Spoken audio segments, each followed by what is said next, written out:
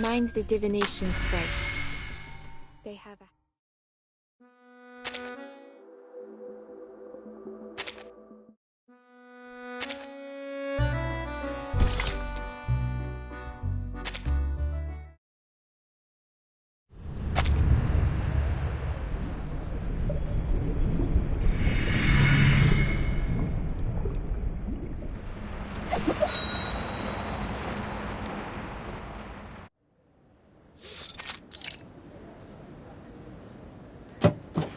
Must we really sit here, Adele? I have had quite enough. Strikes and traffic everywhere. Ah, oh oui. This isn't Versailles, madame. The streets in Le Marais are always a sight for me. Besides, we're almost there. I believe the salon should be right above us, in one of these buildings. The traffic might thin once we're near Place des Vosges. The streets were never the problem, ma chère. Perhaps you prefer a client that lets you drive on the Boulevard de Saint-Germain-des-Prés instead? Now, did you bring what I asked?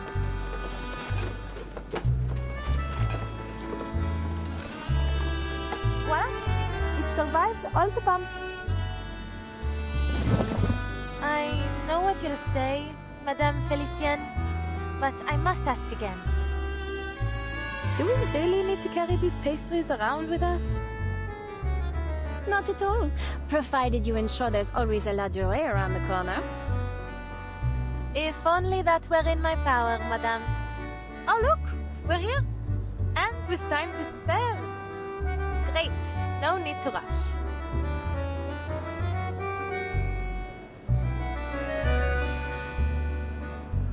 I'll be sure to make some adjustments before tomorrow. Maybe stop by the Champs-Élysées and get those macarons you like before picking you up? That would do nicely. Now, shall we go in? You worked hard to find that shortcut.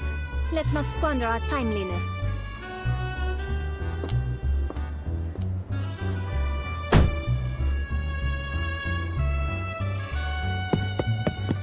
See? Just like I said from the start. Je connais Paris comme ma poche.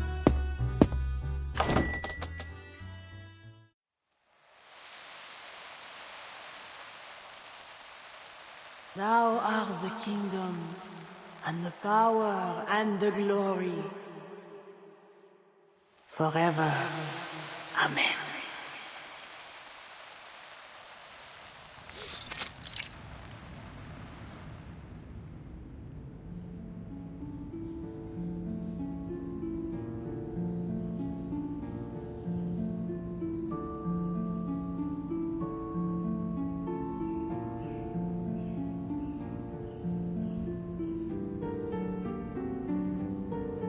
Before me, Raphael.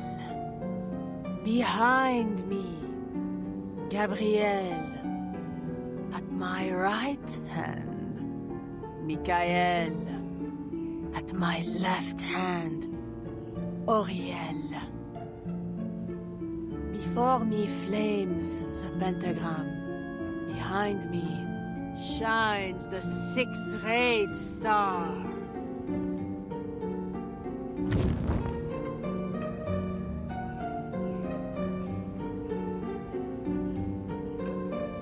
Shown to me, this I see.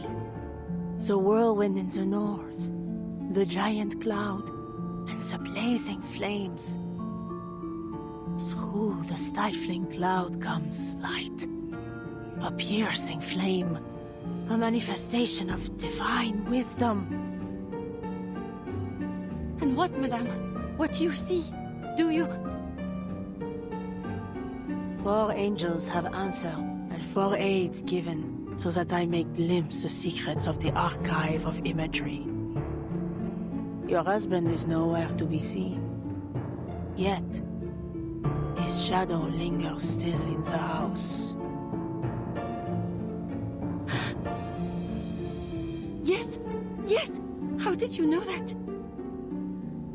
Sometimes I feel his presence. I see him in that khaki coat.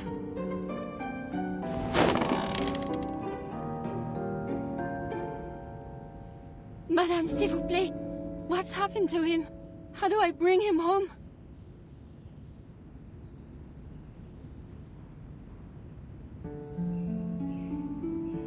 Poor woman. Sounds like her husband's gone missing. Just one of who knows how many others that have lost someone lately. You know, my friend in the police told me there hasn't been any progress on these cases. If only it were as easy as all this. What do you think she'll tell her? That it's a curse, a demonic possession, or some such nonsense. That's the usual prattle anyway.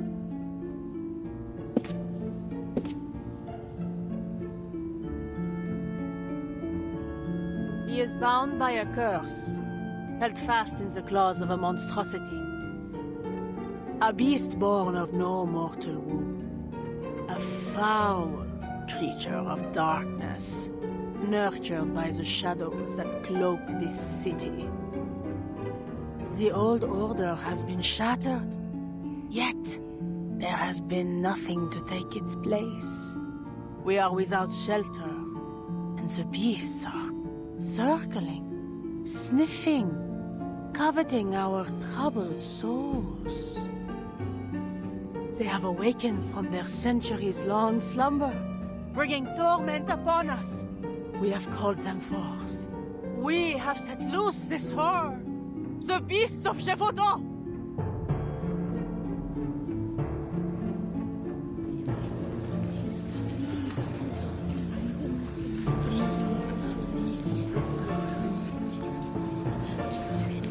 So that's what those rumblings were. The shadows have returned. Maybe that's what happened to my missing workers. Ah, bravo, madame. It's a curse, just as you said. The same old rubbish. If curses were half as powerful as people think, my family and I would have been snuffed out long ago.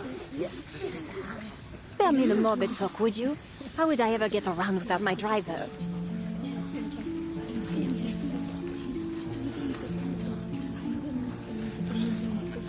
I cannot expel the beast. It is beyond my power. But I do have some means to sap its strength.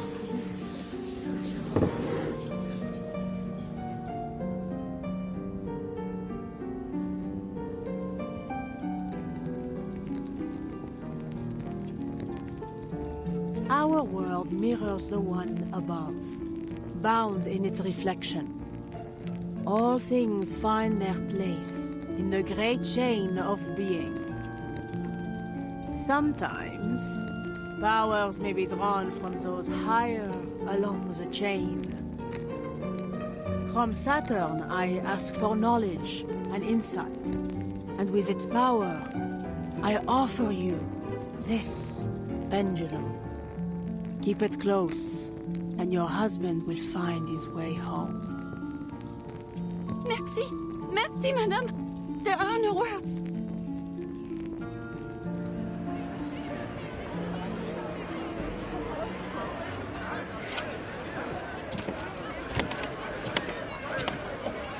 I was hoping to hear some insights on arcane study, or at least some decent gossip. Had I known it was just some poseur selling tired old charms, I wouldn't have bothered. There are still plenty of places in Paris worth a visit. If you're in the mood for fashion, there's the Galerie Lafayette Haussmann. Or for antiques and curiosities, we might try Le Marché aux Puces de Saint-Ouen. Something to take your mind off this, performance.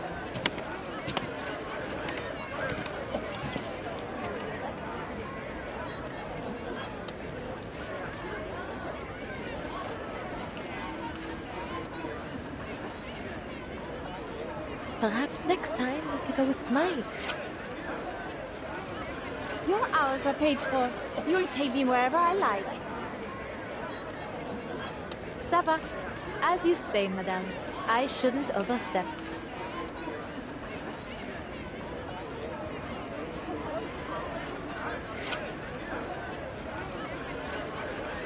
These cheap stunts are just a harmless little diversion. Besides, I believe I'm not the only one who's taken an interest. How have you been finding Dogme et Rituel de la Haute Magie? Ah! How did you know about that? I'm just reading it for fun. Fun, is it? And what about those red squiggles you circled around every entry about generational curses? How on? Did you go through my things? Oh, come on, tell me!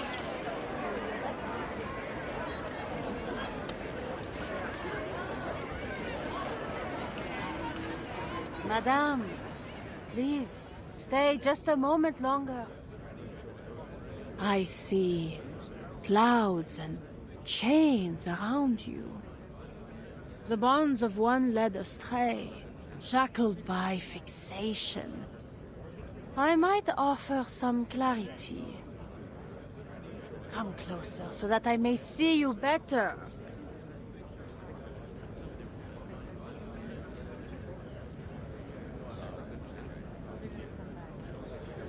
Felicienne, I think she's talking to you.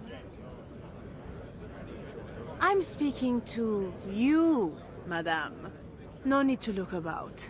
Please come forward. Me?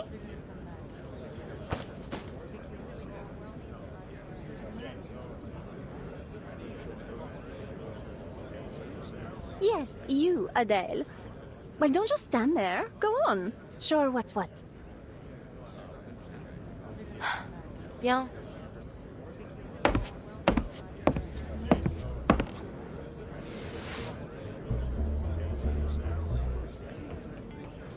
Forgive me, madame, but I have no interest in divination. And I didn't come here for any advice, either. Frankly, I find it difficult to watch you take advantage of all these people.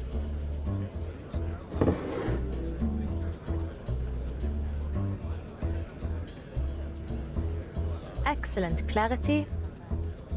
Smooth to the touch.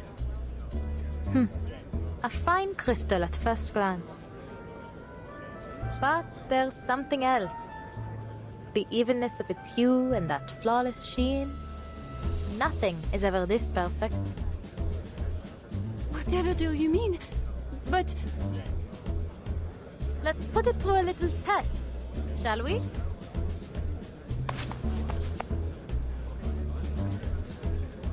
Par le feu est purifié.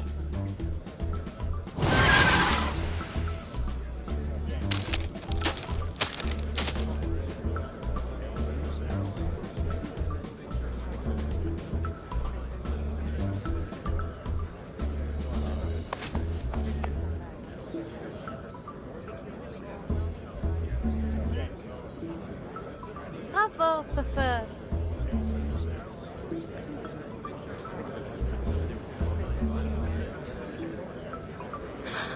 what have you done to my crystal? Please, allow me to explain. My name is Adele Tavernier. Have you heard of us before? Les Taverniers? Famed jewel hunters? The arcane skill I just used has been performed by my family for generations. We've recovered and examined all manner of treasures, including the Bourbon's own French blue. Fire holds a certain power to reveal the true nature of what it touches.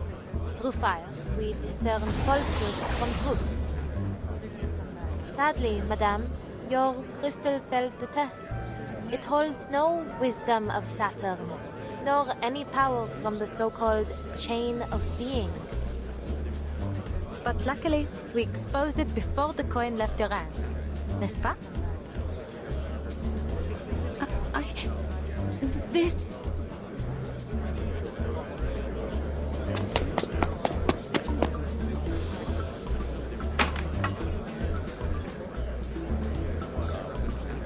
And you, madame, have given a lovely performance, I have to say. It's almost a shame to bring it to an end. Ah, if only you hadn't tried to deceive your client with that fake crystal. Things might have gone quite differently, no? My arcane skill would have spoken volumes about your integrity.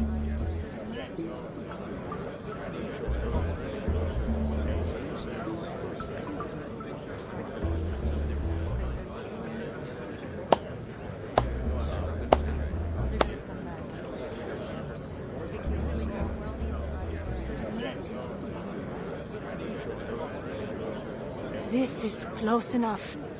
Close enough for me to clearly see the shadow upon you. Pardon?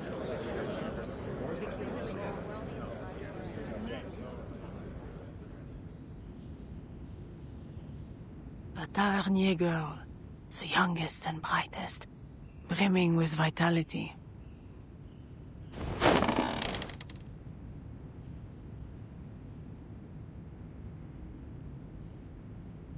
The fated one has stepped onto her path. Twice will she collide with destiny. Once risen, once descended.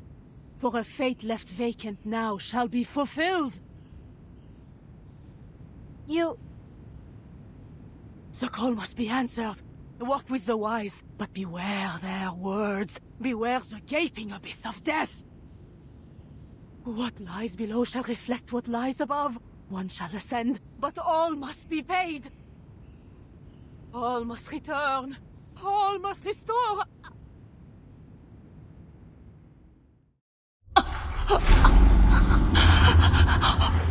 Monster! Beast! Please help! Someone! Fetch a doctor! Madame, can you hear me? Why can't she breathe? Madame, are we in danger? Wait.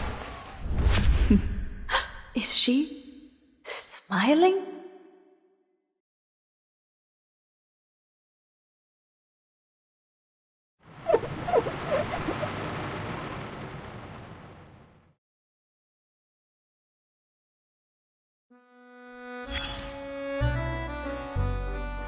It was 2 years ago.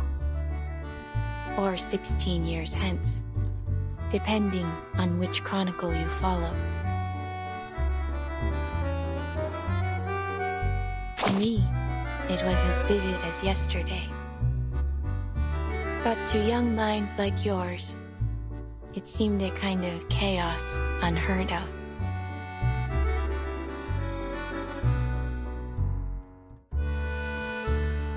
We should start from the beginning. With the war coming to an end, France faced countless possibilities. Its people, weary yet filled with hope, longed for lasting peace. The economy flourished for a time, and people from all walks of life came to France. Still, the impacts of war inevitably surfaced.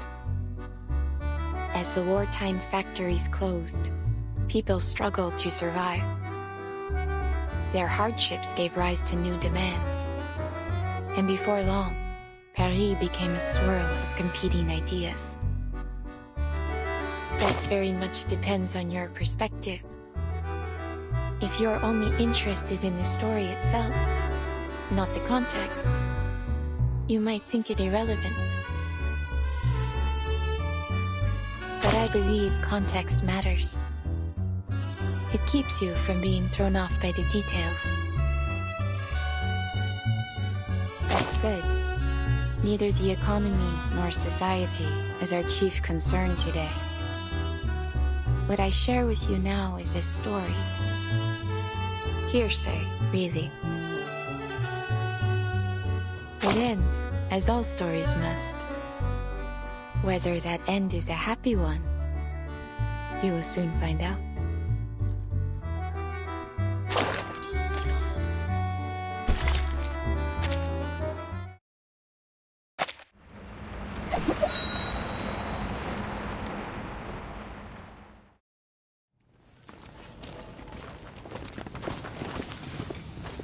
Please, follow the officer outside and leave your contact details before you go.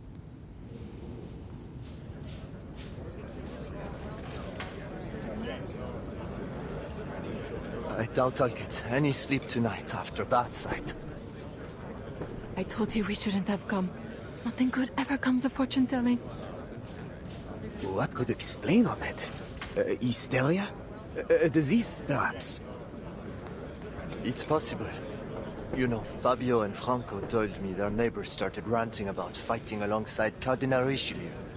Next thing you know, the man's leapt out the window riding a broom. Still in the hospital, I hear. But remember what she said earlier? Maybe what she saw was her own killer. You mean the beasts of Gévaudan?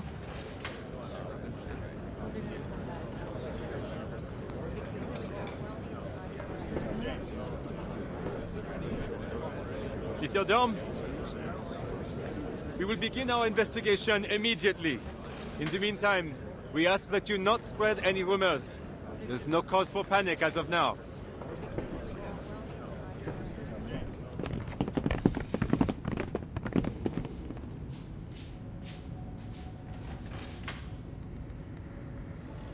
This isn't going to get pinned on me, is it? I didn't even touch her. You'll testify for me, won't you, Felicien? Felicien?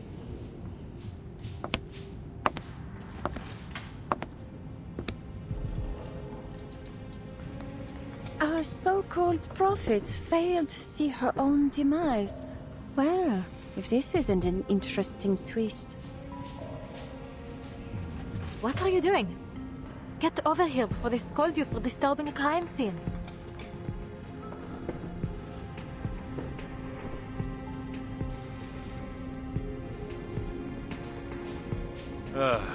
Not these beasts of Gévaudan again. Again? What do you mean, Benjamin?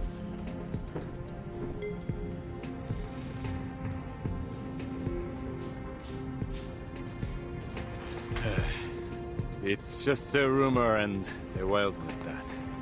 Yet somehow it's spread to every corner of Paris. There have been a number of sightings of these so-called beasts. But by the time we arrive at the scene, there isn't so much as a trace left of them. Not even a hair. The whole world's gone mad. Street crime is on the rise. And the last case we asked you for help with identification on... well, that was completely...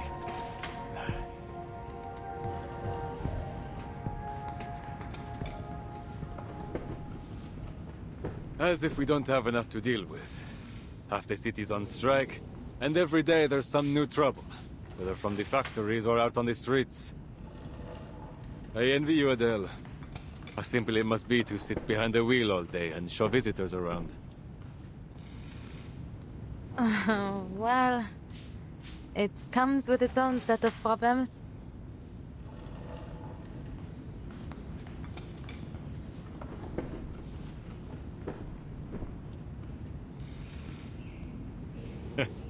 Knew you'd say that.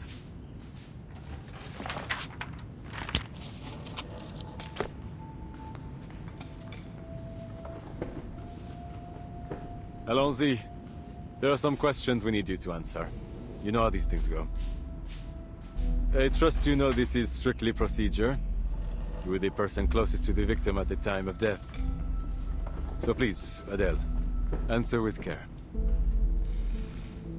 Allez-y. Ask away, officer.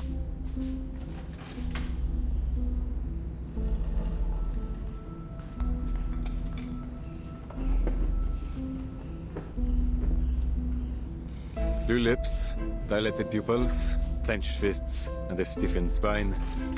The coroner will have his say, I'm sure. But it looks like extreme shock to me. Extreme shock? But What were the circumstances of the event? Anything unusual?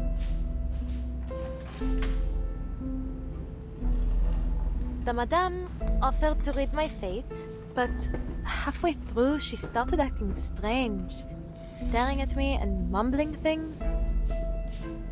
She said something about a beast and then collapsed to the floor.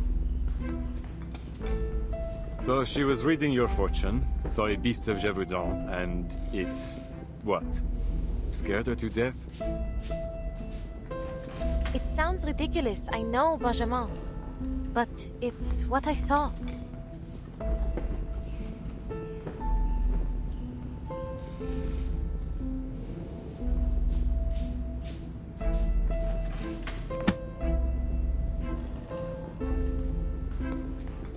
D'accord. Thanks for your help, Adele. I suppose it's about time we tied all these cases concerning the beast together. But it's strange, no? How could creatures from a folktale more than a century old be doing all this here and now? This has to be more than a passing fad. Paris, hell, the entire country, has been gripped by all sorts of rumors. The streets are growing more volatile by the day. You're right. There are always people who will try to take advantage of these situations. Like this poor fortune teller. I bet she heard some tales about my family and thought she could scam me with a sensational prophecy about my not-so-rosy fate. Doomed to die on a quest for hidden jewels. Seems the Madame didn't know that you're the furthest thing from a treasure hunter. It's hardly a secret that the Taverny have a habit of meeting an unfortunate end. Far from it. Which is why I didn't believe her for a moment. The Tavernier curse? Please. It's just a story made up to dramatize the legends of my ancestors. From my great-great-great-great-great-grandfather, who died after bringing the French blue from India, down to my great-grandfather, who died chasing jewelry stolen from France during the Revolution. Call it a curse if you like, a mystical power, fate, coincidence, whatever the words. The plain and dull truth is that hunting jewels is a dangerous line of work, no? That it is. While we're on the topic, how are your parents doing?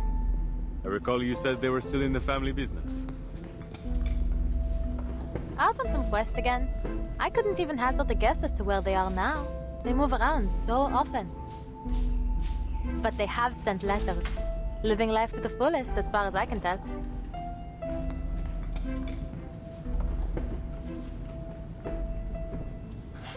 Glad to hear it. Maybe I should envy them instead. Traveling the world like that, much better than being stuck in a police station. And you? Don't you ever think of joining them on the hunt? My parents and I are different, to say the least. I don't share their obsession with shiny stones. A simple, comfortable life. That's all I want. No glittering ambitions, no fancy things. Just a job that pays the bills, fills my belly, and lets me get a good night's sleep at the end of the day. Why anyone would want to think so hard every day is beyond me. In fact, this job was the first thing I saw when I opened the advertisements page. Why not? I thought. Suits me better than treasure seeking ever will. I would expect nothing less.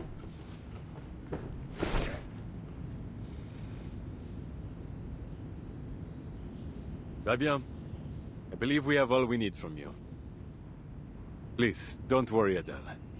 I see neither motive nor means for you to do her harm. You're all clear. But we'll get in touch if we need anything else. Oh, forgive me. Another question. Was there anything else that seemed suspicious? Anything that stood out to you? No, nothing really. Oh, wait.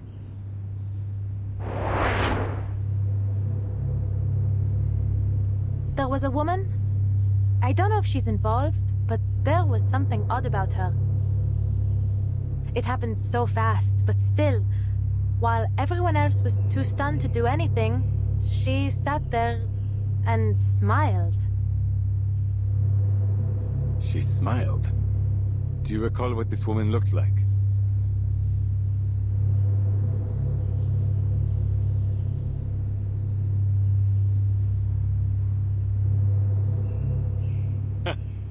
That's Madame Beryl Boaniche. Couldn't be anyone else. On the Crystal Parlor on Rue de la Paix. She's a diviner too. She's the one who reported the case to us. Our officers have already spoken with her. She reported the case?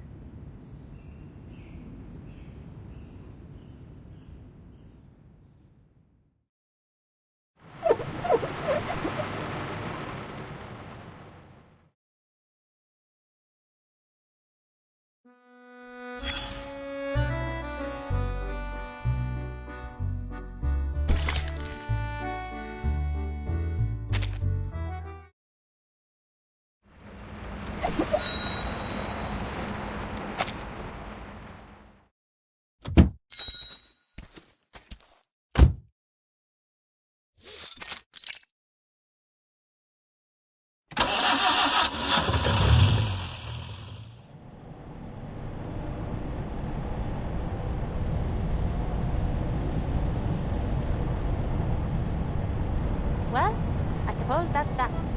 No mysterious murderer, just another diviner. Benjamin said they spoke to her already and cleared her of any suspicion. Cleared? I wouldn't be so quick to believe that. Beryl Buaniche. She hides herself well, that one.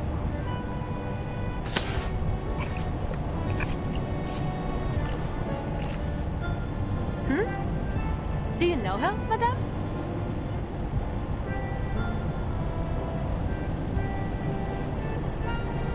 This box is empty. Was that the last macaron? Of course not. I got another box, just for you.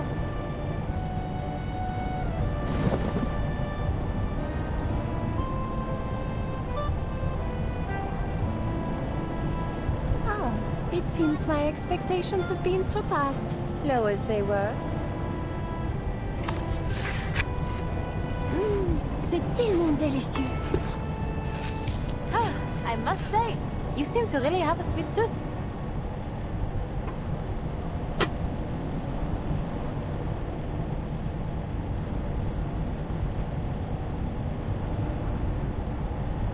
So, Beryl Buaniche, where is she now?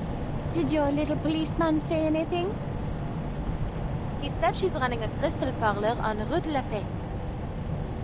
Turn around. I should like to pay her a visit.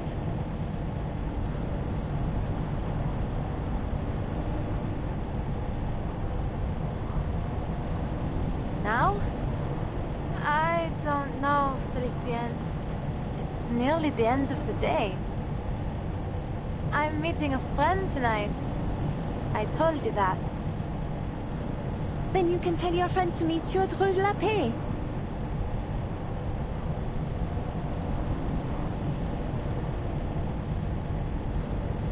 I'll double your pay for the evening. Turn us around. Take whichever route you like. But Ah, fine. Triple? No? 10 times then. 10 times?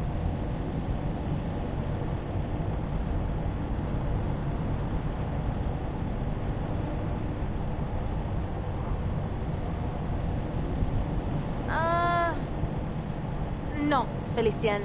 I really can't. Celia's always busy these days. I barely get to see her. She's all wrapped up in this parapsychology thing. I haven't seen her in so long. I don't want to cancel on her. We'll go to Rue de la Paix tomorrow. I promise. You live a terribly tedious life, Adèle Tavernier.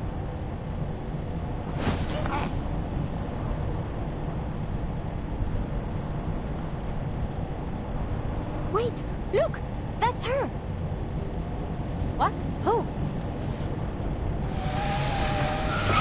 Beryl Buaniche! Just there! Turn! Now! Let go! I can turn the wheel my...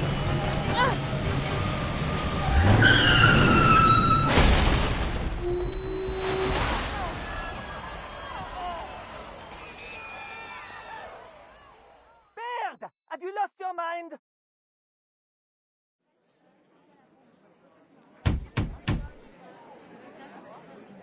Ah! I'm speaking to you! Out of the car, now!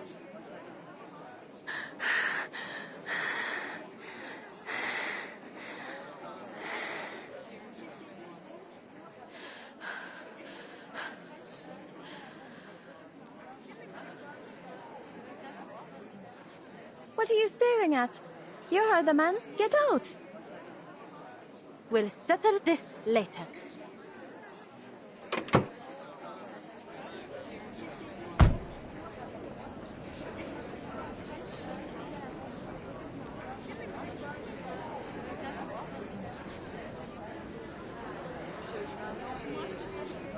What was she thinking? Ugh, grabbing the wheel like that. Never imagined my first crash would be like this.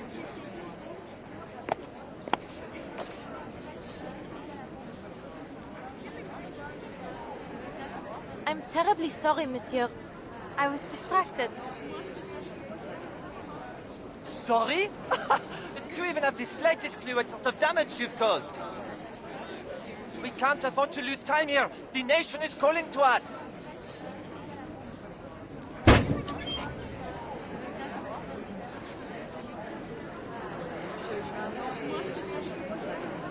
Huh? The nation? Is that a strike slogan? Or do you mean you have urgent business to tend to? Our one true leader has returned. The Emperor has landed at Golfe-Juan. He will bring glory to France once more. He's riding to Paris with only a few hundred soldiers at his side. Our Emperor is too distant from his people. We must go to him. The Emperor? Golfe-Juan? What on earth are you talking about?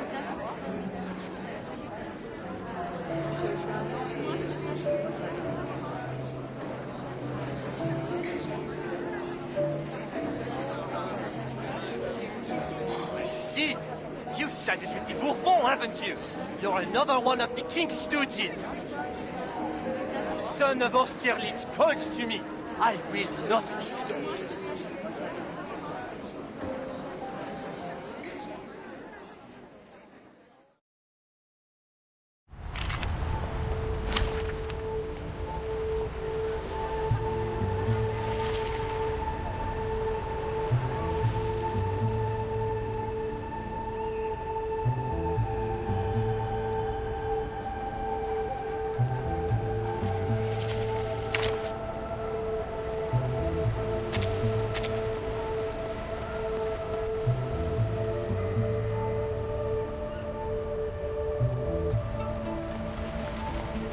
Let us see what we will achieve together.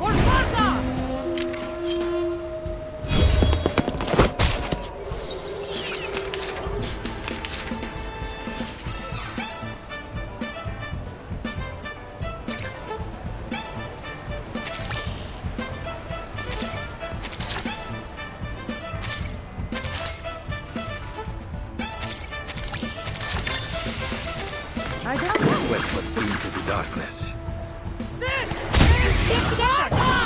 Liberato dalla paura. Non voltarti indietro. Che la morte ti dia la pace che cercavi.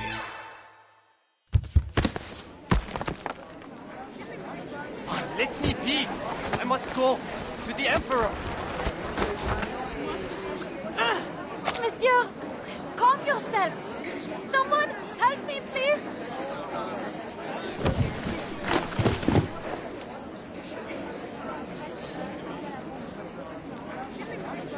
Aye, aye, aye. Another poor fellow lost in delusion. Careful, don't get too close. He's talking gibberish. The 100 days ended over 100 years ago. Please, someone, get him to the hospital. He needs help. Does anyone know this man? I really need to go. I have to see someone.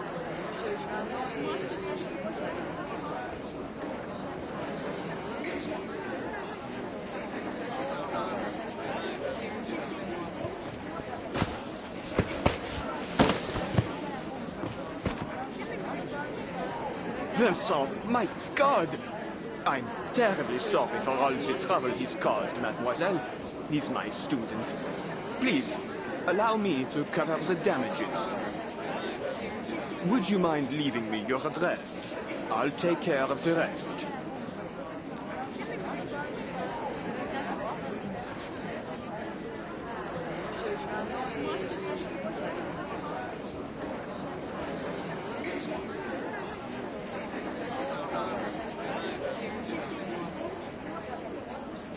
Celia! Adele? Goodness, are you hurt?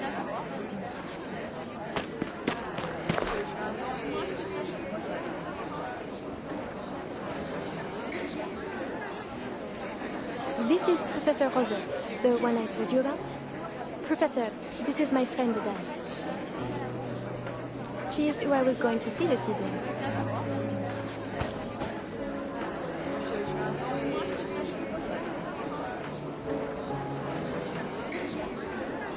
Thank goodness you stopped him, Adele. Who knows what might have happened otherwise? Yes, yes. You acted both quickly and rightly, mademoiselle.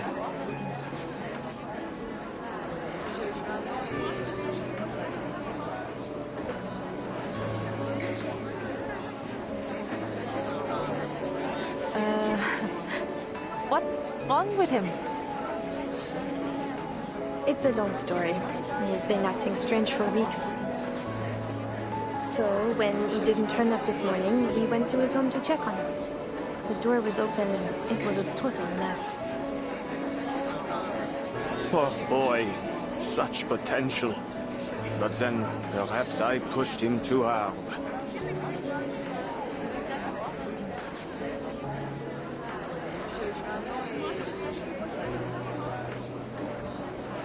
I shan't keep you, ladies. Celia, go with your friend. I'll deal with all this.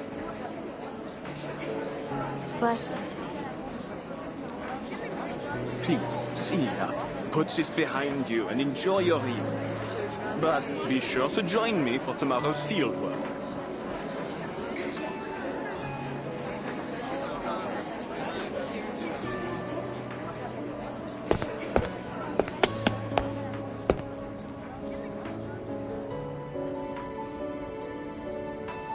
How's your car? I know the professor said he'd cover it. Tamal, just a dent on the bumper. It was a bit of a fright, but I'm fine now. Ah! Wait! Sorry, Celia. I need to...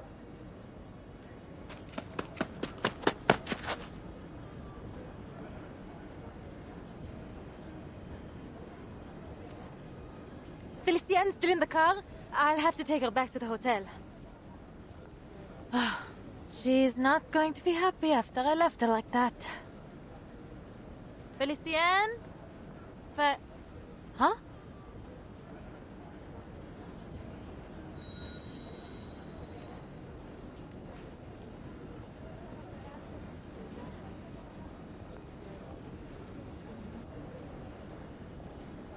Oh no.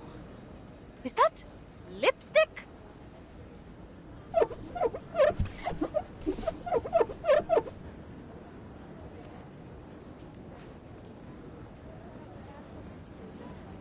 First, she grabs the wheel, crashing my car, might I add. And then she has the cheek to scribble on the window. Ugh. She's paying for a foot clean, I swear it. Are you certain you're all right?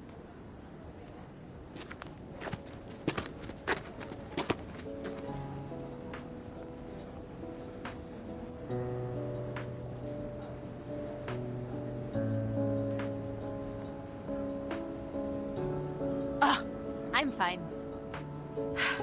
So, shall we eat at that spot near the Seine again? Or are you feeling adventurous tonight? You said you couldn't stand the campus cafes anymore. So tonight, ma chérie, you choose the food. Really? I suppose if I could have anything. You know, what I'm really missing is some good home cooking.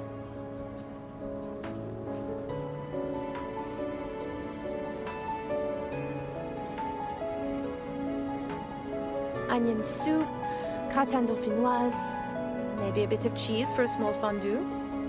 Oh, and I just bought a bottle of cider. What do you think? You simply have to come over and see my place now. I cleaned the whole thing. Balcony too. I came over to ask you for help, but you weren't home. Home cooking it is. Hop in.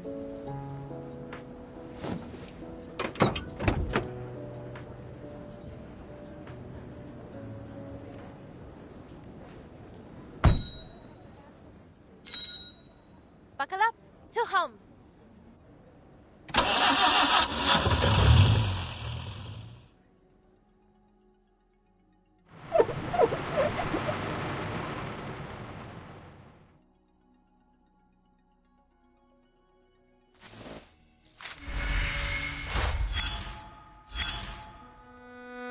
I was running a crystal parlor in Paris back then.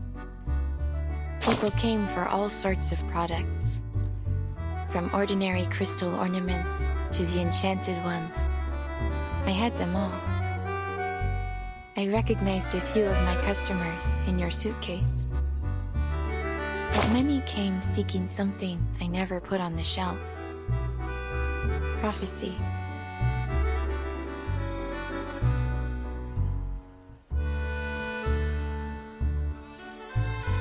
But our path through Fate's garden is already set. No prophecy can change where it leads. And I dislike putting a price on things that have no use.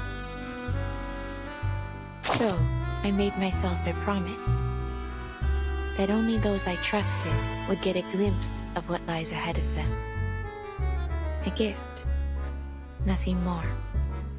To my surprise, it did something unexpected for my business. Word spread, and I recovered my investment soon enough. Nor was I. Few things in life have ever surprised me, and this was much the same.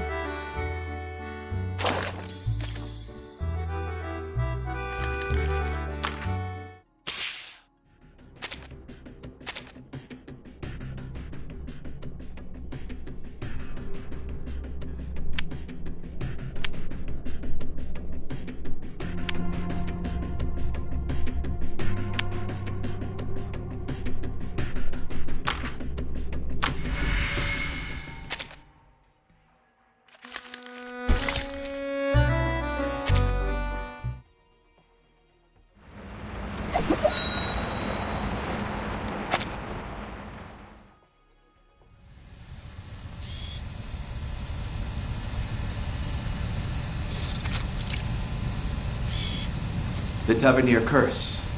Every member of your family is destined to hunt endlessly for treasure until they meet their end. Pass through blood relation, usually to the relative closest to them. You don't believe in this so-called curse, do you, Miss Tavernier? Or should I call you Brune?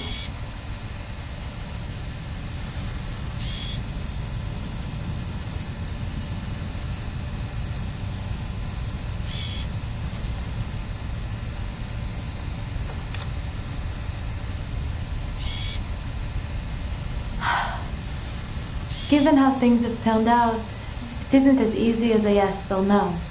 Don't you think?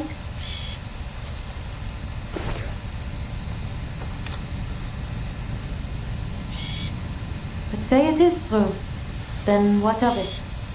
We're all going to die, no? One day I'll die searching for treasure. But before then, I'll live as I see fit. I don't plan on wasting away my days in fear.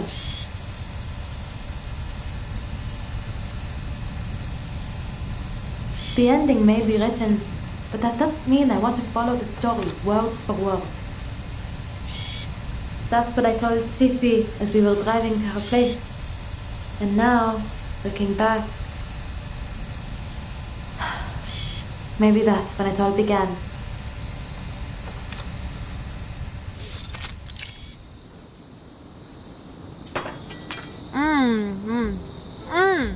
So good.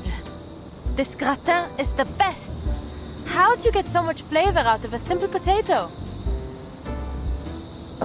You like it then? It's just ordinary home cooking, really. Maybe it's finally time you started doing it yourself. Well, Papa didn't exactly teach me much in the art. He'd just pop open a tin can and say, "Be grateful. When you're in the jungle, this is a luxury." But he never took me to the jungle. He never even let me leave Paris. I still haven't been anywhere.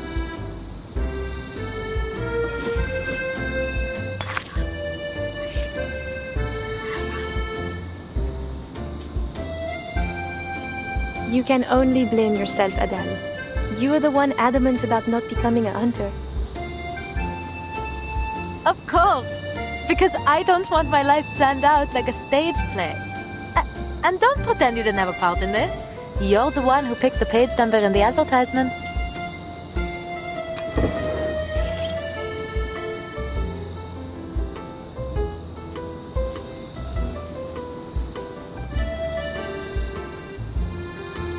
Sharp as ever. Since we're on the subject, how is work going? Any interesting fairs lately? There was one thing. Not sure if I would call it interesting, though. Peculiar, perhaps?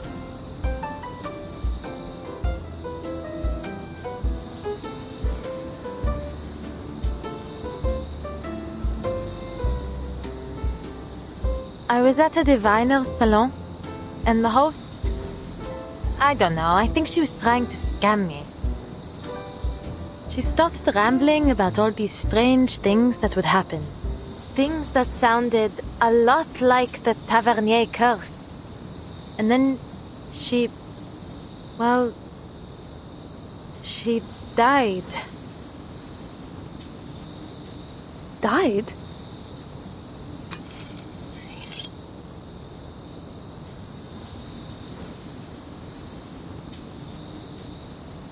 Then the police came, and I suppose the case is still under investigation. Anyway, you know what I think of those diviners. They're not exactly people you should take seriously. Then why were you there? Not by choice, that's for certain. One of my clients was interested, Madame Felicienne. She always gets these sudden whims and insists on having everything done just as she pleases. I wouldn't have crashed my car if she hadn't... Bah, forget it. How's university life?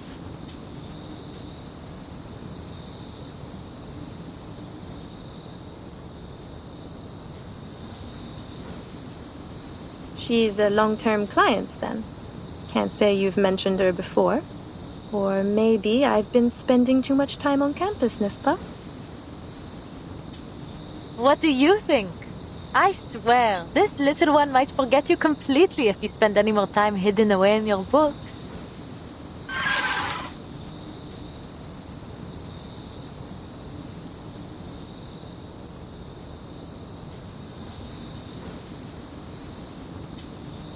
Oh, I know better than that. This sweet little thing was summoned by your family's incantation. As long as you remember, he remembers. Such a fascinating creature, the tutelary. He sees every corner of your psyche, memory and sensation, even your unconscious thoughts. Here comes Cici with another one of her academic lectures. Is this what you're studying these days? Yes. Professor Roseau has found new inspiration in a Swiss psychologist's theories. He's pushing for some new breakthrough. The whole research team's working on it. We've already seen some early progress. That, collecting brain thing? Collective unconscious.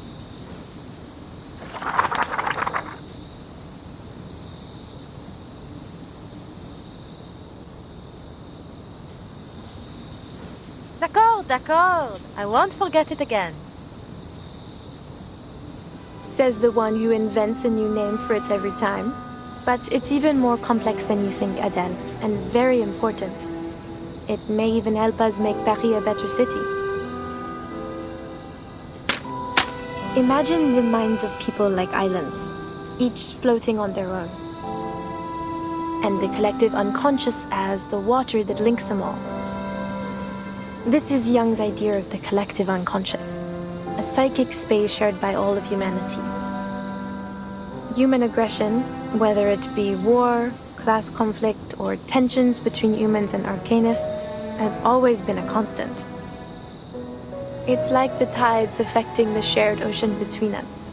We build on our islands, but inevitably the tide will reclaim them.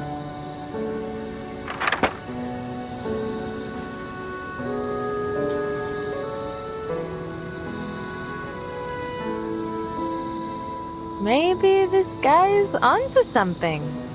We're all fighting for our place in these troubled times.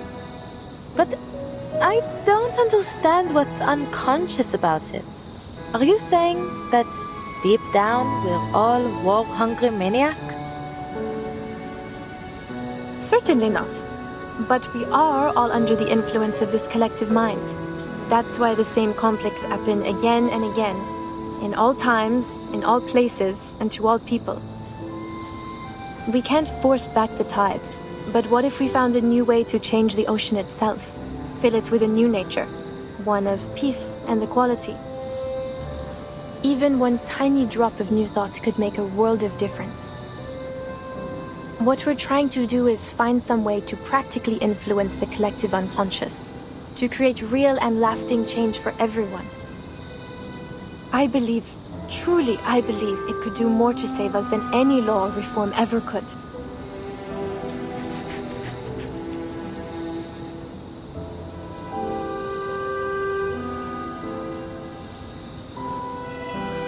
So you want to control everyone's minds?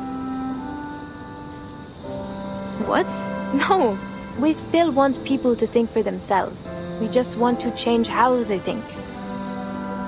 If we can plant a more hopeful vision into the collective unconscious, we could sow the seeds for a better future for all. Like how Victor Hugo wrote his dreams into his books, and they reached every reader in France. Only we're doing it in a more controlled, systematic way than simply telling stories. What about Vincent? He seems the furthest thing from control, loyalty to l'Empereur aside. Are you sure this research is safe? Truthfully, I wouldn't say it's entirely without risk. The collective unconscious is a sea of primordial images formed into cultural motifs and symbols. The more popular that symbol is, or the more often a theme occurs across cultures, the more powerful it's said to be in our collective unconscious. Take Napoleon, our conquering hero king and cultural symbol. Vincent? Well, he's always admired him, so perhaps that made him more susceptible. We're working in the mind, so it's understandable that there might be some unforeseen effects. I fear Vincent may not be the last to suffer like this until we find a safer way to proceed. Popular symbols, recurring themes, mental distress.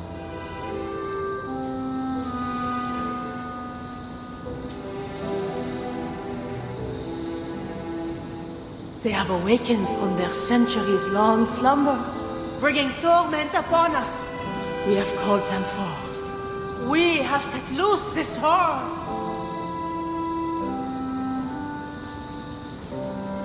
Like the beasts of Gévaudan?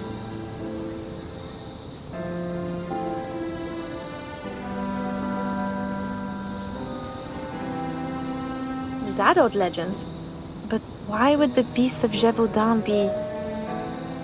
Wait, you might actually be onto something. As the rumors about the beasts have spread, it has gained a new identity in our collective unconsciousness, planting the seeds of terror inside just about everyone. Formidable!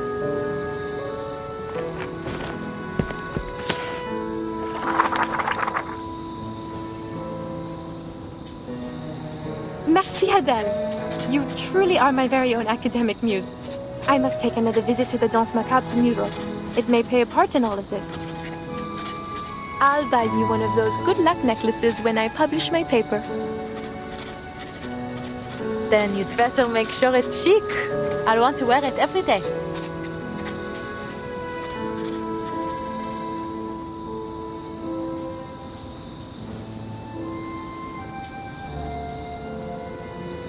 So, what comes next? It's only a thought for now. One I must keep to myself. But you'll be the first to know when it's confirmed. I swear, you, and indeed the whole world, will be shocked. You know, and please don't laugh. Sometimes I feel like an adventurer too, hunting for hidden treasures with my pen and paper. I suppose what I do isn't all too different from your parents after all.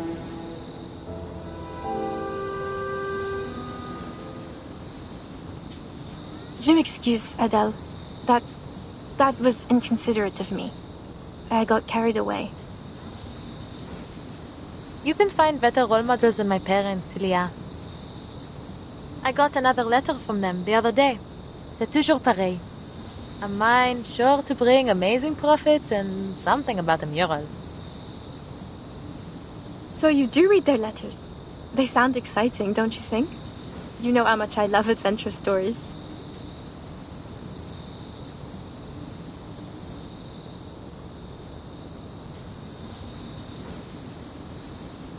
That you do. Sometimes I think you're more of a tavernier than I'll ever be. I suppose I have always thought of you as a sister. Anyway, enough about that. Where are you taking your client tomorrow? To Rue de la Paix. There's a crystal parlor we're going to visit. Because of what that diviner told you? You must be the master of your own will, Adele. Don't let your subconscious make all the decisions. Whatever you say, Madame Professeur. I mean it. So many things in life are stirred up from the depths of our minds.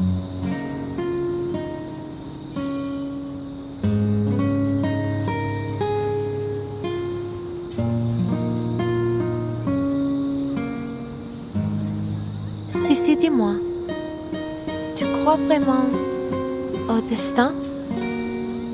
Sissi? Celia?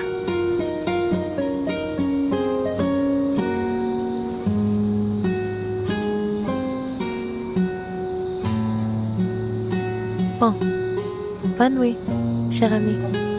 Que demain nous porte chance à toutes les deux.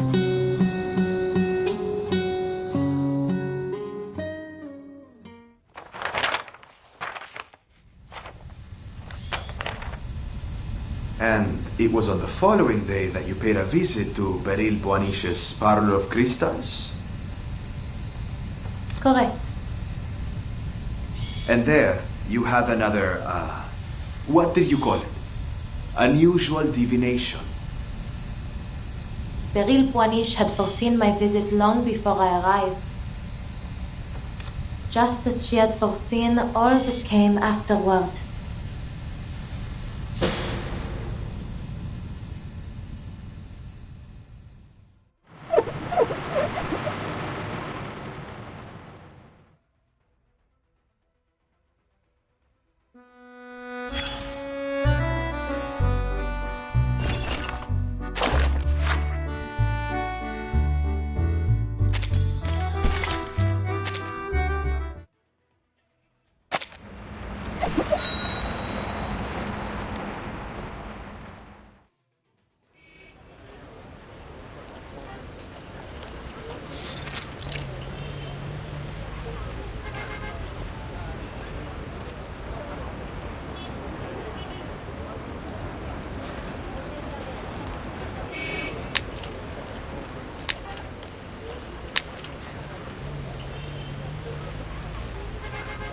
Tomorrow?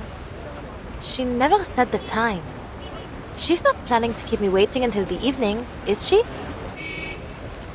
Or has she already gone in?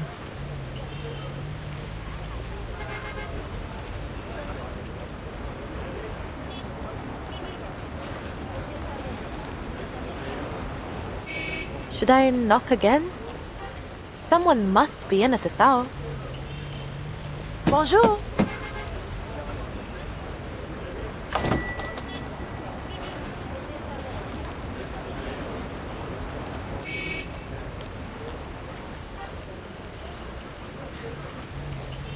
Ah, finally. Perhaps they didn't hear me knocking before? Hello? Right. I suppose I'll just let myself in.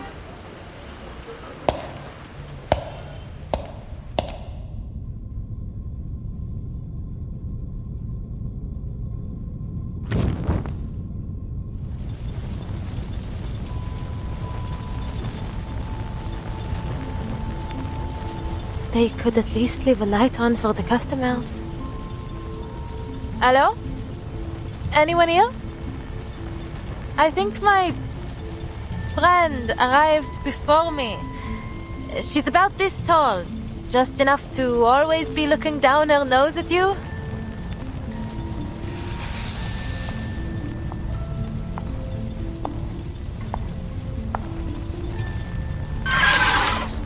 What is it, Papa?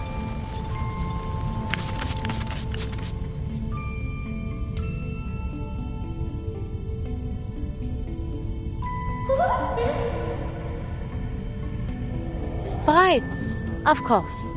Where else would they be, if not in a diviner's parlor? Let me be clear. I don't care what kind of mischief you're up to in here. Just don't let it involve me.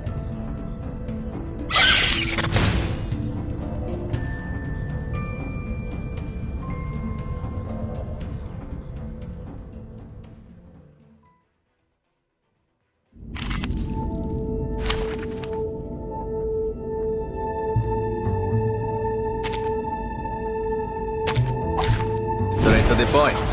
I like that.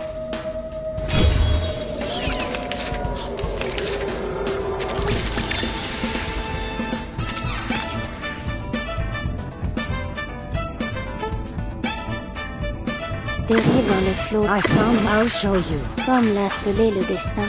Prey, caught in the woven net. There comes for us all.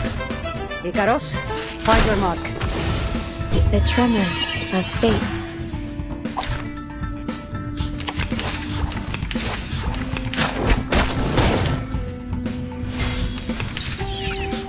Into the dark. I found my target, Artemis. I'll show you.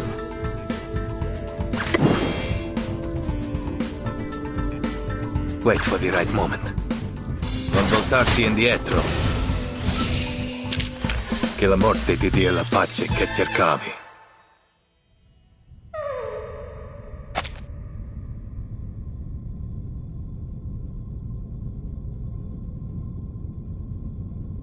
Ha! Not so funny when the joke's on you, huh? Now, lead on. Bring me to the owner of this place. Understood?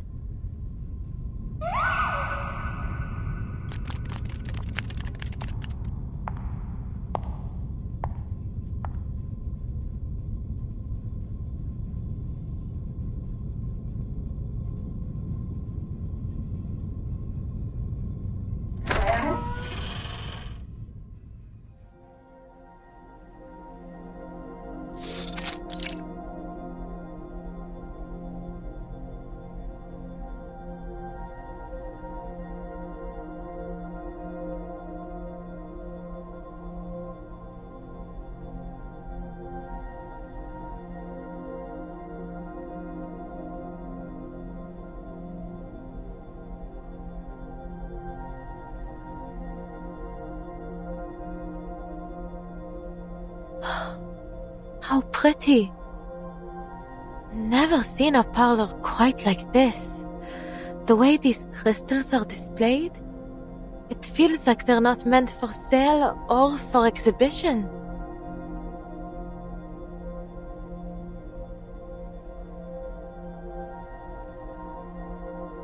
Is it the lighting that's giving them such an otherworldly glow?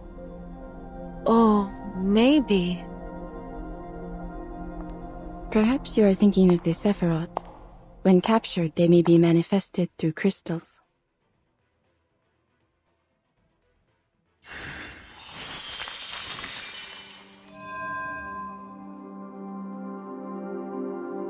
Some believe it is through these Sephiroth that the Creator formed our world.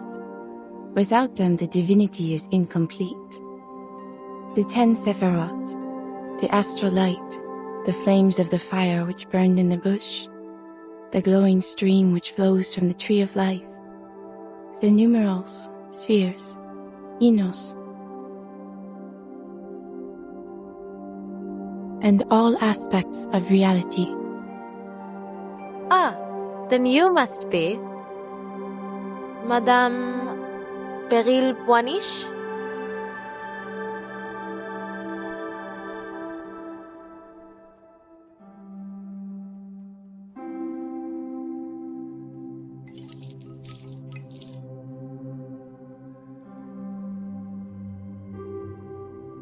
Through certain objects and rituals, or by gnosis gifted at birth, we may catch a glimpse of a splendor that is not of this world.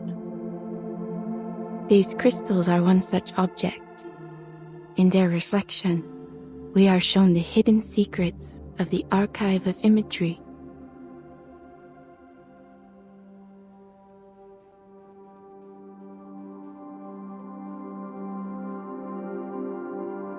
Madame, did you...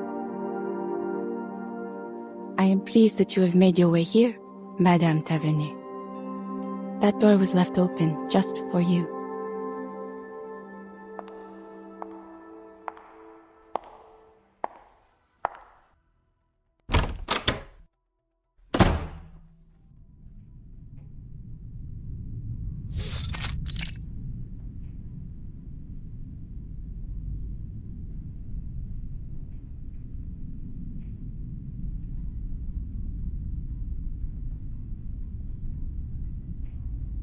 So, I'm the first one here. I see. And you were at Madame Raymond's salon the other day to retrieve your crystals? Indeed, I was. I have been occupied in business overseas and neglected the security of this parlor.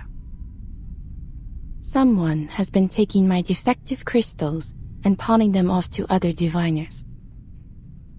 Few are able to detect their flaws, but, minute as they are, they render them hazardous for ritual use. I must act before any further harm is done.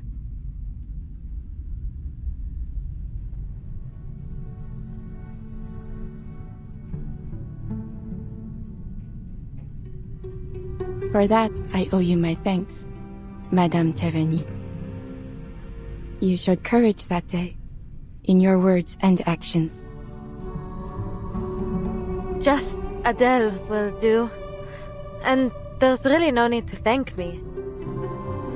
Truth be told, I probably wouldn't have interfered if the diviner hadn't tried to make a fool of me. Ah, those words still bother you, do they not? No, not at all. I don't take things like that seriously, you know? After all, fate, it's just a matter of belief, isn't it? You do not believe, yet you cannot seem to put it out of mind. Is that so? Ha! Please, madame. You aren't about to start with the prophecies like all the others, are you?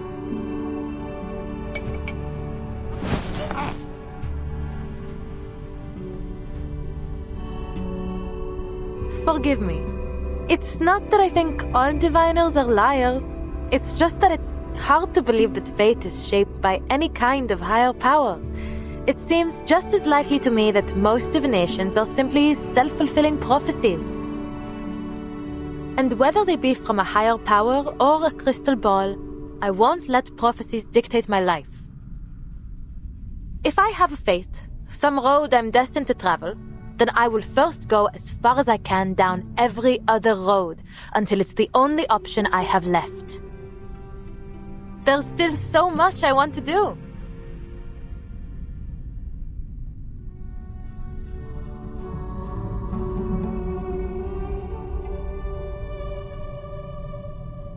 Fate, dear, is a universal law, the cause and effect of all events. Just as the path of light through a crystal may be predicted to find its refraction, one road inevitably leads to another. While some believe our paths to be unpredictable, others see them as written, from beginning to end. But there is little use in searching for meaning in such a thing as fate. My reading foresaw your coming today, and here you are. The light passes through the crystal and falls as it must, as it ever was to be. You knew I'd come? Then, what about my friend? I saw only you. Zut! She didn't even bother to come. What is she thinking?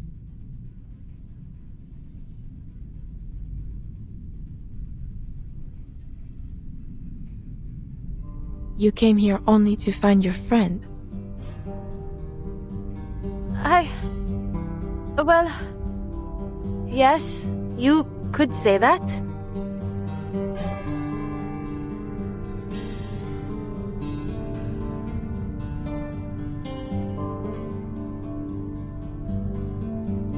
There is something more. A question, not about the truth of fate, but of how you might act upon it. The curse in your family, or as some may call it, the path of the Tavernier. You wonder whether it is your time to walk it, do you not?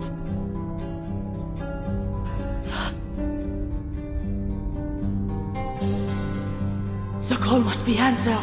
Walk with the wise, but beware their words. Beware the gaping abyss of death.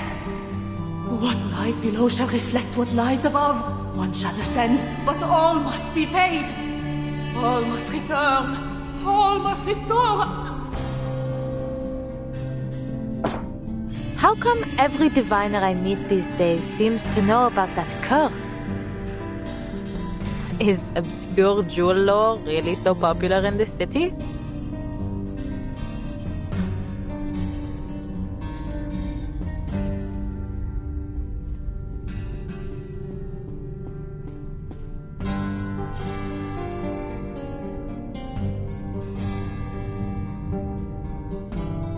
Madame Raymond foresaw the future, but she peeked too far, and for that, paid dearly.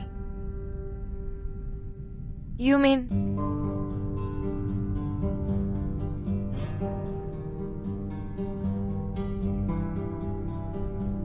No.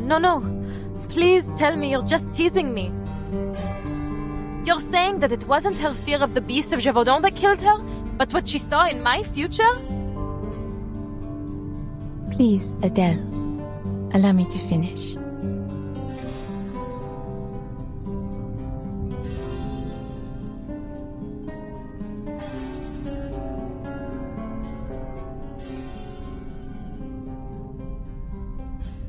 The fate she saw was not entirely yours. There is a shadow which lingers on you. In a way, it is true. You are indeed cursed.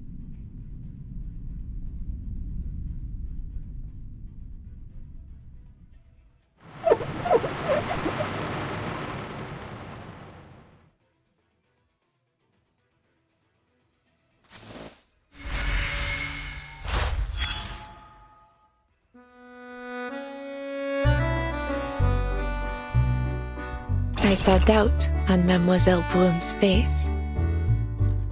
As a diviner, you encounter that look more often than people think. Some have called me a schemer, a fraud, as the Vigile Bureau did.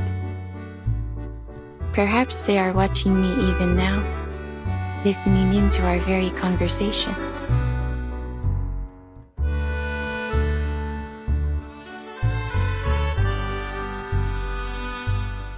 Some were frightened by what I could see, but kept coming back to sate their own curiosity.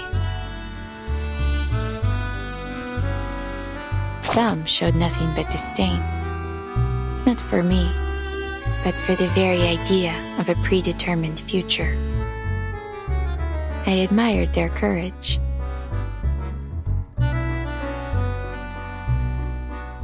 Broom was not any of these. She was a fourth kind, one who tries to ignore the prophecy, but in doing so, only finds herself carried further into its stream.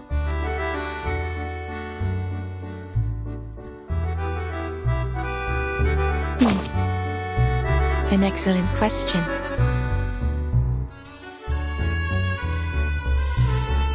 Someone who walks between eras and through the storms.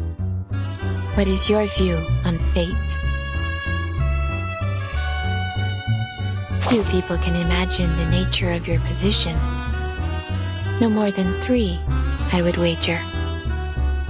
And I wish I could say I was one of them.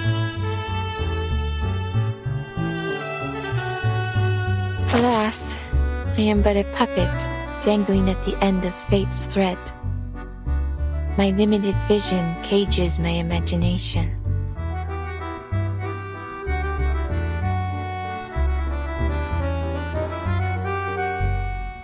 Though I may still see a little more than most people, I cannot do as I was meant to.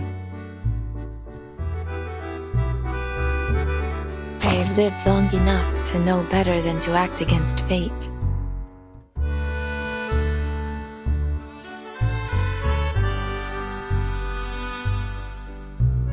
Oh, in fact, what I would have done differs very little from what I was meant to do.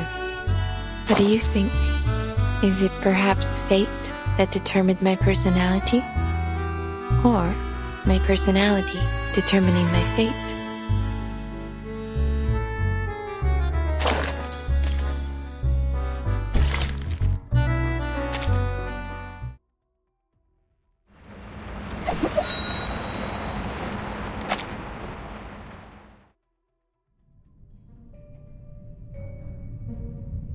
All things carry energy, and we are much more perceptive to it than we think. Now, I would ask that you concentrate on the subtle changes around you. You will sense it. You simply need to feel. Bien sûr, I'll try. Tell me, Adele, which of these crystals draws you the most?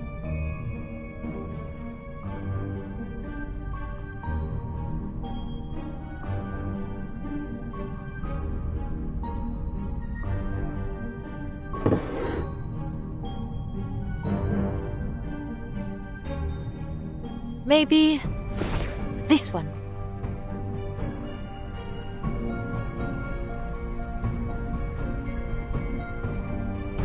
A smoky quartz from Brazil? Very good. This crystal turns negative energy positive. It is a peace bringer, a banisher of the dangers that trouble one's soul.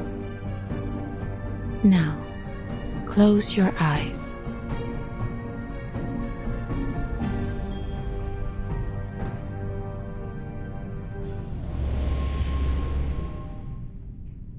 Sept doubles, sept portes, sept en tout révèlent les séphirotes.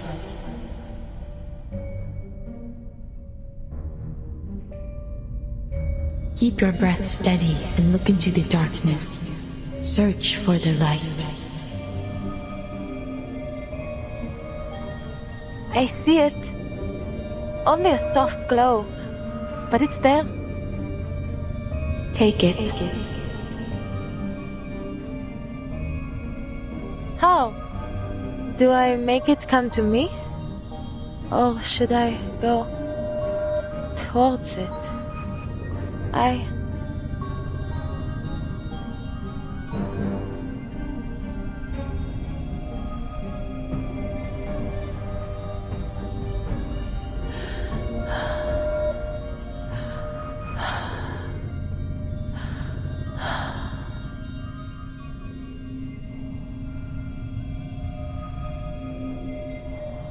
Adele, come on, wake up!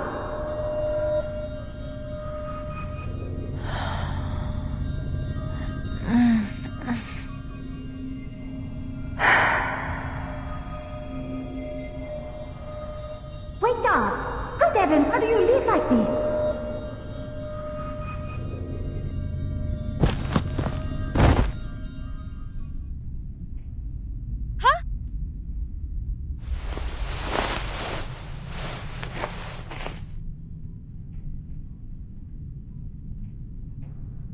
Huh? Good morning, I think you meant to say.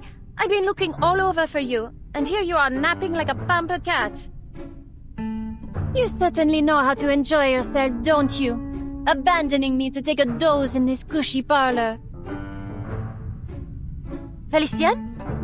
Where were you? I was waiting in the street for hours. You never turned up, so I had to... Where's Madame Boiniche? Peril? She...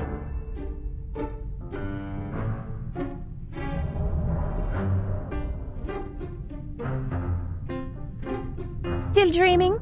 Look around you. The parlor's already closed.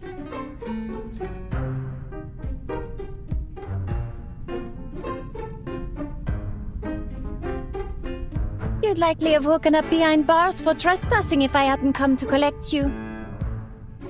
Quelle honte! This place seems more tedious than I thought. Come on, get up.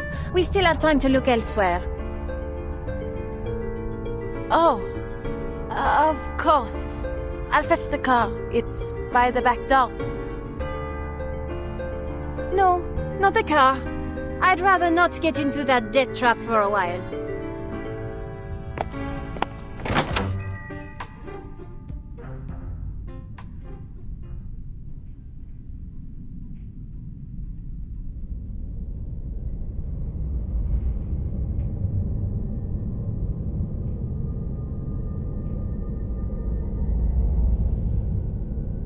The street's totally empty. Where is everyone? Is there a curfew that I didn't know of? The street lamps are off. Huh. I don't even see lights on in any windows. What is wrong with you? Heaven's sake, it's a good thing I didn't let you behind the wheel. Look, is that not a light right over there?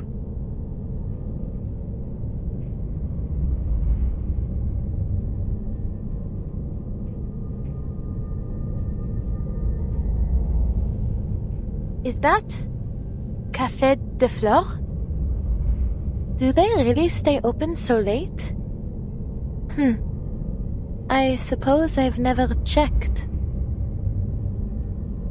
I'm starving. Go see if they have any food. I'll wait outside.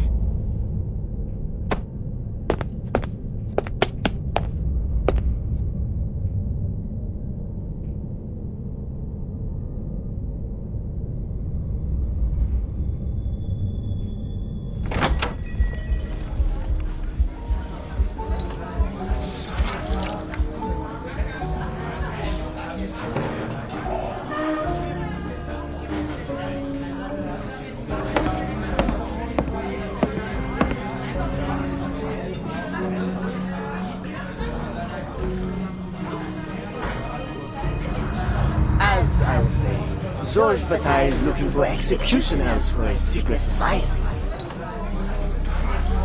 Executioners, that's right! Every one of the members would rather be sacrificed in the rituals than be the one to swing the axe. Who would have thought? The Normbreakers can't even bring themselves to commit violence. Is it a mercy or just selfish nature? Did you see the last performance at the Théâtre de Ganguinel? Jack Chauvin has been the worst director I've ever seen. He ruined all the gory scenes with his so-called theatrics. This self-absorbed man. It's hardly a theater anymore, more like a circus. I wanted to gasp at the sight of shattered bones and slit throats, not from sheer disappointment. Honestly, I missed the Apollinaxa. Every death she brought to the stage was impeccable. Mademoiselle, I must confess I'm confused. You're saying that something will just pop into existence if everyone believes it exists? In a manner of speaking, yes. According to the studies we've been conducting, the answer may be hidden in our collective imagination. Celia!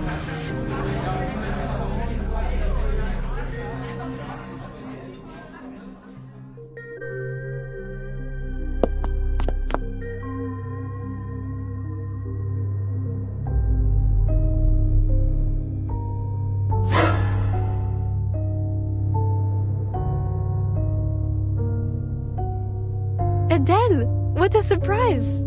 I thought you had no interest in my studies.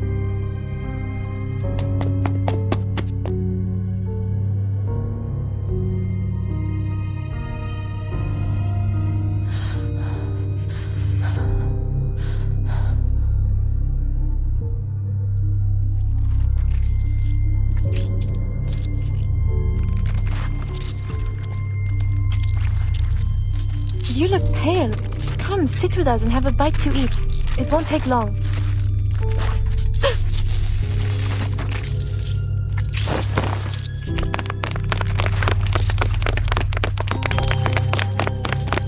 We need to go. Celia. You're hurting me. What's going on? Adele.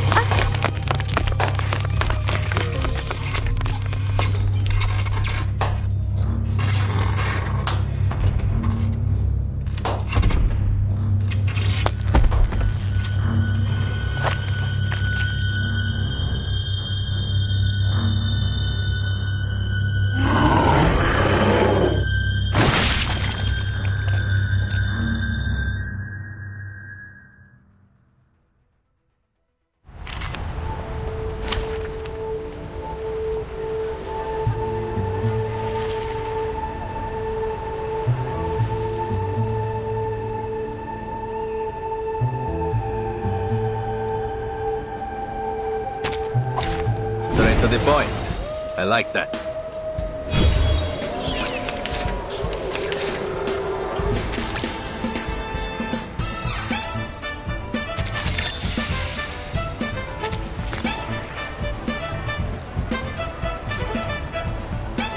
Périr dans le flot des comme la I don't need the high ground to hurt. Wait for the right into the darkness. Prey, caught in the woven net. A ripple stirred. For victory! Addio, straniero. Che la morte ti dia la pace che cercavi.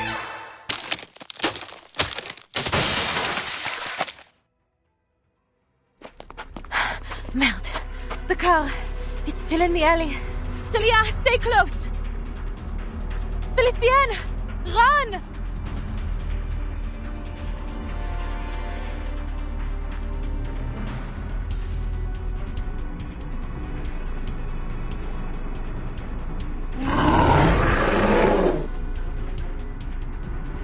Go on ahead, Celia.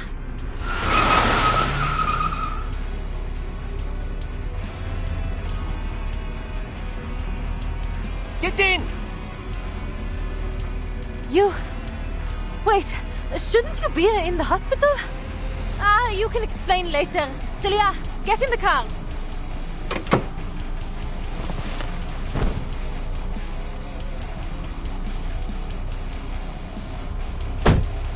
Go, go, hit the gas!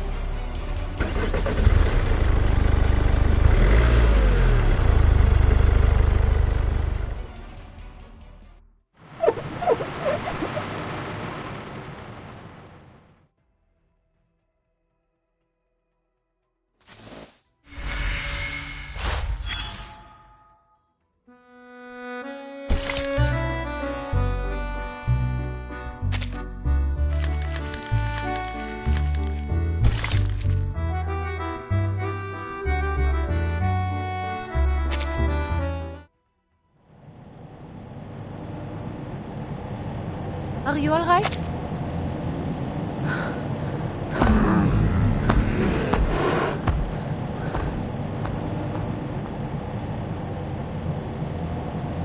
Good.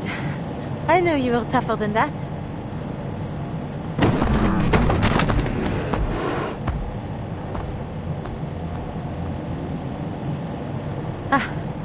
Even with twice the legs, they still couldn't outrun us. Monsieur Vincent, yes? We bumped into each other yesterday, remember? I appreciate the help. You came just in time. But... shouldn't you still be in a hospital bed?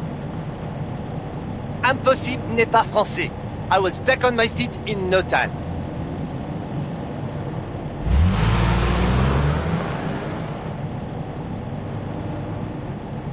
Bravo, monsieur. Glad to see you're doing well. Adele.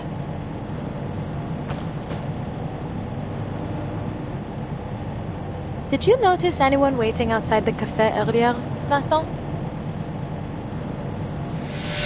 No. Adele, please. Something feels wrong.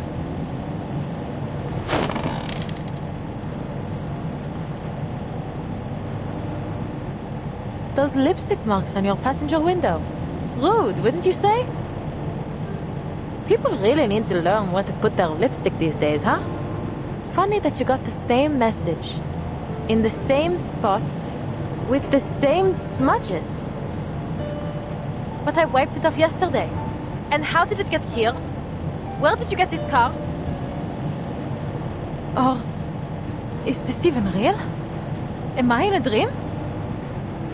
You're speaking nonsense, Adele. How could this not be real?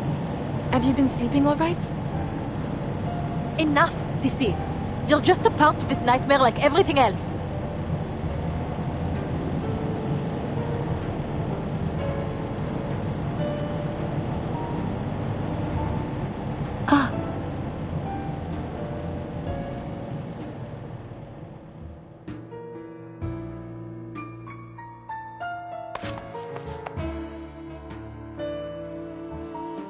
Par le feu est purifié.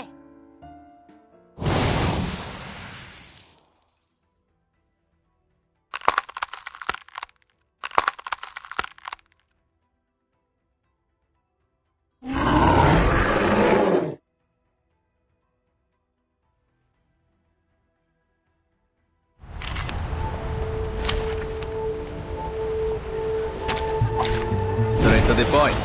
I like that.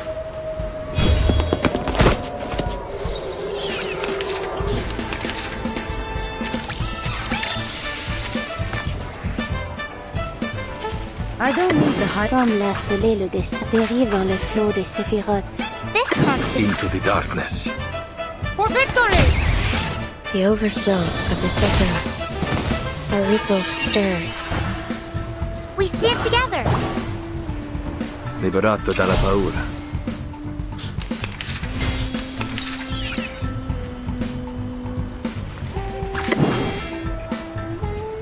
Wait for the right moment. I'll show you. I found my target. Into the darkness. Addio, straniero. Ikaros, find your mark. Now! I bring you victory, as promised.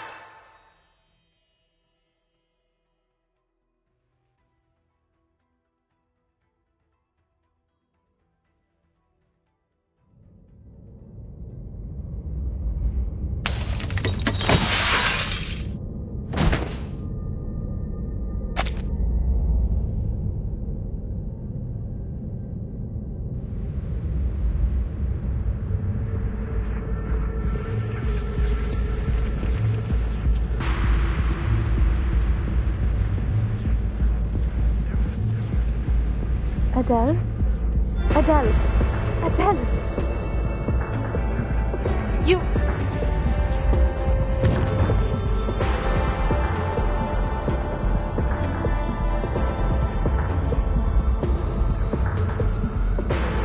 You're really?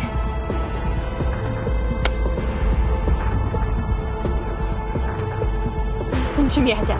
I remember now. I know the truth about the Beast of Gévaudan. Manus Vindicti cracked open the archive of imagery. That's what's been causing all the disappearances and madness. They're trying to destroy Paris. Don't trust Roiseau and don't come looking for me. Take this.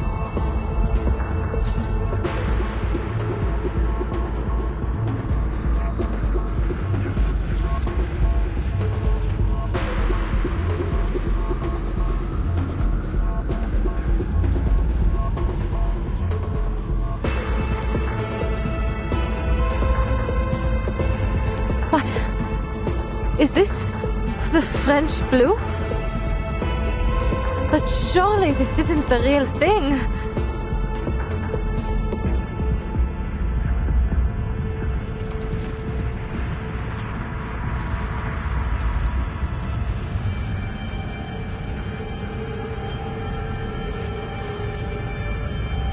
Just take it.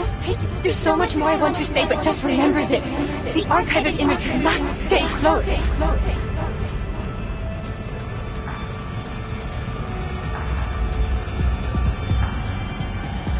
Destroy the stone. Celia! des ténèbres, la lumière.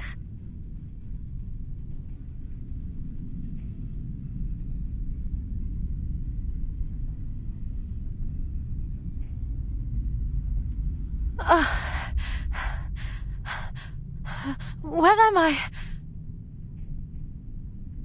Take a deep breath.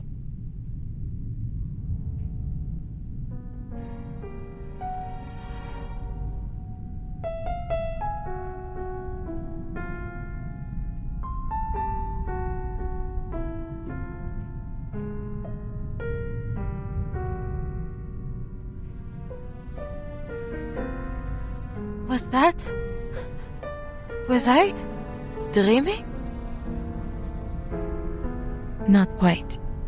You plunged into the depths of your mind and uncovered the shadow lurking within. I saw them.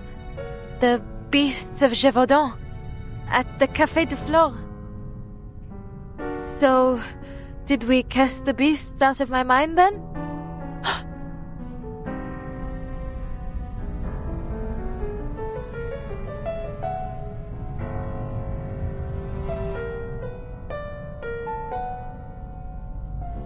Zut! This isn't the crystal I chose.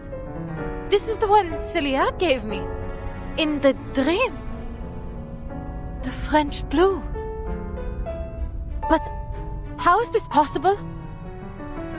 Am I still asleep? Is this part of the dream too?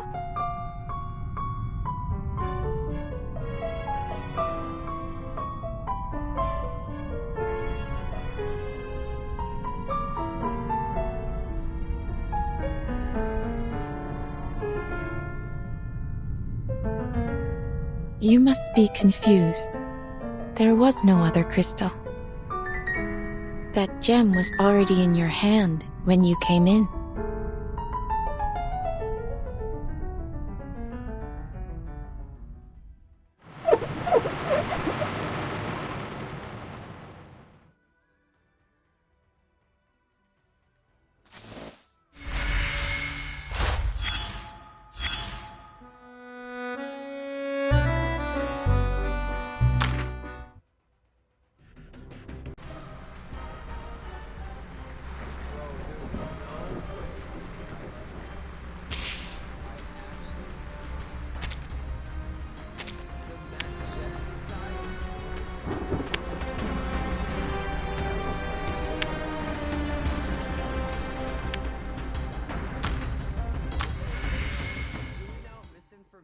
All day. Genuinely didn't know. He made first version of what the? No way that's worth it. What did you know about Manus Vindictae at that time?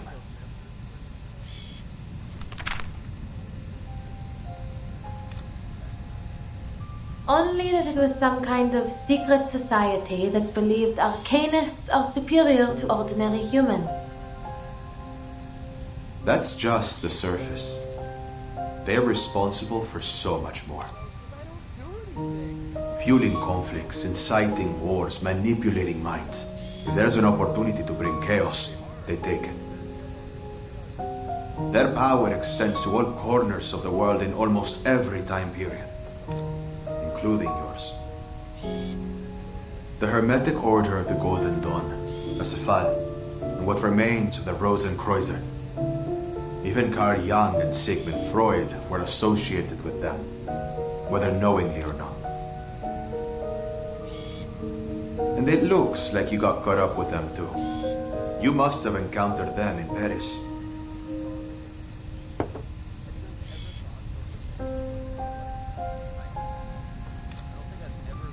Miss Tavernier, what you say next is critical.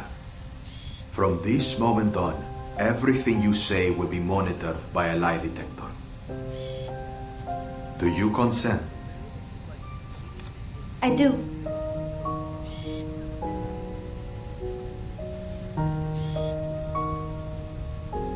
You seem confident I've encountered them, but I really have no clue how I would have any connection with them. Then you've got nothing to worry about. This is your drawing of the diamond necklace you saw in your dream, correct?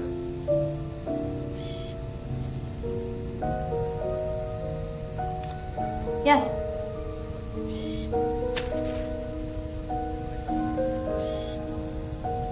You identified it as the French blue, correct?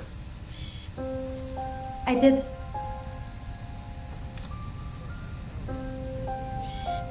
The French blue, said to be the most beautiful blue diamond ever.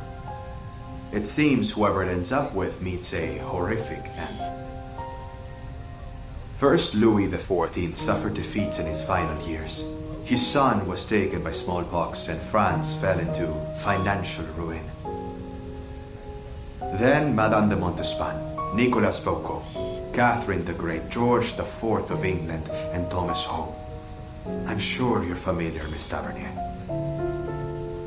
After all, if it weren't for your ancestors, the diamond would never have come to France in the first place. That's true. I grew up hearing all those stories. Then you must also know that it's impossible for you to be in its possession. Of course, monsieur. The French blue was recut more than 100 years ago. The biggest piece became the Hope Diamond. I doubt it retains even half its former glamour. But believe me, at that moment, it was the only conclusion I could reach.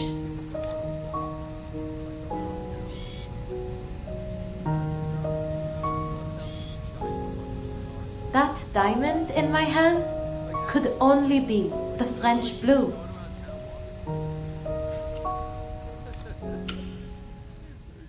And apparently, like, he lives kind of in an area with a bunch of other old people around, and old people will be like, oh, that's a nice cigar there. Like, you know, they like appreciate his cigar, his like high quality cigar. You have spent 3 hours studying that diamond, Adele.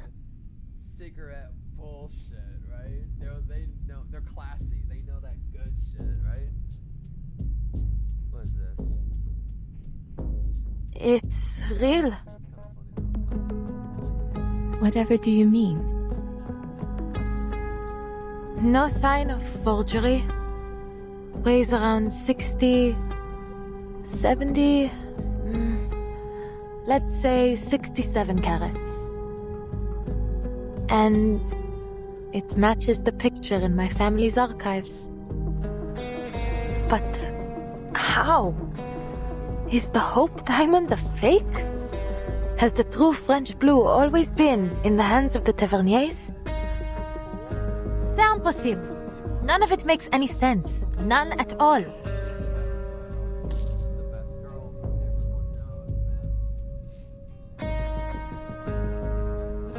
Madame Boniche, what is the meaning of this? Are you playing tricks on me? Am I seeing illusions because of that cleansing ritual? If you insist I arrived with it, then I'm taking it back home. Adele, I run a crystal parlor. I neither sell nor possess any such diamonds. I am just as certain as you that I am not its owner. This diamond, this French blue, it doesn't exist. It cannot exist. And yet here it is before you. It has passed every test.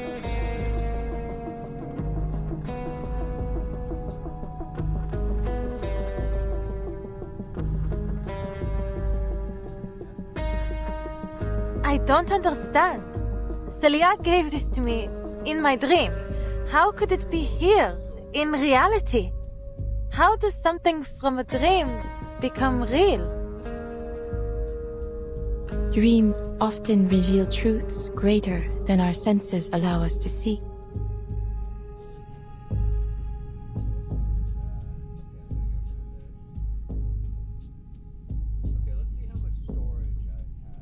The material world is a result of contraction, shattering, and reconfiguration of Pneuma on its descent through 4 primary spiritual worlds. Everything we see is a mere manifestation of its true form. If destroyed in this world, it will yet persist in the spiritual world. So long as the idea of it remains, it may return to the world of matter through an emanation of Numa.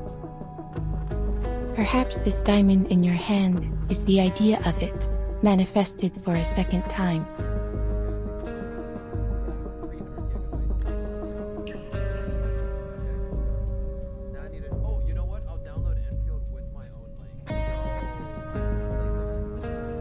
But how? All I did was see it in a dream.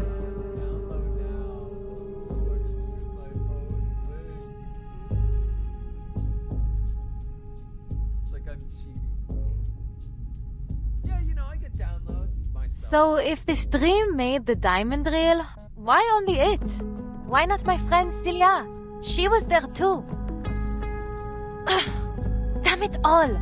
It's like I'm trapped in a dream where you just know something awful is about to happen.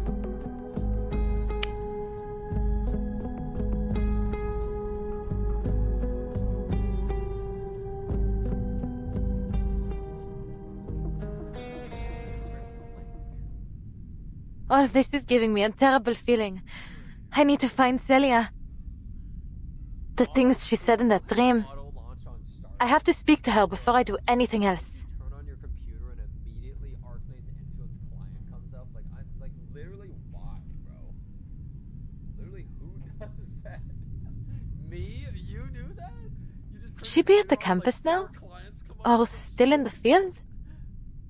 Maybe I should wait for her at her place.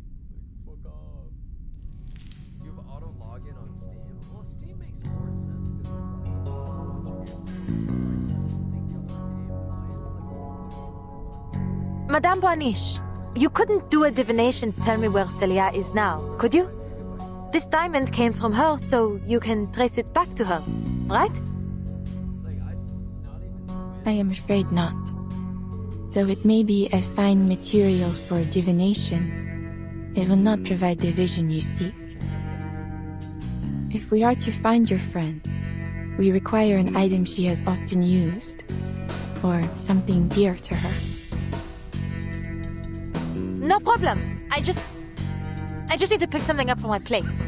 Please, madame, would you wait here for me? I'll be back in 30 minutes at most.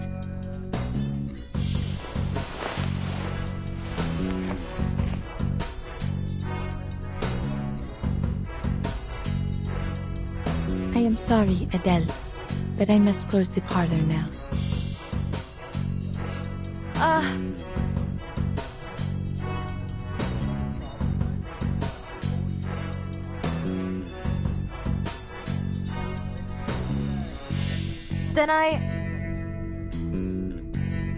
But I am willing to take a little detour on my way home. If I can be of help.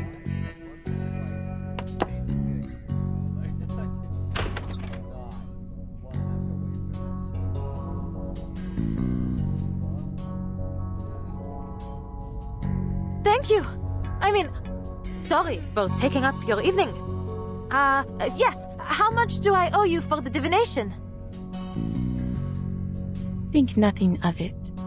As I said, the door was opened just for you. Fate will see to the payment when the time is right. Wait, so Fate is the one paying you? Not the client? So what, you work for Fate? I work for Fate?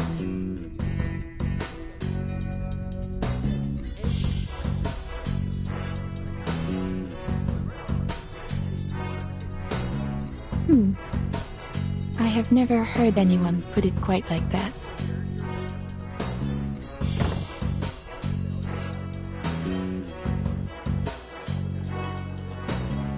Allons-y. Let us see what your friend and my employer has in store for us.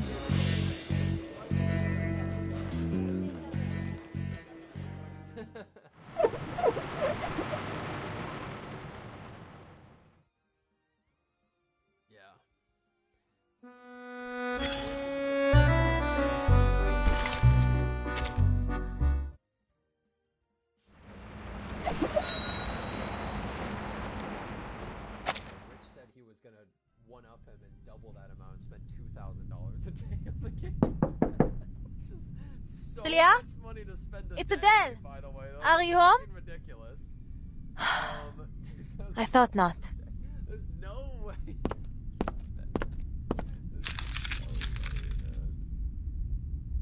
I live right across the hall. There must be something of hers in there. Which makes me happy because it's actually sick as fuck. It's actually, normally, you know, female characters are cool ones, but he's actually a cool male character. They did a good job. He's legit the best starter. Well, I guess other than him, the best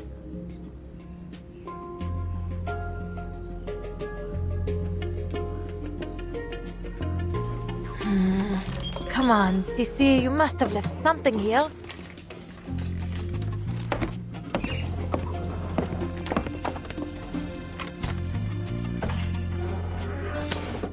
Ah, this is her, is it not? The two of you seem very close.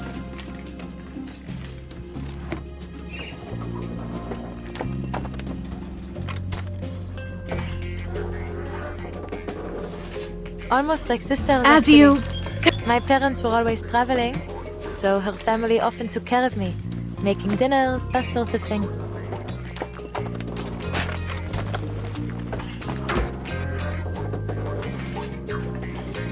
Looks like the quiet type, doesn't she? But she's hugely ambitious underneath it all. She's certainly set her sights higher than I ever have. Ah, come on now. When I don't need them, they're all over the place. But now... Aha! Will this do?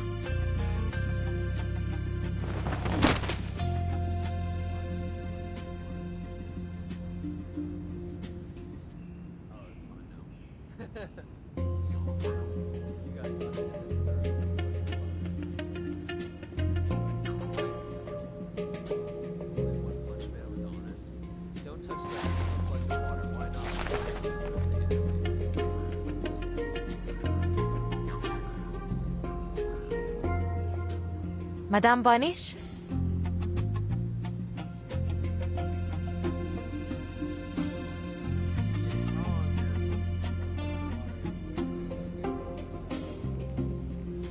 Letters. Yes, they would do nicely.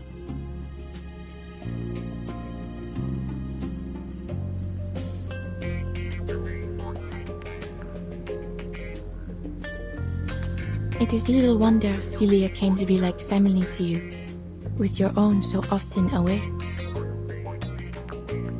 Right. Not that I mind, really. They've hardly been around since I was little. I see. Shall we begin? Let us find this chosen family of yours.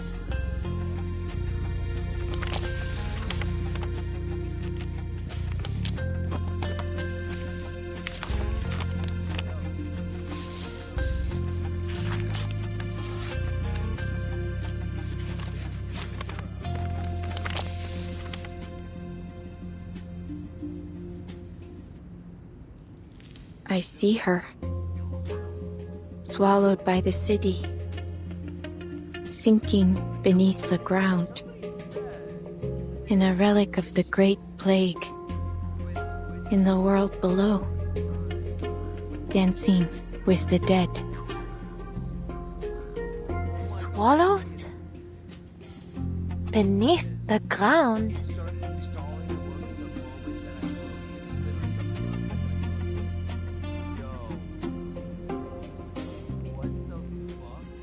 Could it be the catacombs? Oh, of course! The Danse Macabre she talked about. It's there! She must have gone to see the mural. Ah, Celia, you never pick the easy places, do you? You had me worried, madame, the way you said it. It sounded almost like she'd passed on to the other side.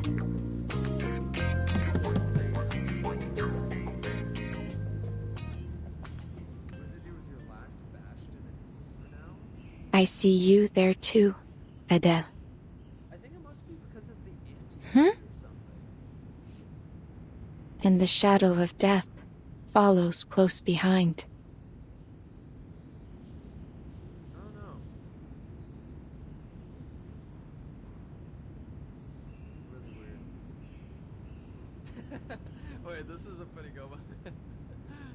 Important announcement. My Oshi, Moist Critical. No, he's graduating. Ha! It's hardly the first time I've been warned about the shadow of death, is it? There's no way I'm leaving Celia there by herself after what you've said. Your vision may be right, but still, I'll make my own decision.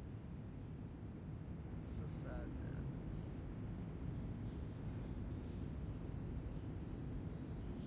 It's so fucking sad. What if he just does quit?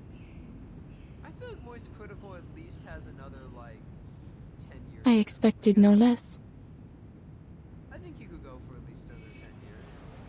Maybe not the exact same years,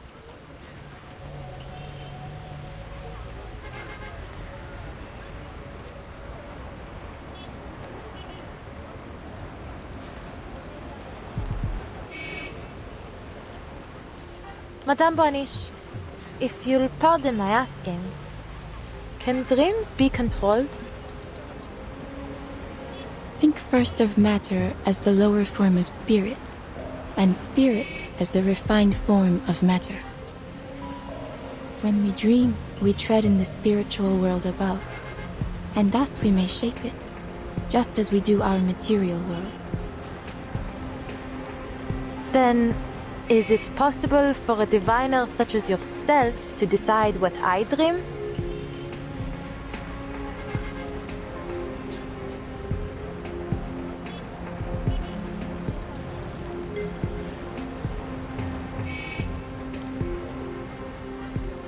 I did not interfere with your dream, Adele. But, if your concerns are too great, you do not need to accept my readings. No, I didn't mean it like that. I'm still trying to make sense of all this. A dream turned into reality, and I've met 2 diviners in the past couple of days, and one of them is dead. I felt I had to ask. I understand. I would feel much the same were I in your position.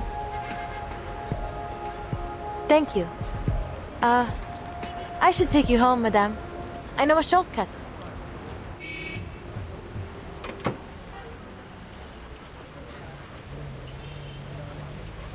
Félicien? You're just getting better and better, aren't you? Leaving me waiting once again. What's your excuse this time,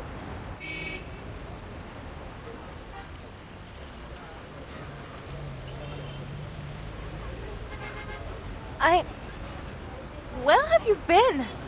There are strikes going on all over the place, Félicien. You've got to stop sneaking off and roaming around by yourself. Hold on. Where did you get that necklace? Pardonnez-moi. Who are you to lecture me? You're the one who left me alone in this car.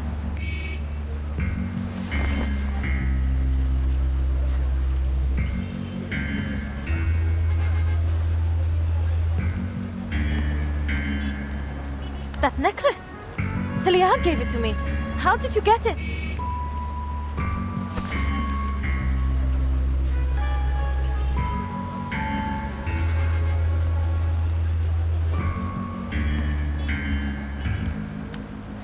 Celia gave it to you, did she? Are you mad? This is a priceless national treasure, ma chère, not a friendship bracelet. I say this to you for the last time, and I shall not repeat it again. This is mine, and always has been mine. The finest of all treasures I collected on my many adventures.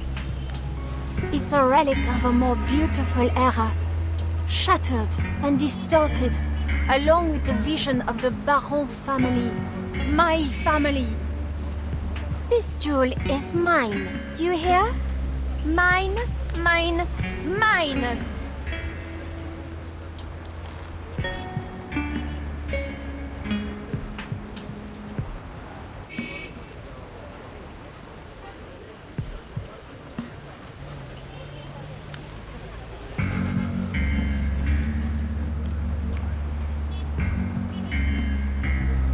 What are you talking about?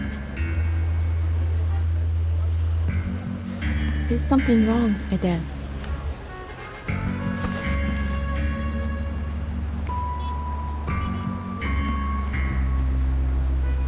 You are still worrying about Felicienne, is that so? Well, not anymore. It turns out she's been waiting for me in the car. And, Felicienne, what do you mean it's yours?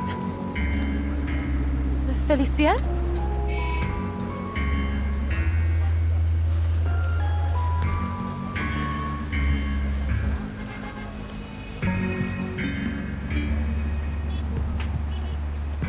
But, my dear, there is no one in your car. You have been arguing with an empty seat since you opened the door.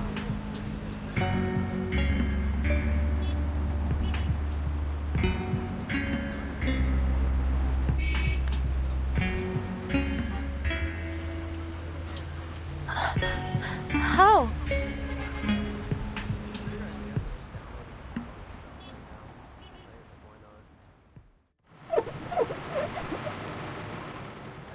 So funny if it's like, guys, I'm sorry, but we only got 5 million downloads. No freebies. And there she was, glowering at the empty passenger seat, yelling as if quite alarmed by someone inside. I believe she called her Félicie? No, Felicienne. Yes, that was her name. Indeed, I once knew a Felicienne as well.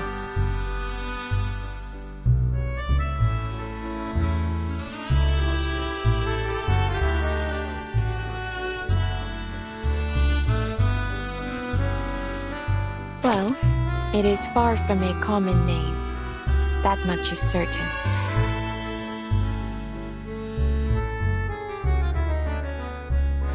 But then such a coincidence would border on theatrical, no?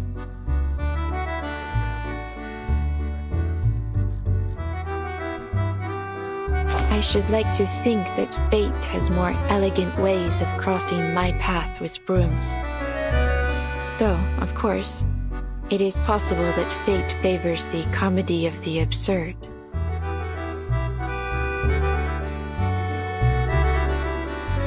That said, the Felicienne I knew would not take well to being mistaken for just any Felicienne. Before the Second Industrial Revolution, the blood in her veins was more prized than liquid gold.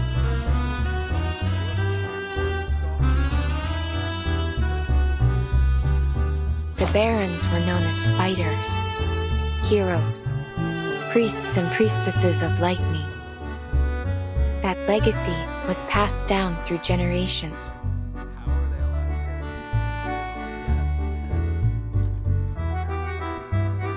Even a century after the last aluminum furnace bearing their name went cold, she still remembers the heat of fame, of success, of envy.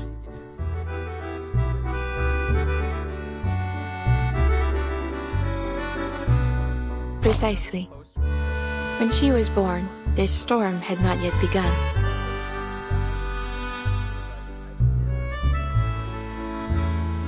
Not that it matters much, you see. In times like these, those born before the storm often still cross paths with those of another era, just like you and your friends, and myself and Brune. Yes, the Felicienne I knew disappeared long ago. Absent a miracle, I doubt anyone will ever see her again.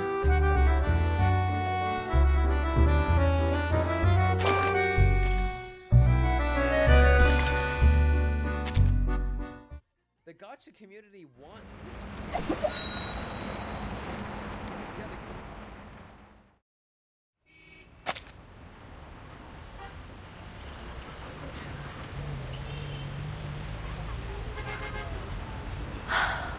Madame Boiniche, as much as I appreciate your humor, now really isn't the time for it. Where did she go? I'm quite used to her attitude, but stealing that necklace crosses a line. Adele.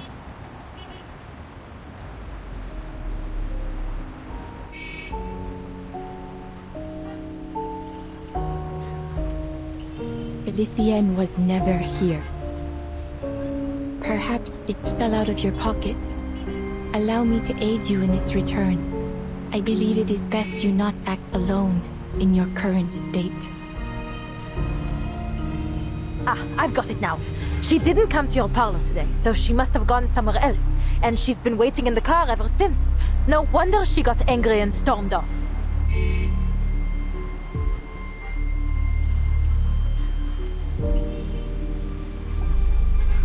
Aïe, c'est trop! What a day!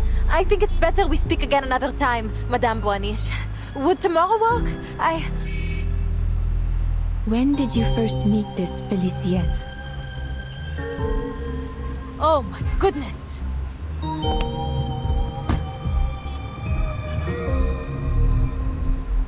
Honestly, what on earth is happening today? You want proof? I'll give you proof. Madness!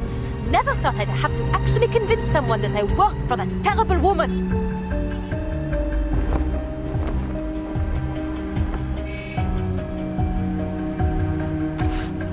It was raining. She started complaining about the mud on her shoes the moment she stepped into the car, then insisted we head straight to the Champs-Élysées. You know, wealthy young ladies like her are always generous with payment. I often have to take time out of my evenings just to count all her tips. That very first day, she even gave me some gold francs as keepsakes. I've got them in here. Oh.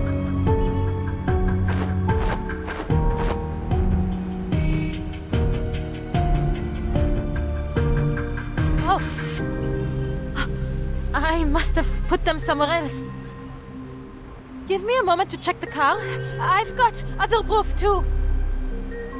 Ah, the macaron boxes. There's a full one somewhere, and her hair, little bits and pieces she left in the car.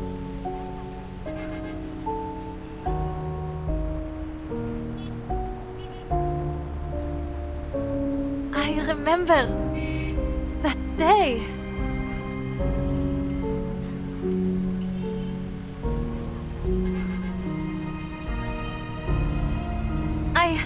I must be tired. It's been a long day. It'll come to me soon.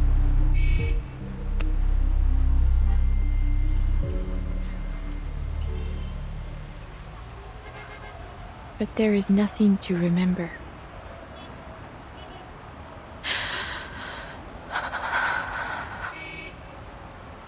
Something's wrong with me. Prophecies, dreams, the necklace. It's all playing havoc with my mind. I need to clear my head. Just bear with me. Those coins have to be in here somewhere. Do not worry, Adele. It is not only you who is confused in this era. Look at the people around you. People?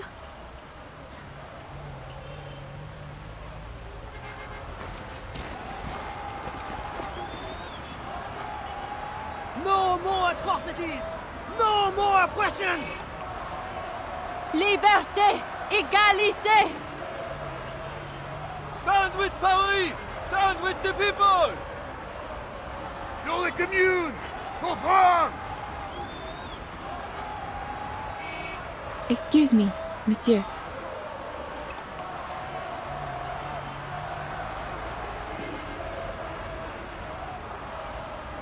Where are you going?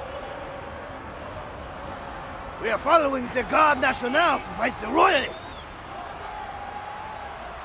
Yes! And then I'm going straight to the pawnbroker to get my mattress back.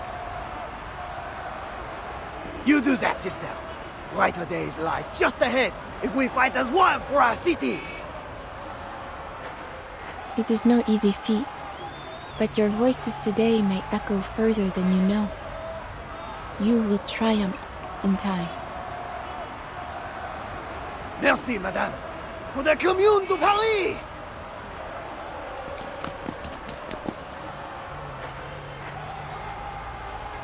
Well, everyone's fighting to survive these days. Looks like another protest. But did he just say Commune de Paris? He did. In their minds, this is the burning summer of 1871.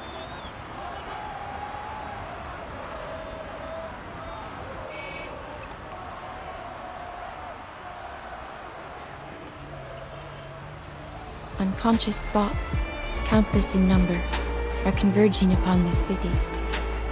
This is a volatile time indeed. Some worry for their missing family and friends. Some are terrified by ghosts and spirits. Some obsess over a long-dead emperor. And others are shaken by the phantom attacks of a beast of legend. The edifice of reality is shaking. Chaos has been invited into its foundation. Whispered fears, murmured madnesses. A sickness is sweeping the city, and the beasts of Gévaudan have multiplied.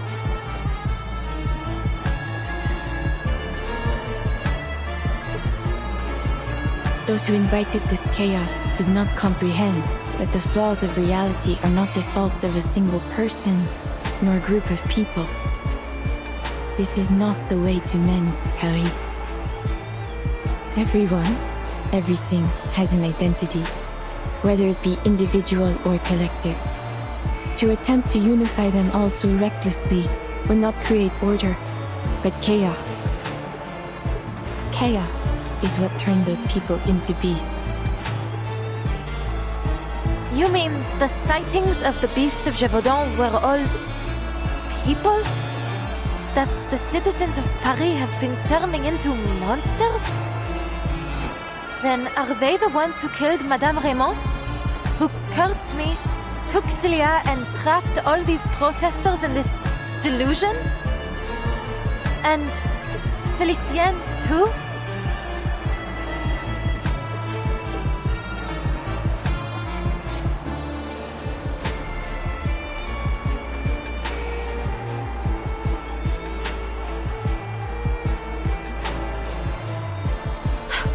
Truthfully, madame, I'm having a hard time believing you, or even my own eyes. Everything turned completely mad the moment I entered your parlor. The beasts of Gévaudan were nothing more than a rumor before I met you, but in your parlor, in that dream, there they were, attacking me. And now you claim that Félicien isn't real, that I just made her up. What are you trying to do here? I play no part in your fate, Adele. It is what brought you here. I am only a witness. Only a witness? You've got a clever answer for everything, don't you? Then tell me where the necklace is. You must have seen Félicien take it, right? So, did you witness that, madame? You received that necklace in a dream. It is only natural that it would vanish into another.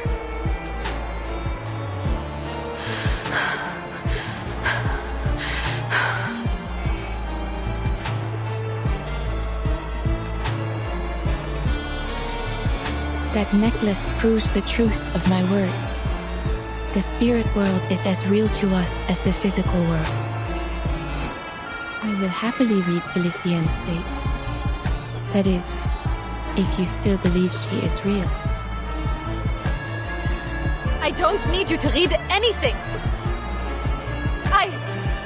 I need space to get away from all this madness and think for myself.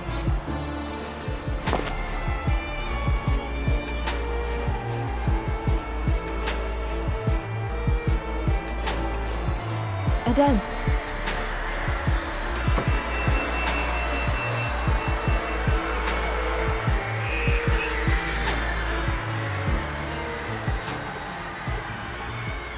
Adele, behind you.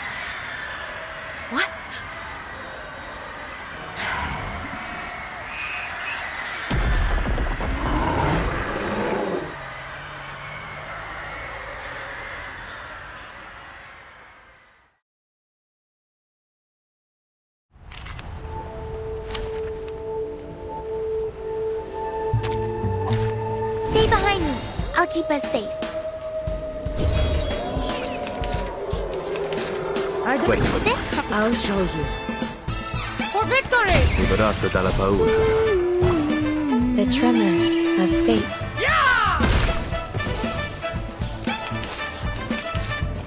Cazzo!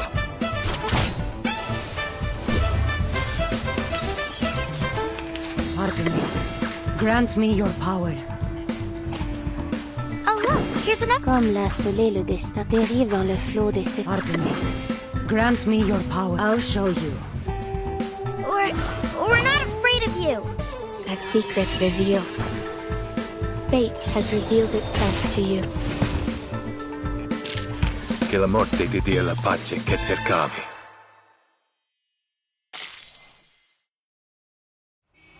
Stay close to me.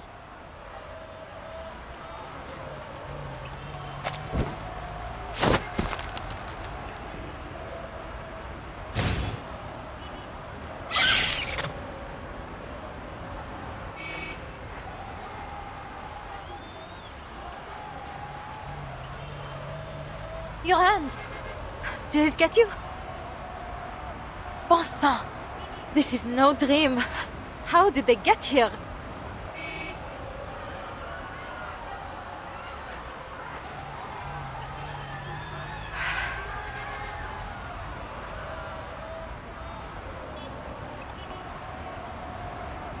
Is that what you meant earlier?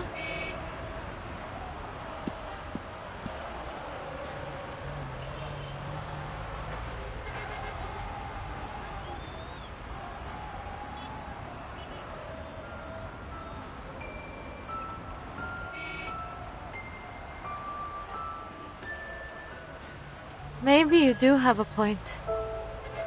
At least about the beasts of Gévaudan.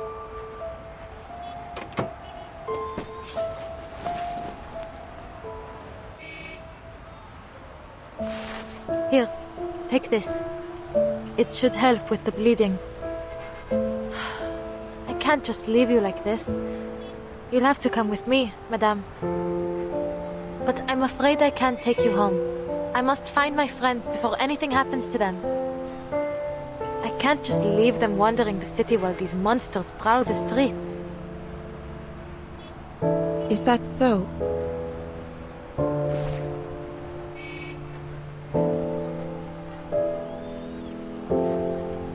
I foresaw death in the catacombs, and yet still you aim to go there. Of course. I've made up my mind. I need to find Celia.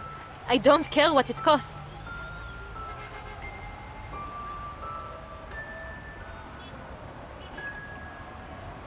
I'm still not sure if I can trust you. But for now, at least, I don't believe you want to do me any harm. But I need to know. Why are you helping me? You didn't even ask for payment. What do you want from me?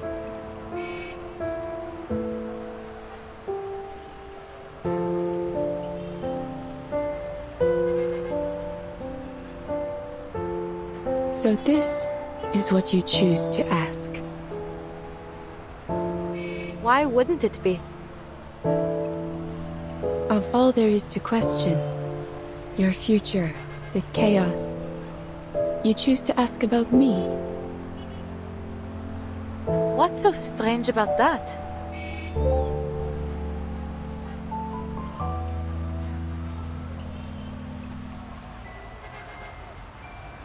Nothing. Your curiosity is only natural. I have never once lied to you, Adele. You are cursed, haunted by a shadow of fate. I only wish to see what will become of you. But don't you already know? I'll die in the catacombs. What else is there to see? You know this yourself. Yet, here we are. We have a common interest in that fate, you and I. Let us leave it at that. Go to the catacombs, Adele, with me by your side. You will need my help once you enter.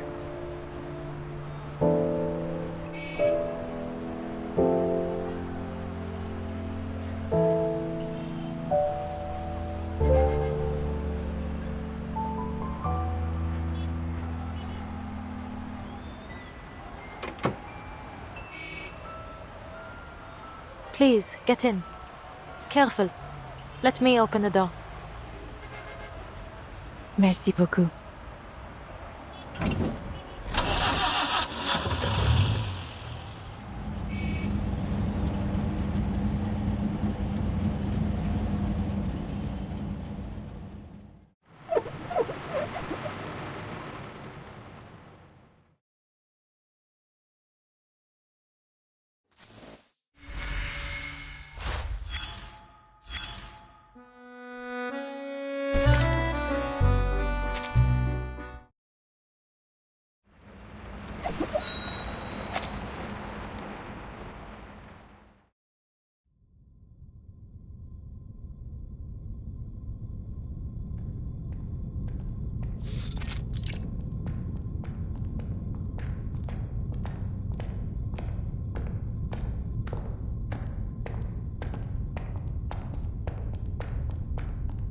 This should be about where the restricted area begins.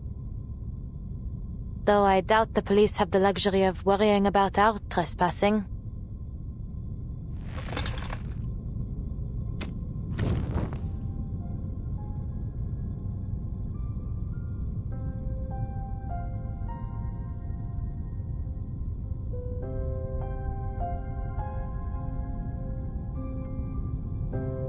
I've always wanted to explore the catacombs. It's almost eerie to think they've been lying beneath our feet for centuries. And it only got spookier once they started stuffing the dead away down here. A vast labyrinth lined with skeletons. But despite the spookiness, I still feel it has a special charm. Secret passages used by revolutionaries and soldiers, surviving in their own way against the march of progress. The catacombs have a rich history, indeed. Yet only a small portion of it remains open to the public. It is a place dear to the spirit of the city, yet one that is hidden away.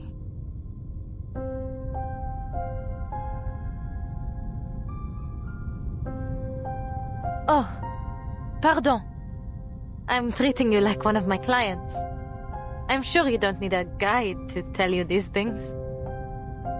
En plus, we aren't here for sightseeing. I need to find Celia and get her to safety as soon as possible.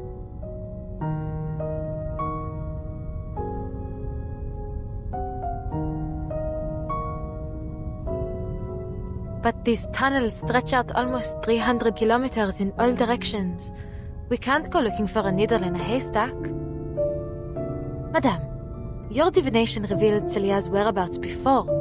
Could you perhaps try it again? The fates of many commingle here. To trace her would be to catch a single stream from a flowing river. But it seems her stream is deeply entangled with your own. Perhaps by observing yours, I may discern her presence.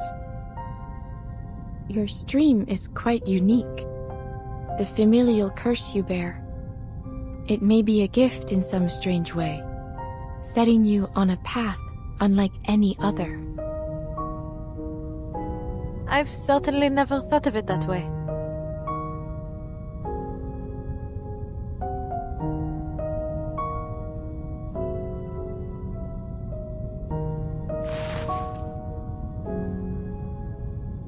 But you're saying you can track her, n'est-ce pas? It will not show me where she is, but I will gain some sense of where she has been. Génial. Better than searching blindly.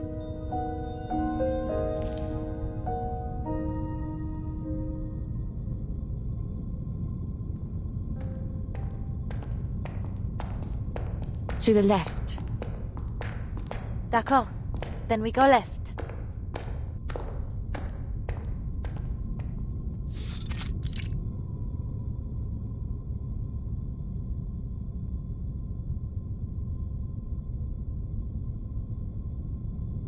Wait. I should leave some sort of mark.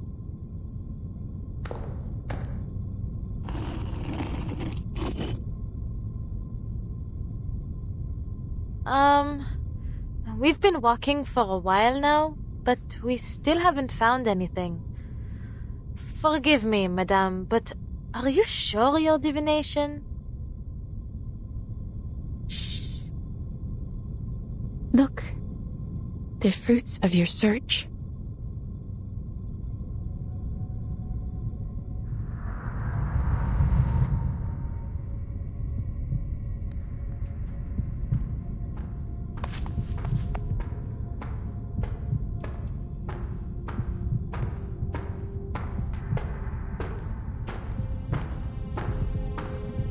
Who's there? Oh, a fellow explorer. What luck. You see, my headlamp's gone out and I've been separated from my students. I wonder if you might help me get to the surf... Wait, you? Are you not that same young lady from yesterday? And you, Madame Beryl Boiniche? What on earth are you two doing here? You know each other?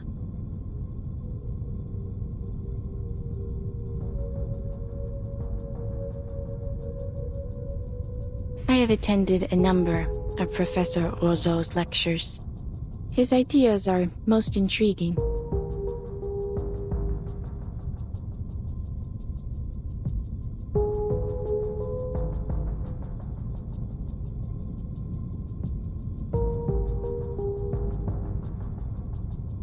Was Celia with you, Professor? I've been looking for her. It's serious. I tried calling the campus, but no one answered. Celia? She was supposed to join us today, yes. But I'm afraid I haven't seen her. Most unlike her to do such a thing. But perhaps she had a change of plans.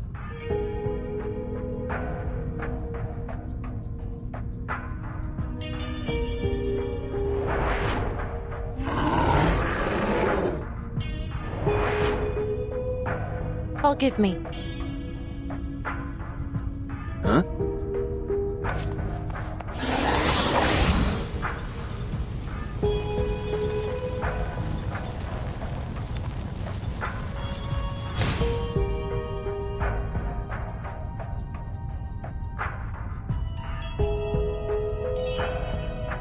Mademoiselle Tavernier, what are you doing?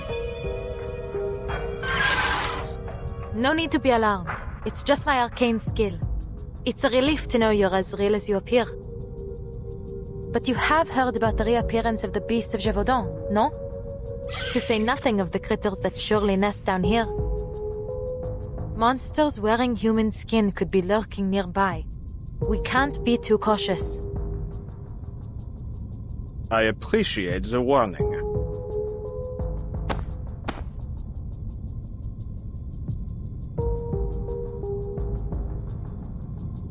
Knowing Celia, it may very well be that she lost track of time organizing her research materials. Are you quite certain she's not at home? That does sound like her.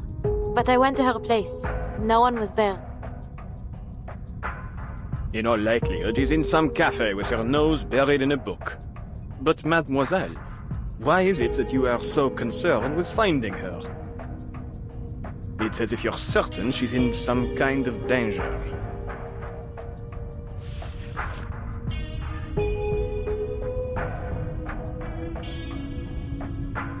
She may well be. Madame Boiniche has had a premonition.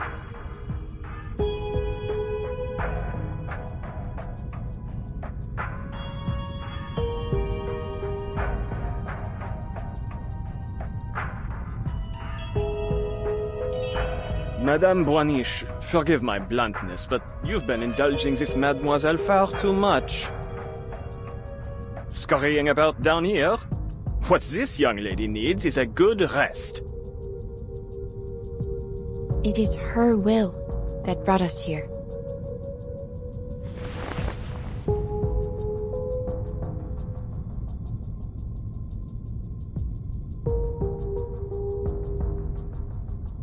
Mademoiselle, I know you're a dear friend of Celia's and worried about her safety. But you mustn't let yourself become paranoid, especially with all of this hysteria spreading through the city as of late. Are you saying I'm making things up? That this is just some kind of mania? It isn't! Absolutely not! How else could you explain the necklace? There may be many explanations. Many, indeed. Though I fear, in the worst case, that you've been under the spell of this mania for much longer than you realize. Think, mademoiselle, this necklace you were given in this dream of yours. Where did it go? Where is it now? It was Felicienne. She...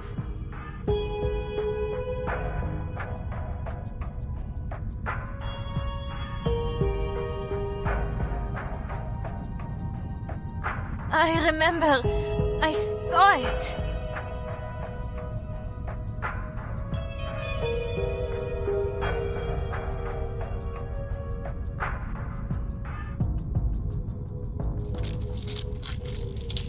Watch out!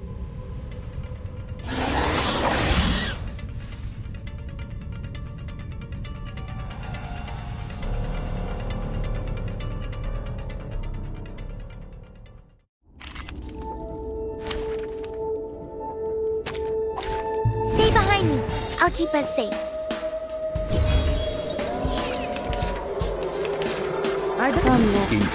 Dérive dans le flot des séphirotes. Secret revealed. It will be over before you feel it. Together.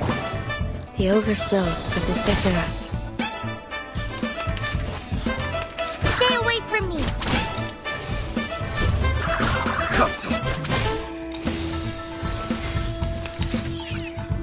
Wait for it. Into the darkness.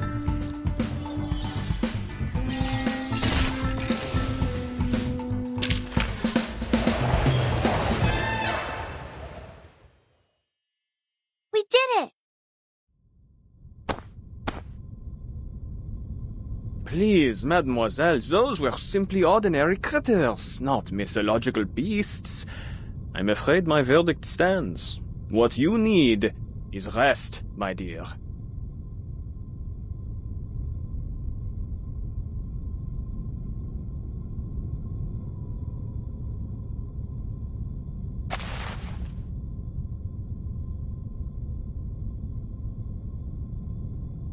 As much respect as I may hold for the art of divination, in fact, my own field of study overlaps with it quite a bit. Ultimately, divination is but a tool, and an auxiliary one at that. In this era, everyone is clamoring to find the true path out of their predicaments. But I have yet to hear of anyone who has found an ultimate answer. I believe that it is only when all of society is united that we will have any chance of success. Indeed, that is my team's and Celia's shared goal. There are, of course, those who claim to have found the secret to creating such a society, but they are nothing but imposters. Little do they know that the lies they spout are destined to backfire, causing suffering and disaster as they too are devoured into the collective unconscious. We must make our own decisions. Wouldn't you agree, Mademoiselle Tavernier? I suppose you have a point.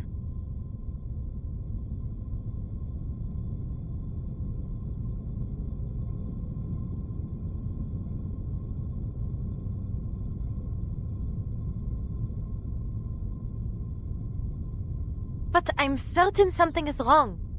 And that's exactly why I'm here.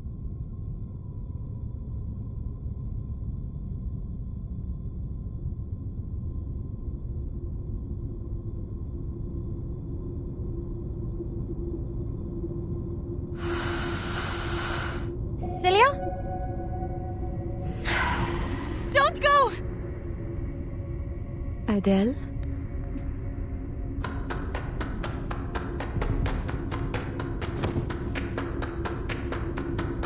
Attendez, mademoiselle! Please, don't venture off alone.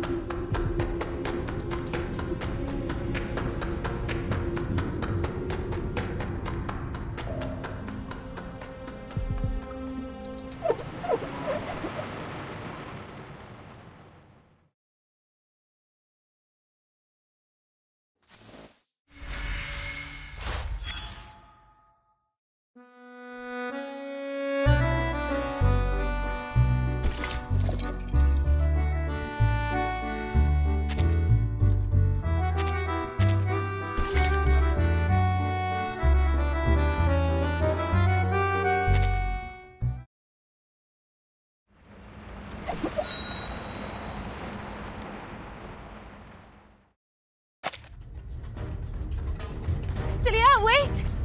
Why are you running from me?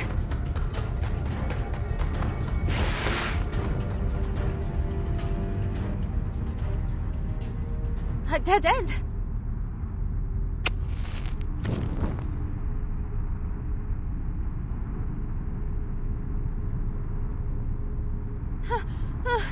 Where did she go?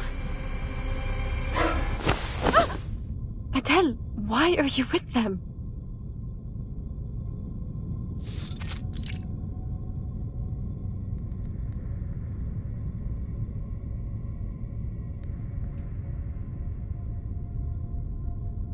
Celia?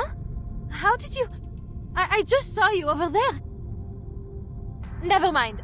Are you alright? What happened to you? I've been worried sick.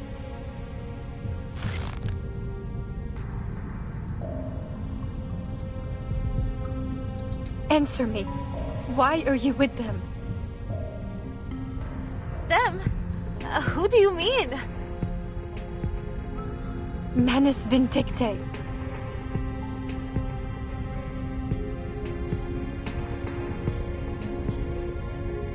The professor deceived us all. He's been a member of Manus Vindicte this entire time. He never wanted to help anyone. We can't let him open the gate. We can't let him unleash the Imagirial Paris. Wait. Hold on a minute, Celia. Manus Vindicte.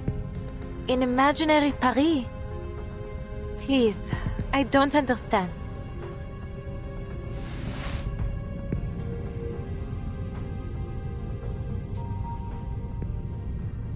Do you remember Vincent? The madman that rammed into my car? He turned into a beast of Gévaudan in my dream. You were in it too, Celia.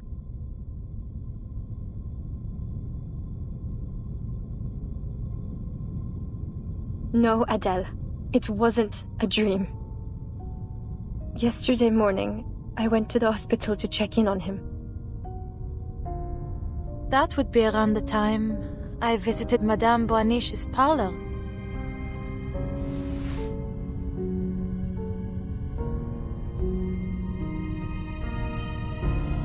But when I arrived, I was told that he'd been taken to his hometown by his family. I truly didn't think much of it at the time, although I was remiss to have lost my chance to say goodbye.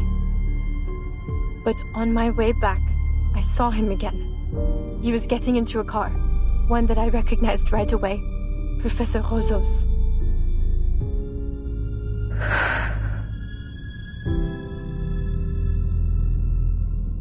It was altogether too strange. I couldn't just let it go. So, I hailed a car and tailed them. They parked in a hidden spot and entered the catacombs together. They kept going deeper, and I followed. I don't know how long we walked, but it felt like we were descending into hell itself. Then, I saw the room.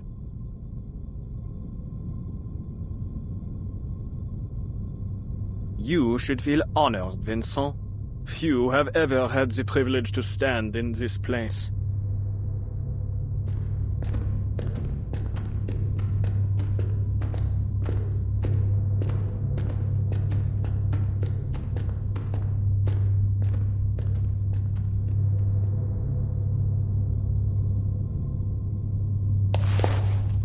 Where are we?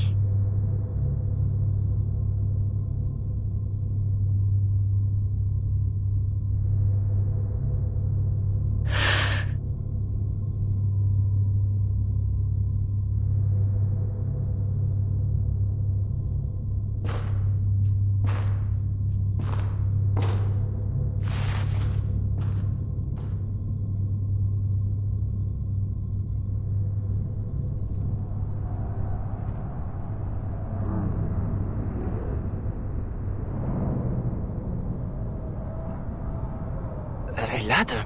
I thought we were already in the deepest part of the catacombs. Never mind my mumbling, Your Majesty. Only, could I ask, where does this ladder lead? As above, so below. Don't let appearances fool you. Huh? You mean... Yes, this is its entrance. The archive of imagery, the anima mundi, the shared dream, the sea of collective unconscious. It goes by many names, but I prefer to call it the depths of myth.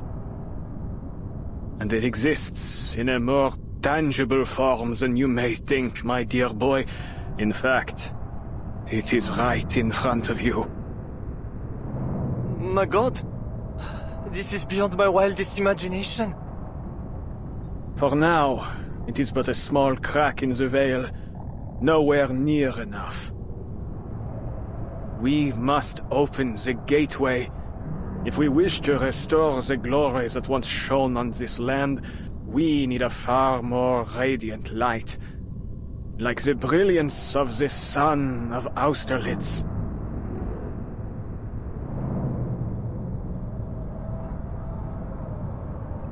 As I told you, there is risk here. The maelstrom of imagery will devour any who dive into it, reshaping their body and soul into something else entirely. But I have faith in you, my boy. You remember what I taught you, don't you? Of course! I'm ready! It would be my greatest honor!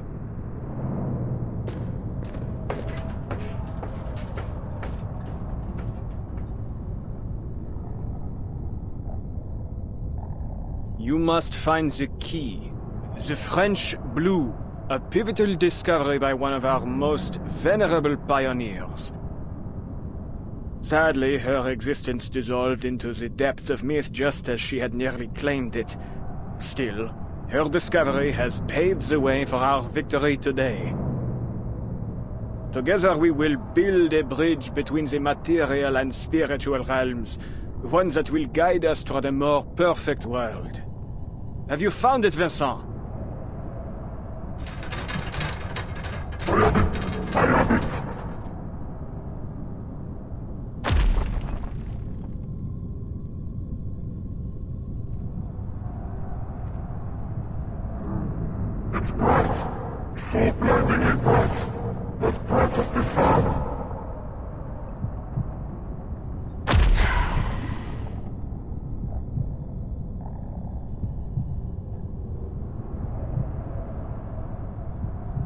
C'est magnifique! That's it! Bring it to me! Bring it to me!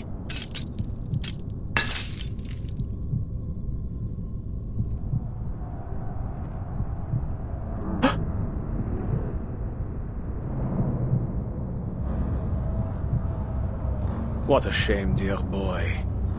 It seems you weren't worthy after all.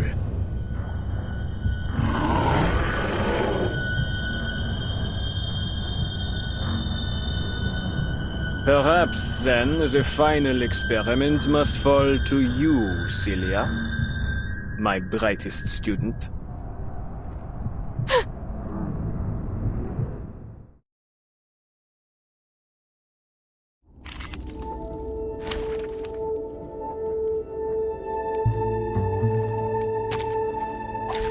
Stay behind me.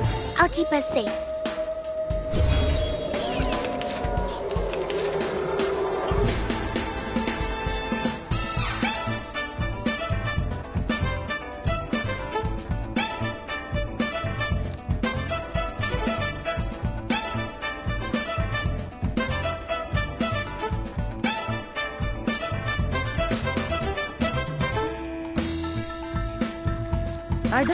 Into the pool. I found my target. For victory!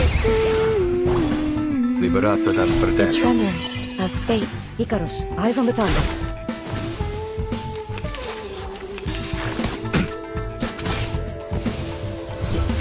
Cazzo!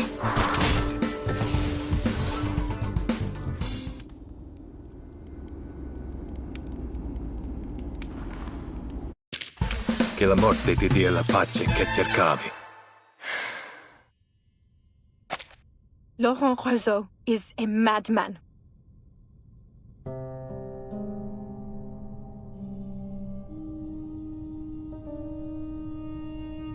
I thought he genuinely wanted to make the world better through parapsychology.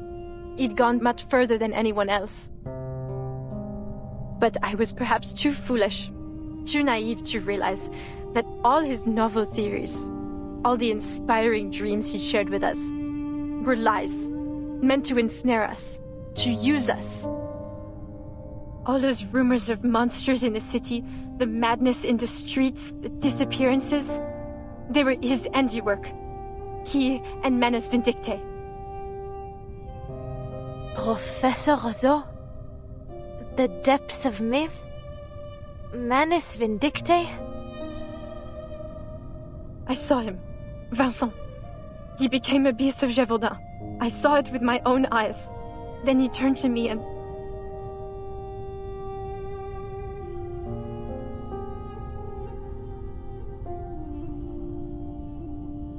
But you're safe now, Sissy. That's all that matters. We'll figure things out later. For now, we need to get out of this accursed place.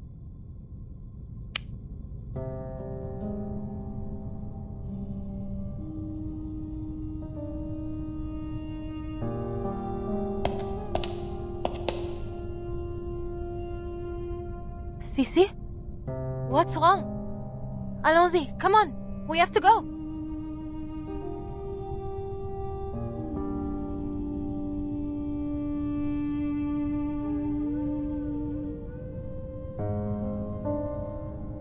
I'm so very glad, Adele.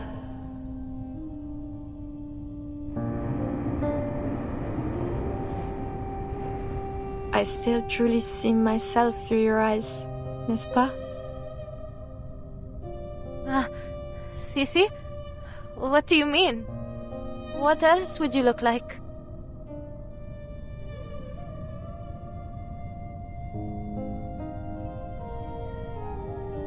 They captured me, Adele, and threw me down the ladder. So many voices flooded my head, an endless number, until I couldn't feel my own body anymore.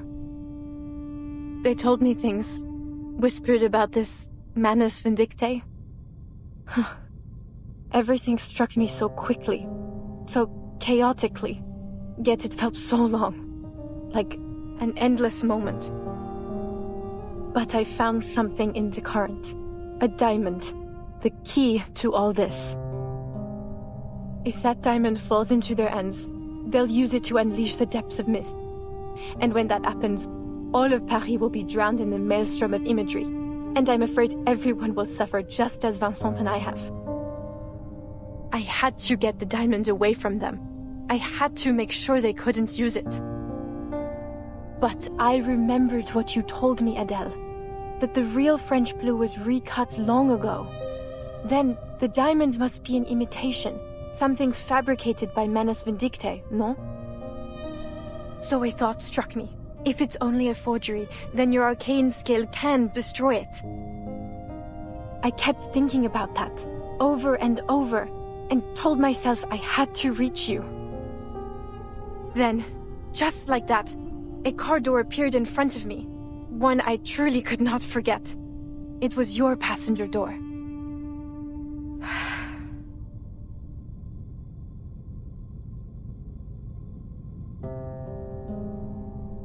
Maybe the depths of myth really does connect our dreams, blurring the line between what's real and what's imagined. At the very least, it led me to you. So then, in that bizarre dream, it really was you? Yes, it was. The depths of myth, how it connects us, truly is amazing. But I'm afraid I can't go any further. Too much has changed. I've changed. They won't stop chasing their key. Roseau will do whatever it takes to retrieve it and inflict the suffering on all of Paris. Please, Adele, tell me you destroyed the diamond as I asked. You did, didn't you?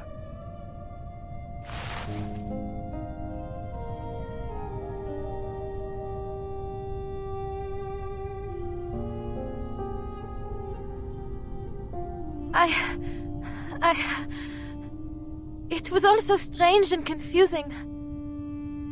I was worried about you, and I thought the diamond might be the only clue as to where you were, so I didn't destroy it.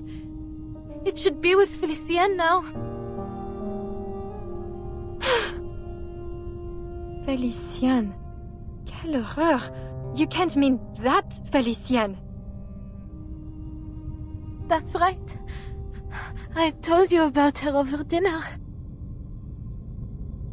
No, this is terrible. I see now, they're all... Listen to me, Adele. Felicienne is an enemy. She's with Manus Vindicte. You mustn't trust her. She's more dangerous than she...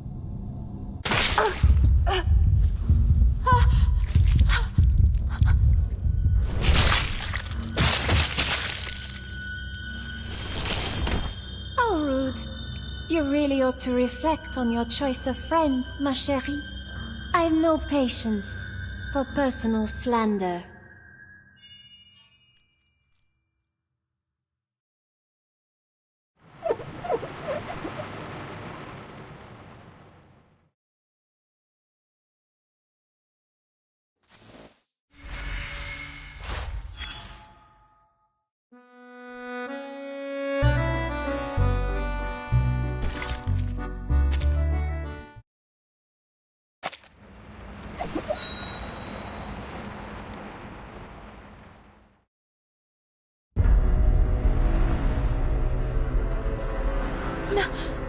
No!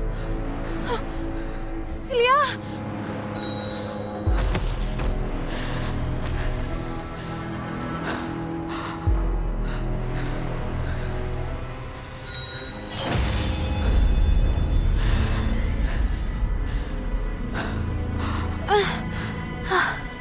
My head hurts.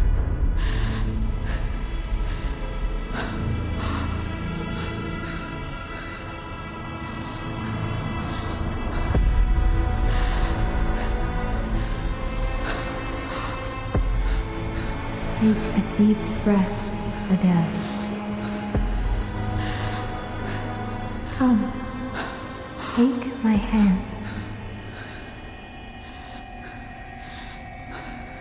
Time to wake up, dear.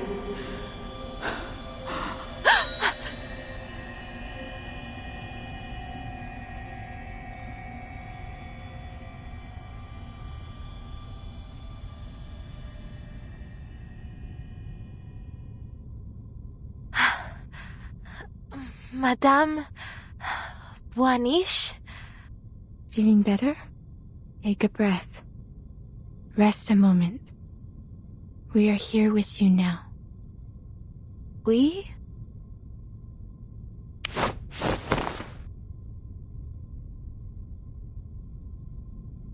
Stay away from him, Madame Boaniche. He's the one behind all this. What? Celia told me everything. She saw you turn Vincent into a monster. Oh, my dear girl. When we get you back to the surface, we must get you some immediate mental care. You've been pacing around in circles, talking to yourself, laughing and crying for who knows what reason.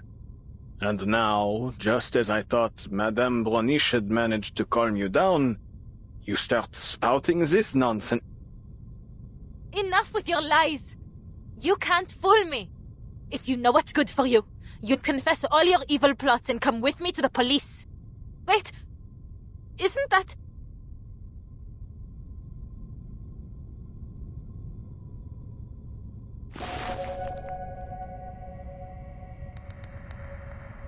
that mark? It's the one I made earlier. It's exactly how I made it. But I followed Celia. We went so far. How could I be back where I started? Aren't you listening? All you've done is pace in circles and mutter to yourself. And now this rubbish about Celia. For pity's sake, girl, look around. She's not here. Ask Madame Boaniche if you must. But I saw her with my own eyes. Felicienne stabbed her. It was real. It was true. She was dying in my arms. Her blood was on my face, my hands.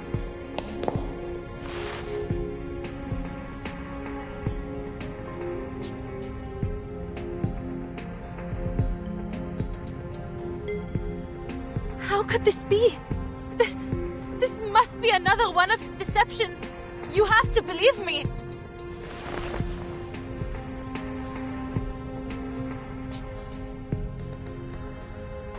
Can't you use your divination to see the truth? Please, madame. You have to help Celia. She's dying somewhere.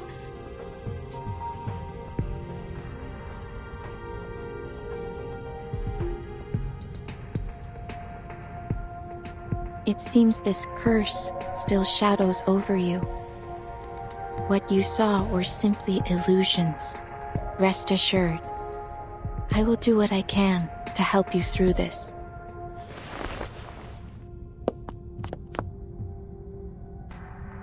Illusions? So, even you think But there's no mistaking it. I saw Celia and Felicien. And the diamond! Felicien has it! Celia told me it has to be destroyed, or else...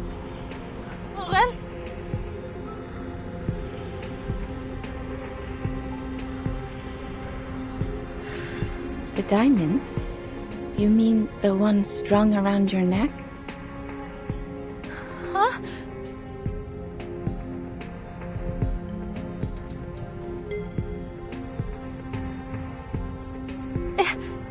Impossible. Felicien took it from me. But how can it be here again? No! This is absurd!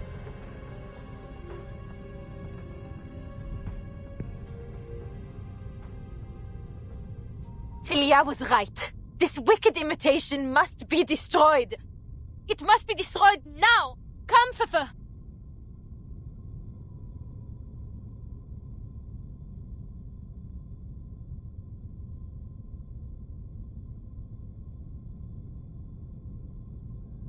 Huh?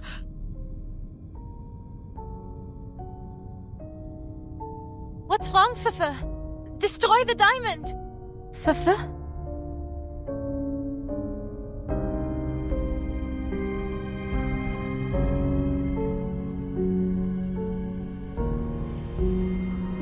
What's going on?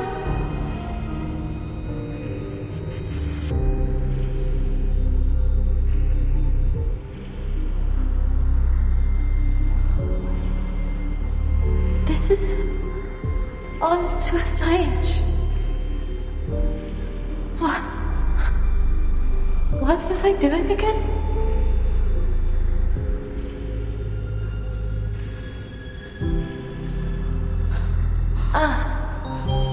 Right. The diamond that Celia gave to me. What she said was real. I have to destroy it.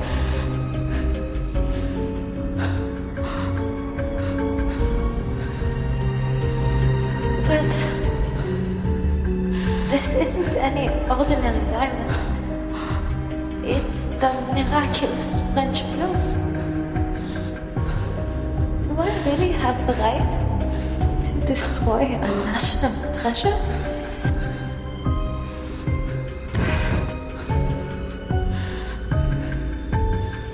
Who was it who asked me to destroy it anyway? Oh, it must have been Celia. But Celia, she gave the diamond to me. It's mine!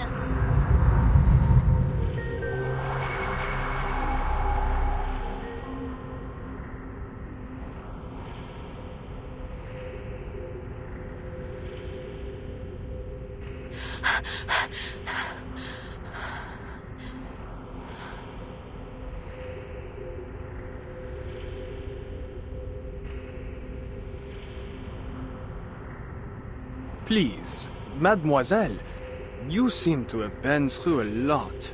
You need some rest. Perhaps some fresh air might ease your symptoms. Come. I'll lead the way back to the surface. My colleagues and I have a reservation at a restaurant nearby. Please, join us for dinner.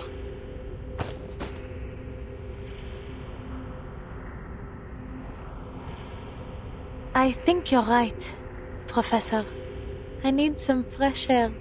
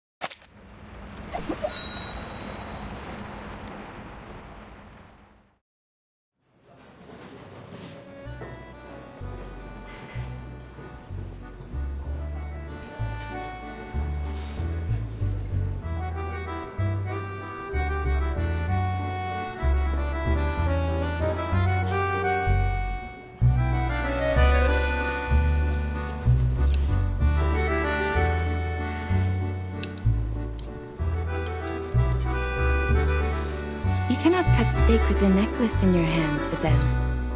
Why not put it down? Just for a while. No. Thank you, madame, but I can't afford to lose it again.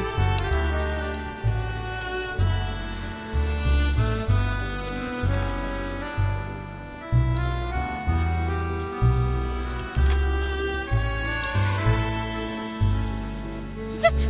This is practically a tire, not a steak. Allow me. No. Thank you.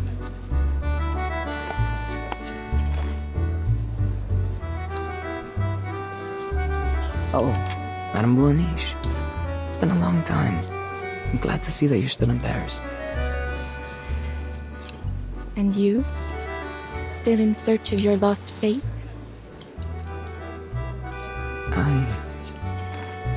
I'm not sure anymore. What you said may have been right. Fate is a kind of erratic stream. To search for meaning in it or impose meaning upon it is pointless. Even so, some part of me still longs to try. Perhaps it will one day be in reach. But I wouldn't want us to dwell on my insignificant problems. I understand that Professor Rousseau has made some interesting breakthroughs in the resurrection of the dead. Though first, perhaps you'd introduce the Senora here? She is the one I spoke of before. The girl who stands at the confluence of streams. Adele, this is a regular of mine. We call him Hummingbird. A pleasure, I'm sure. Yes. I see what she means. You look a little pensive, Senora. I wonder, have you found yourself seeing otherworldly figures and hearing elusive voices? Are you still yourself? What are you talking about?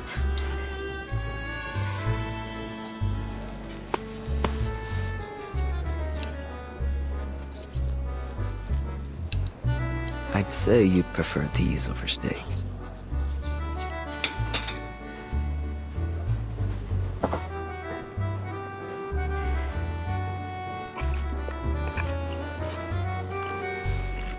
They're passable.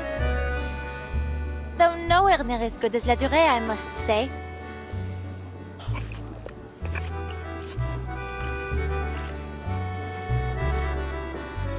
The professor is about to give his speech. If you don't mind, Madame Boaniche, might we continue our chat later?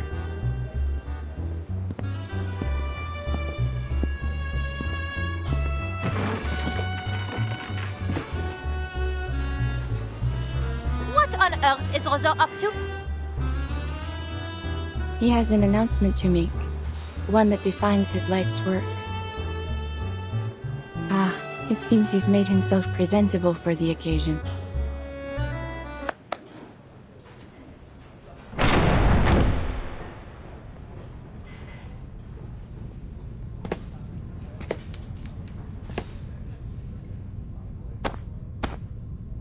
Greetings, dear brethren. We gather here today to celebrate a momentous discovery. One that belongs to arcanists alone. A breakthrough that lies far beyond the reach of human comprehension. Enough with the self-aggrandizing. Get to the point. I didn't come all this way to watch you pump yourself full of hot air. There's no need to rush, is there, Animus? We have all the time we need.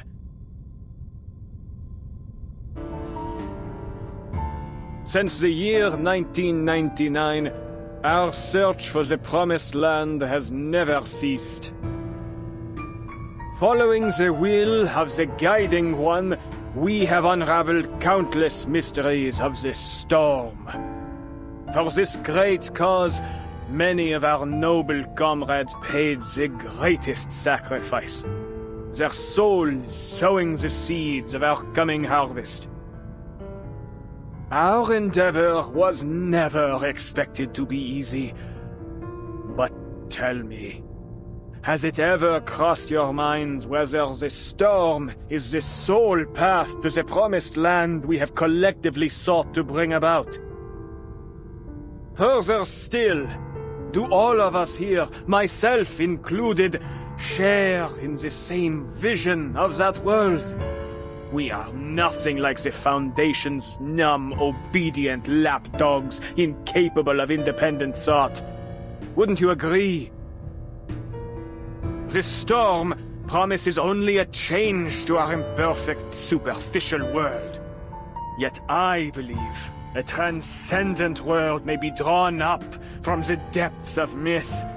A world where each and every dream becomes reality. Tell me, which would you prefer?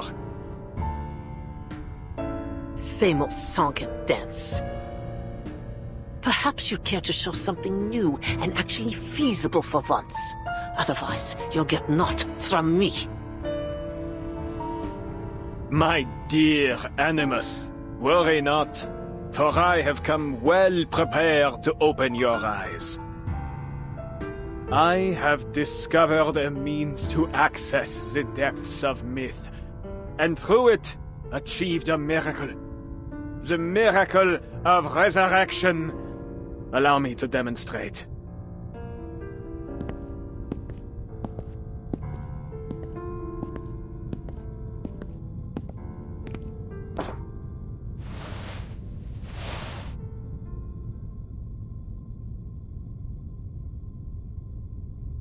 When one's flesh and spirit are fully immersed in the depths of myth, their body frays and sinks until, eventually, it disintegrates. Yet the spirit remains intact. For in that realm, the spirit is itself the most authentic and pristine substance. Reality as we know it is nothing more than a crude layer of degraded substance laid over the depths of myth. And so long as one's consciousness remains within its maelstrom, that person may be raised from it again. Our Felicienne here is the very proof that the mind alone may be brought back to physical reality. Though she perished, she now sits before us once more. So, one and all, let us raise a toast to her revival. Roseau, what in heaven's name are you trying to say?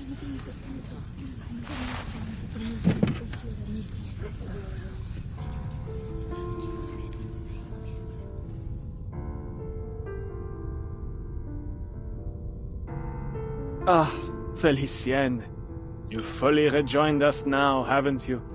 Won't you please introduce yourself? What do you expect me to say? You know very well who I am.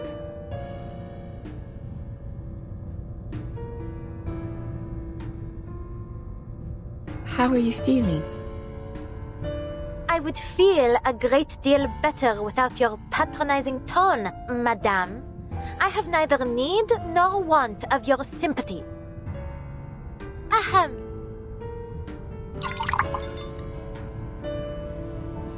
Voici là. Before you now is Felicienne, Priestess of Lightning, Advisor to the Sun King, Vassal of the Guiding One. Attend to my words. I have conquered fate and overcome death itself to stand here. I arose from the depths of myth by my own power, unlike the poor, unworthy fools Roseau sent in. Yet he dares to claim this miraculous deed for his own. Quelle honte, monsieur! Have you no shame? But of course you don't. All of you non-entities lack in both gratitude and shame, basking in the grace of the Guiding One and myself without even realizing it. Did you think you had even scratched the surface of the power that dwells here? Roseau, you utter fool!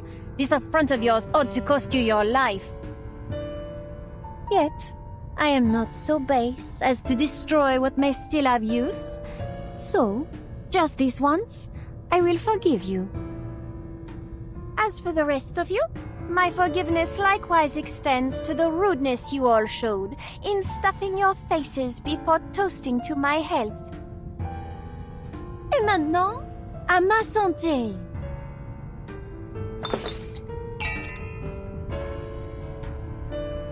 This is a miracle.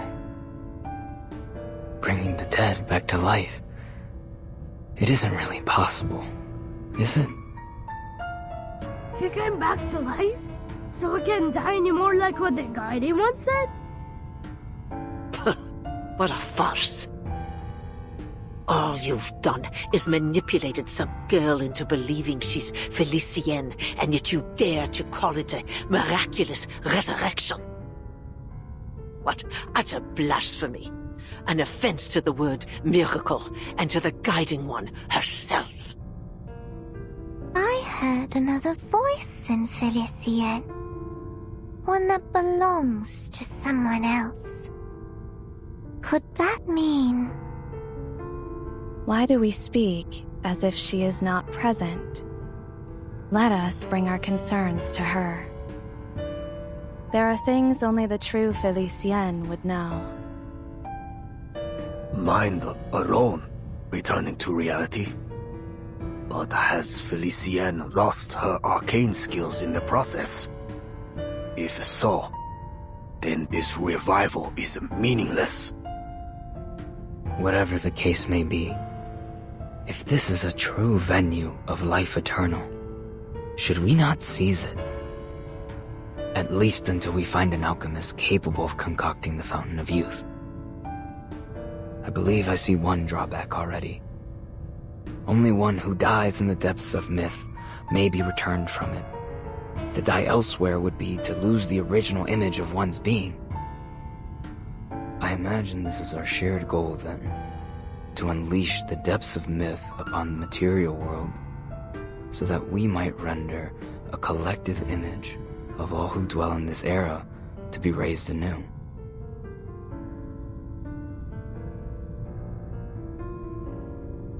But ought we not to first celebrate Felicienne's return?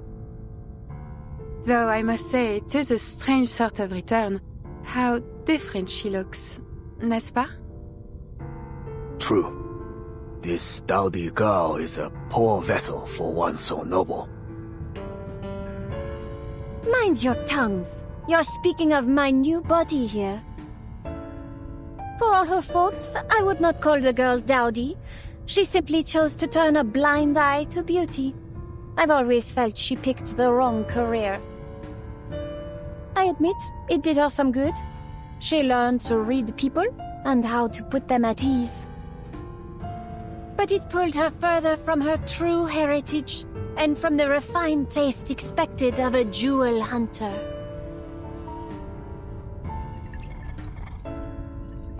Alors, Felicienne, your right hand. Is it all right? What do you mean? Do you not feel it trembling?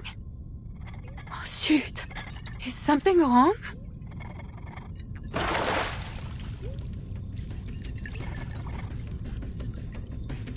Oh, Adele, you insolent!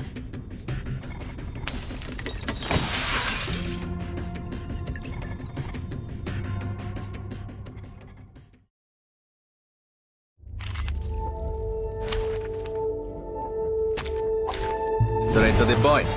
I like that.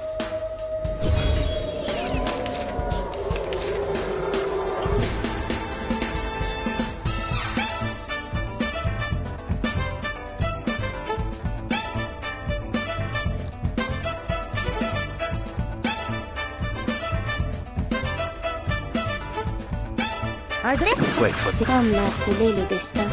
For victory! We're not afraid of you! Decorato dalla paura. The secret revealed. Prey caught in the woven net.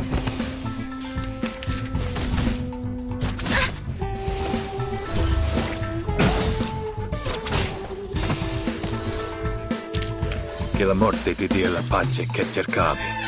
Requiescat in pace.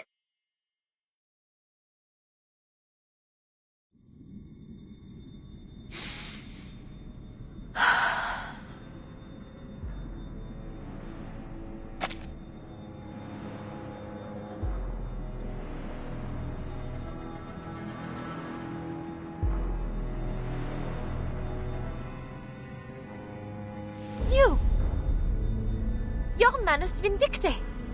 Why did you bring me here? What are you doing to me?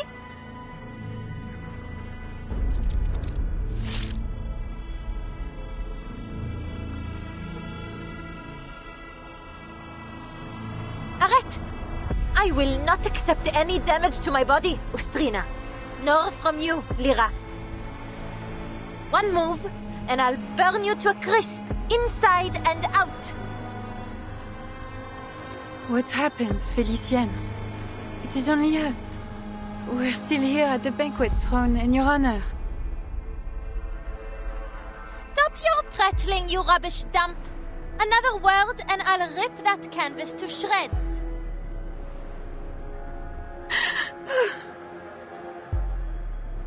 She's so angry. That means she has to really be Felicienne. Words of wisdom from a puppet of all things. Need I point out who pulls your strings, hypothetic? You cowards! Ganging up on a poor, innocent woman! Each and every one of you is a monster! I won't play whatever game you have in store for me. Get out of my way! Fascinating. Though Felicienne's spirit has seized control of her body, the former spirit seems able to resist. If I am indeed correct, what we are seeing is their thoughts and memories beginning to blend, causing this confusion.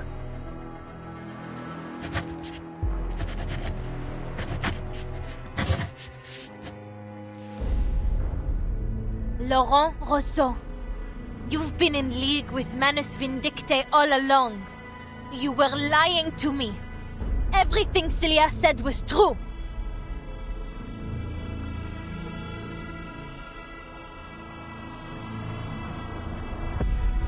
My dear, no one here has mentioned Manus Vindicte but you.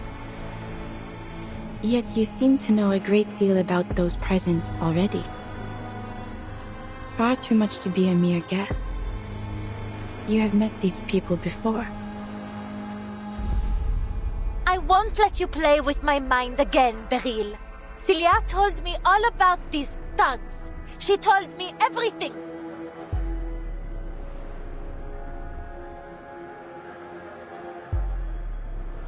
Maybe not exactly everything, but she did tell me that it was Manus Vindicte that killed her. Roseau! Felicienne! You killed her! You murderous manus scum! I believe it is time you faced the truth. The truth? What is it this time? You think I don't see through you? You killed Cilia. In that place where the archive of imagery overlapped with reality. You killed her by your own hand.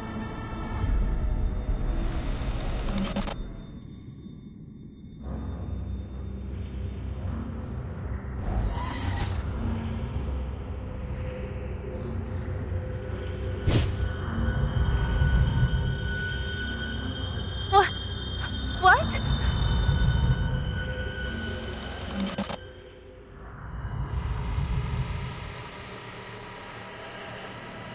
You remember it, do you not? You allowed it to happen. This is... no.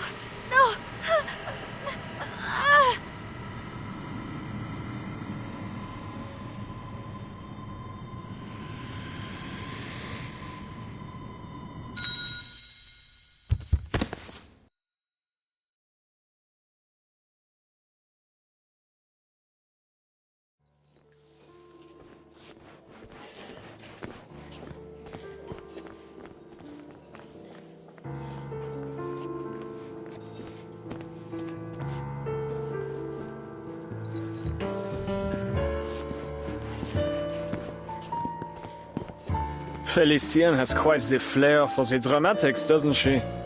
And as always, our audience simply sat back, their eyes glued and mouths agape. We are indeed fortunate for your skill in divination. We will have to wait for Felicienne to return to her senses, but thereafter we follow the plan as discussed. Using the French blue as our focal point, we will draw up the true, perfect Paris from the depths of myth. Democratic, independent, chosen by her people and shaped by the dreams of every one of her citizens. I have seen many versions of Paris, from flames to paradise. Nothing is beyond possibility.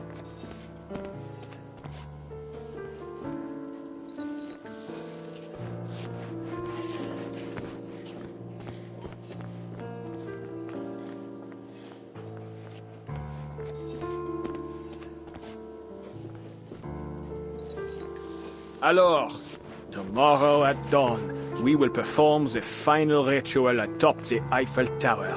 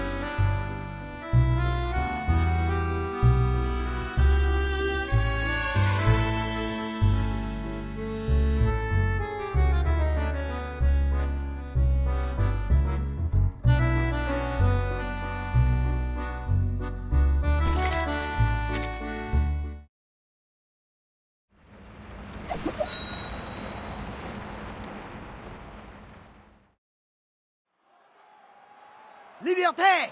Égalité! Fraternité! Deliver what was promised! Hear our voice! Respect our demands! Eat our work days! Better wages! Paid vacations! No more hunger!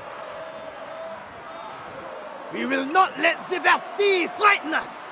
Let the king and queen answer! Give power to the people!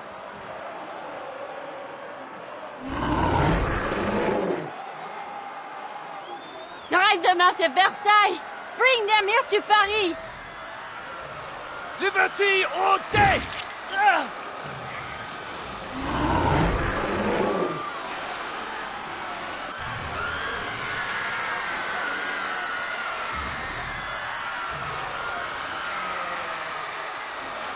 Liberty or death!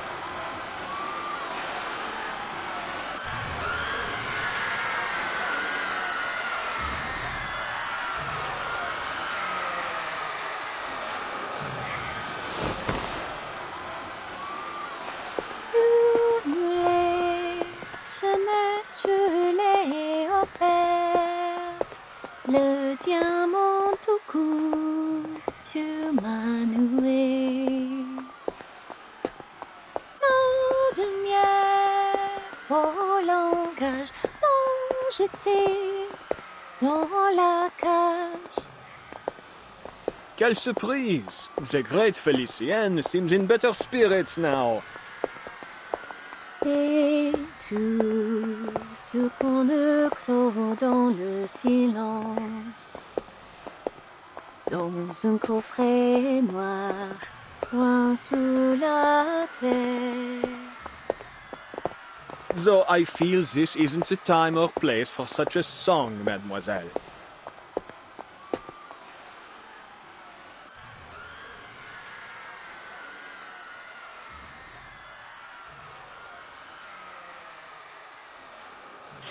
Adele would never interrupt me the way you did.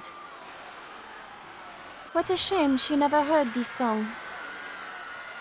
But you wish to speak business, yes? Then let us talk. First, answer me this. Why has there been near or no progress in passing on the Guiding One's teachings, despite the many changes in era? You've elected to ignore your most sacred duty, throwing aside her benevolent instructions in favor of your pursuit of knowledge.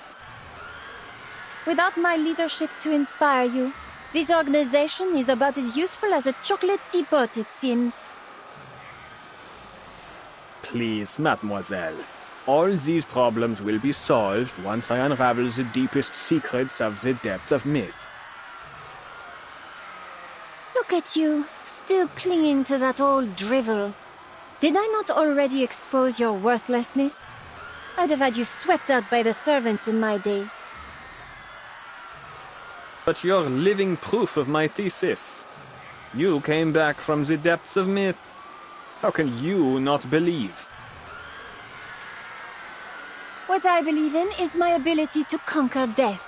I have no particular interest in your imaginary Paris. Nor your babbling nonsense about ideals. It is our shared goal to return the world to its most glorious era, n'est-ce pas? We've found the means. I only ask that you trust me. Trust?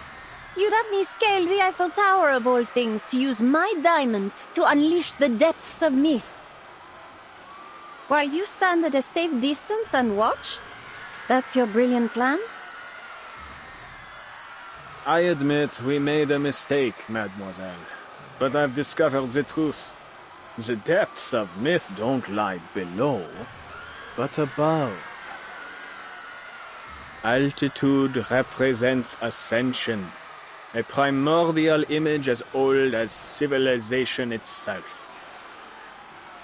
That is why you must reach the peak of the city's tallest structure. There, all of Paris, perhaps even the entire world, will transcend, if my theory proves correct. Theories. Ugh, what torture it is to listen to you. What of you, madame? Why are you staring at me like that? Your gaze is nauseating. Stop it.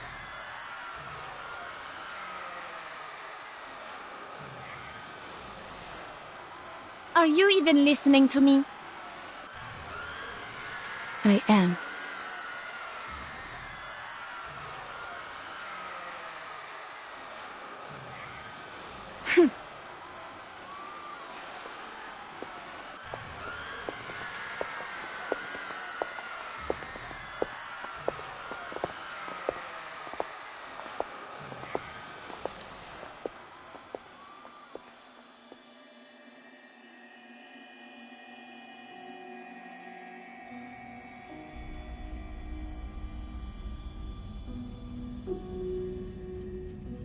I never really understood any of the songs she sang.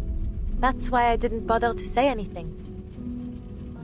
But I could tell she had a beautiful voice, the kind any singer would envy.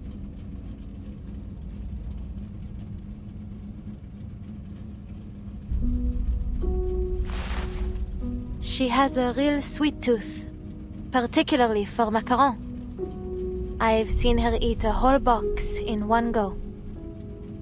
But not just any old macaron. Only Ladurées will do. I often had to plan our trips around the store on the Champs-Élysées. Lucky for me, Felicienne was a late riser, or else I'd have had to race all the way from the bakery to her place every morning. But what she was eating, they weren't macaron, were they?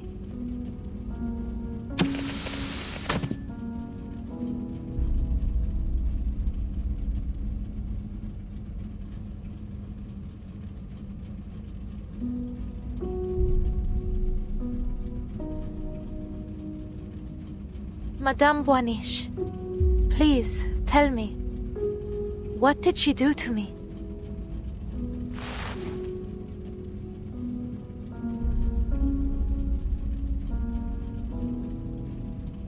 She stole your fate. Her original self perished long ago within the depths of myth. The spirit that found you was only a remnant, a mere shadow clinging to a world in which she no longer belonged. She longs to live again, even if it is only as a parasite. What about those memories we shared? Were they all just illusions? Some were true experiences you shared as your streams of fate merged. Others were but fabrications. The nuance can be difficult to discern without careful observation.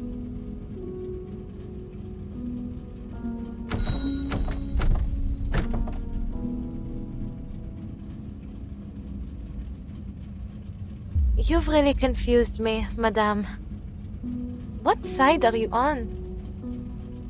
I am a watcher of the streams of fate, not a participator in them. I take no sides. But you can do more than watch. You already have. You were the one that told me about this inevitable death. And then, Cilia really did end up dead. You know exactly what's going to happen to me. You know everything. Don't you?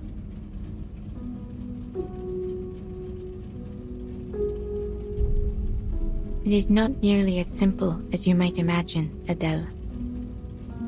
To observe a stream is to see only its curves and eddies, the ripples of importance. I see the path, but not every moment along it.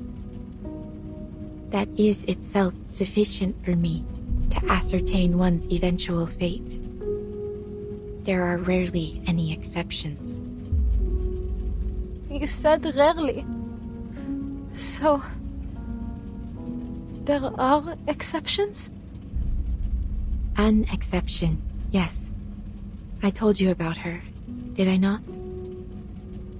I had been drifting along the streams of fate when I saw a girl who resembled me.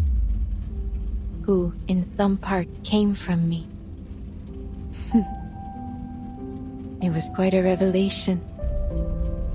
I saw where our streams merged long before she was born, and I knew I would name her Matilda. That she would grow up to be kind, brave, and truly gifted. I followed her through every turn and every ripple to the very end. Then I looked away. I stopped watching.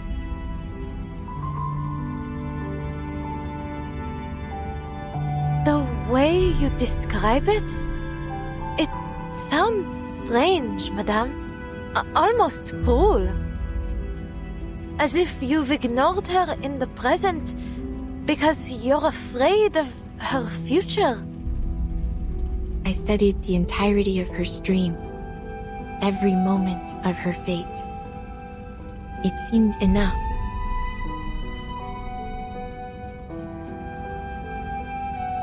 But then, something peculiar happened.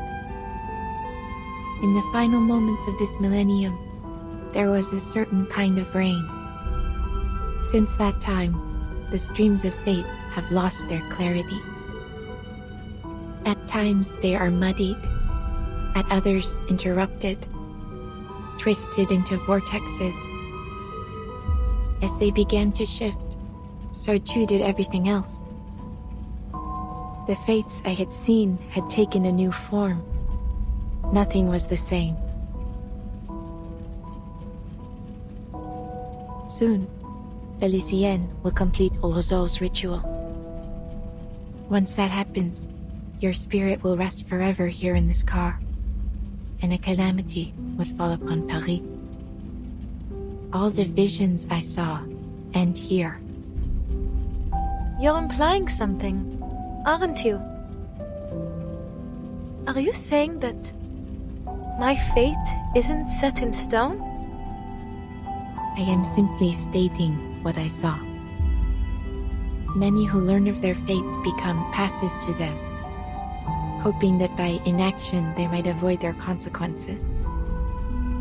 Others are driven to attempt, however vainly, to change it. How you interpret this prophecy is entirely up to you.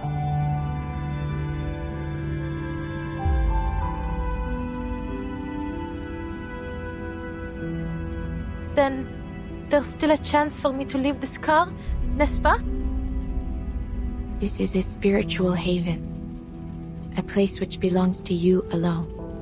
Once you leave, you may find salvation hidden within the currents, or a fate far worse than death. I don't want to know what lies in wait for me. What I want is to get out of here and destroy the diamond, just as I promised. I won't fail again. You know a way to let me out, no? You wouldn't be here otherwise. Please, madame, tell me. Whatever future you're hoping to see, it will never happen if I give up now.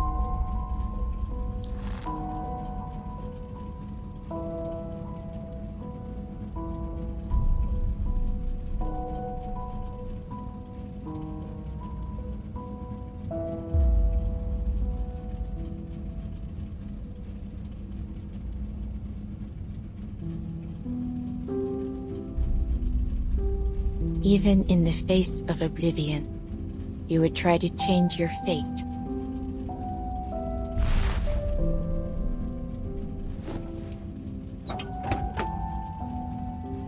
Go then.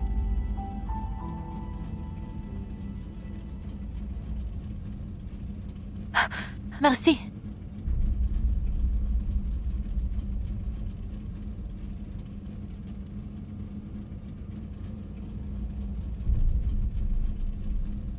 I'll see you around, Madame Boaniche.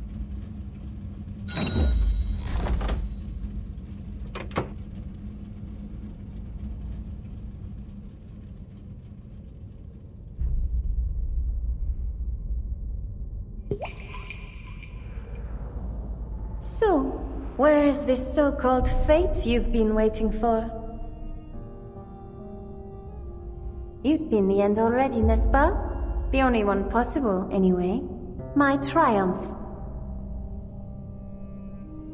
You prophets are all the same. My family bankrolled a dozen frauds like you, yet not one ever foresaw the revolution. You ought to have dedicated yourself to the guiding one instead.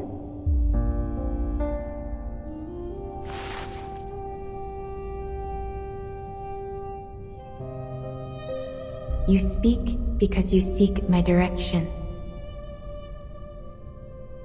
You wish to unravel the secrets of resurrection. You're clever for a prophet. Of course, that's my goal. I wouldn't allow those bungling followers to take credit for such a discovery.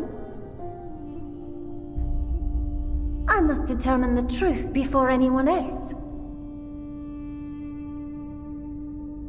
North, that is where your path leads. But know that there are consequences to what you seek. You will not emerge from it the same.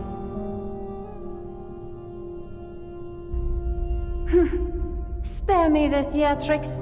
I shan't be intimidated. You've pointed the way. I have no more need of you. Whatever consequences lie ahead depend on me, on my actions, not some puddle of fate. Au revoir, madame. Let us see what the all-seeing lady has seen for us.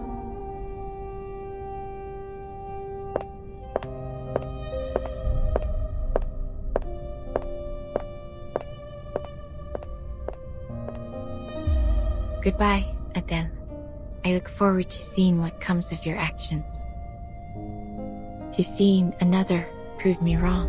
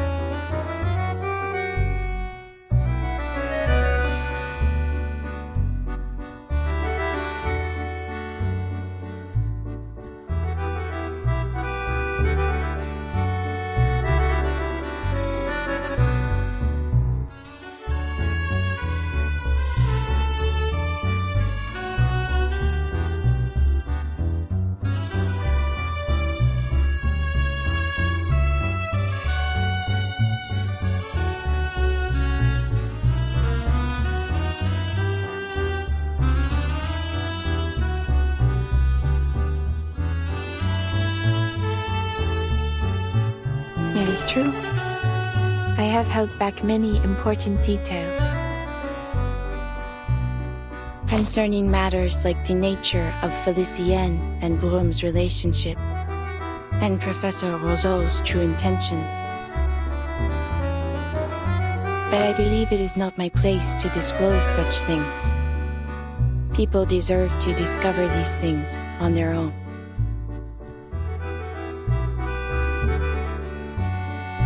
And you have placed far too much importance on prophecy. The course of fate remains the same, whether I speak about it or not. In this kind of business, one must remain neutral. All of my clientele understand that. I take no sides, only payments.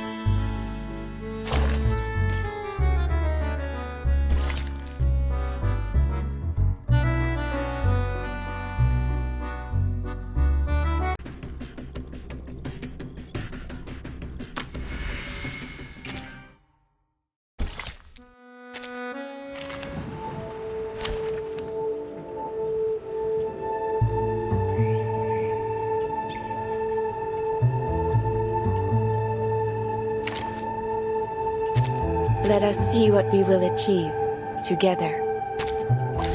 Many streams are converging in this place.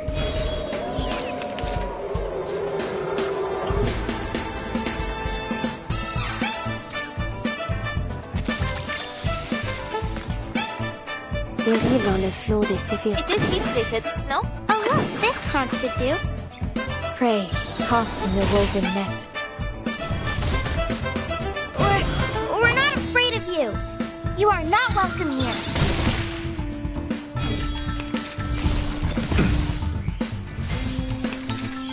Comme l'a scellé le dé. Give it a little butter. Dérive dans le flot des séphirotes. Wait for the right moment. Fate has revealed itself to you.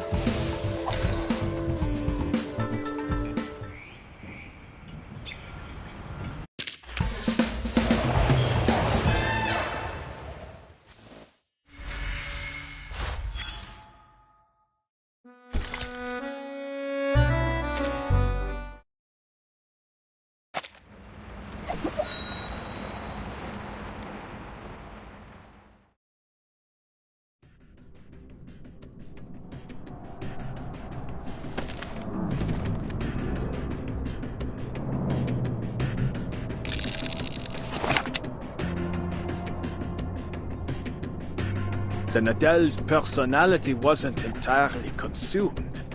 She's managed to regain control of her body. Even a spirit as strong-willed as Felicienne lacks the ability to completely dominate another. Perhaps I was wrong to shift focus from the power of the collective unconscious. There is no need for that, Professor.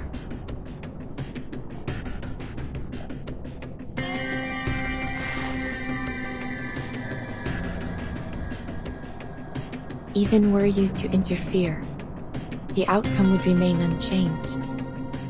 You are but a pebble in the course of the stream of fate. Wait with me a little longer. Things may just take an unexpected turn.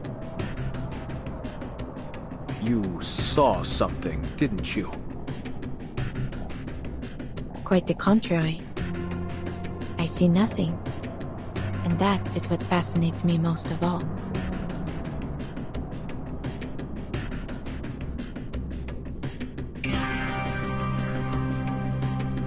You're fired, Adele! You reckless, foolish would-be Joan of Arc!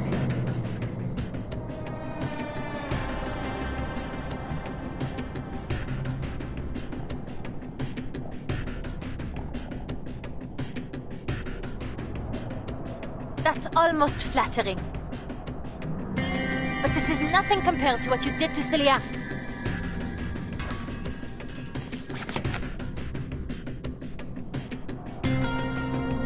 Adele, hurry! Turn your fire on the diamond! Silence!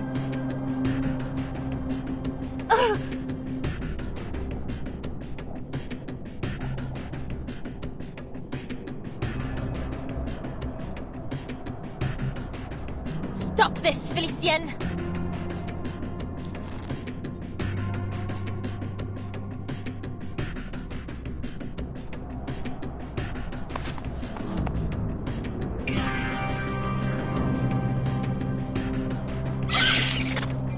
Par le feu est purifié.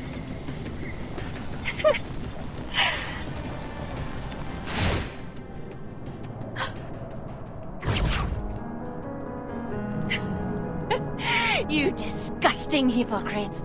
Don't you dare wag that finger at me!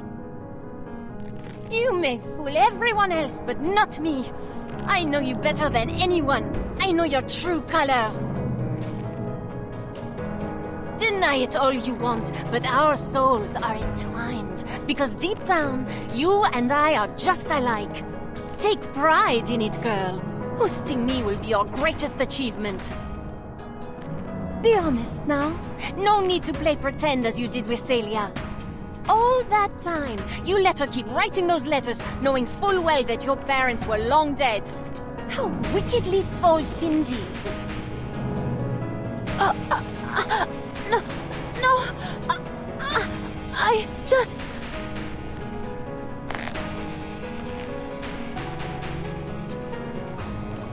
She shared her deepest hopes and dreams with you through those make-believe adventures, but you ignored them.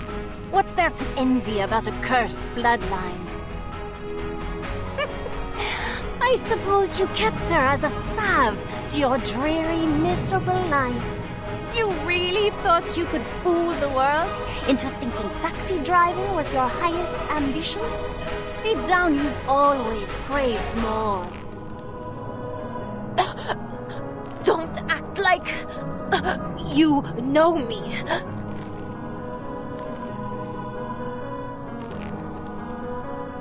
But I do know you. I know each and every one of your wicked thoughts better than you do. She told you to burn the diamond, but you secretly desired it. You craved your place in this adventure.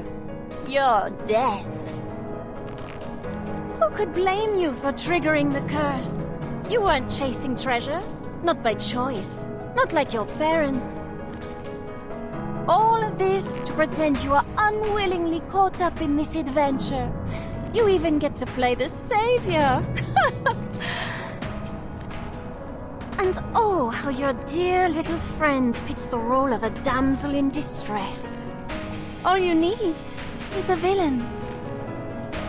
And that's where I came in, just as you wished.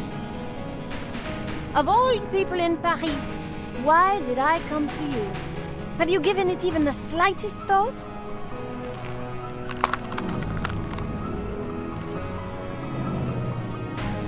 Admit it, Adele. You wanted me to hurt Celia. You wanted to kill her.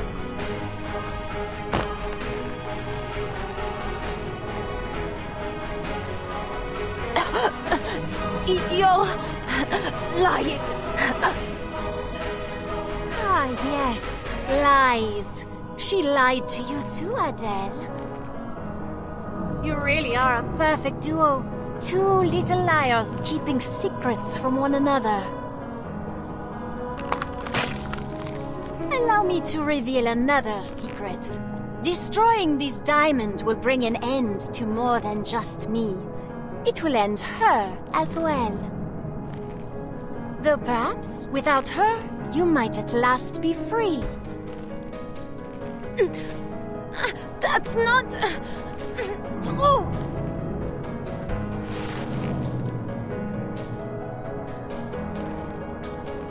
Don't listen to her, Adele. You must destroy the diamond. The depths of myth must not be unleashed. Lose your friends or lose the city? What will it be, Mademoiselle Tavernier? What am I saying?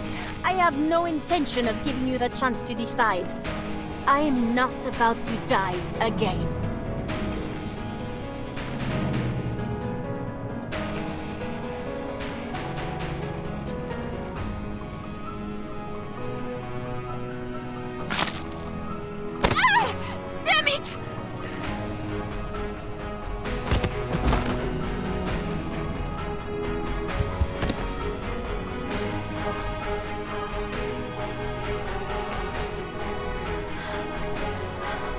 funny that? Huh. I'm not ready to die, either.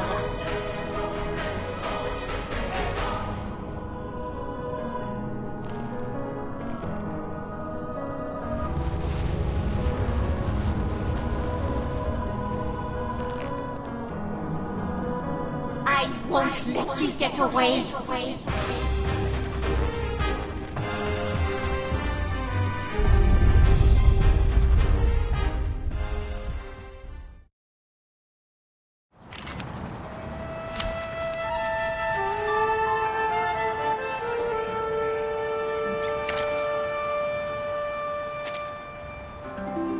Let us see what we will achieve together.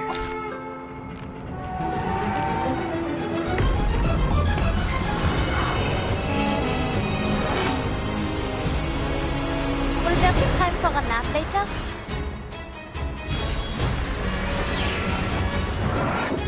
Stay away from me! Do you really believe you can escape this? Escape me? Soldiers? Shape-shifting? Manus Vindicte! My dear, foolish Adele, you are but a grain of sand before the tides of fate.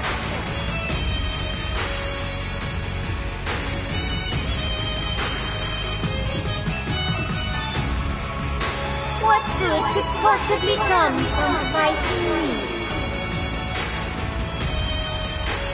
The rift is widening. We have to stop her.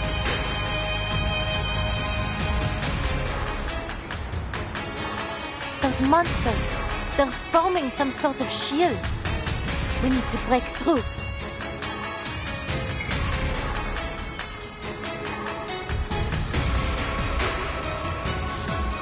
Allez, Adele. Think!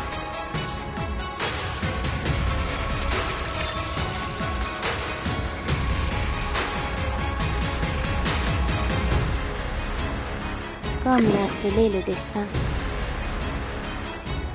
This crunch should do. Give it a little throttle. Fate has revealed itself to you.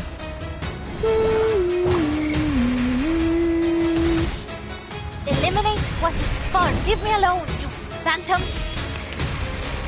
I said go away! If the depths of myth is nothing more than a sea of collective unconscious, then the creatures born from it must be mere reflections.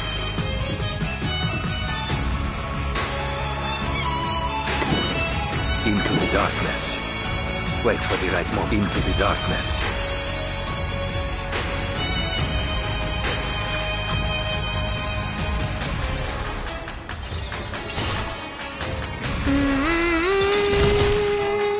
It will be over before you feel it. Non voltarti indietro. Addio, straniero.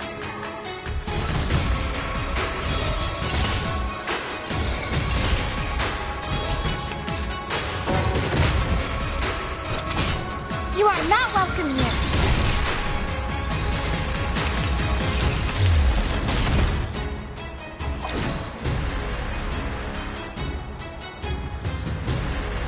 It is heat-treated, no? Périr dans le flot des séphirotes, comme la se périr dans le flot des séphirotes. Purge the impurities. The overflow of the Sephiroth. You see it coming. Oh, be careful! The tremors of fate. A ripple stirred.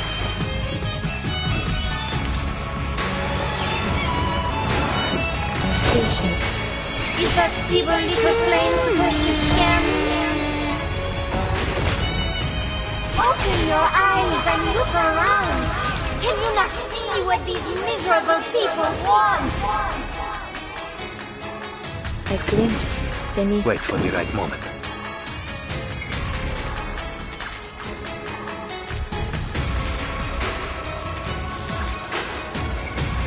Cette en tout révèle les séphirotes.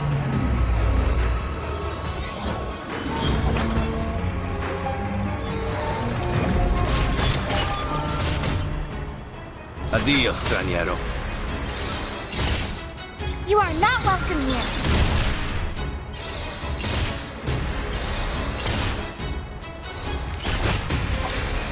Eliminate what is false.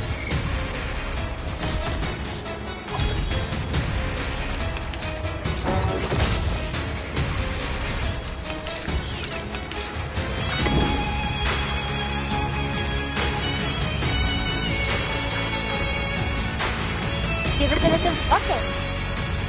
Péris dans le flot des... It is heat treated, no? Oh, be careful.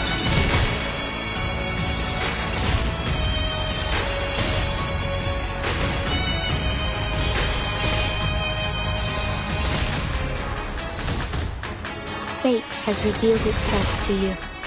You see it coming. You are not welcome here. Purge the impurities.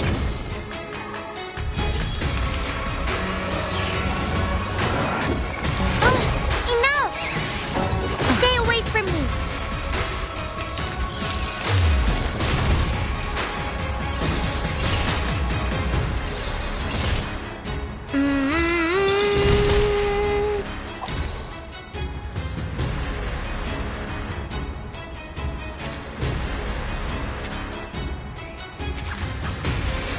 Into the darkness. Comme l'a scellé le destin. You want me to? Liberato dal fratello. A secret revealed. We'll find our home. One day.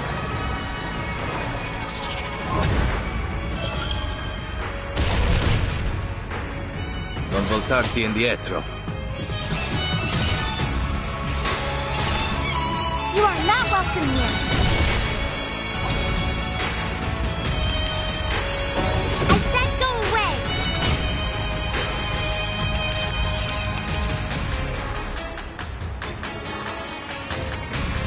Wait for the right moment. Give it a little water. It is heat treated. A glimpse beneath the veil. Addio, straniero.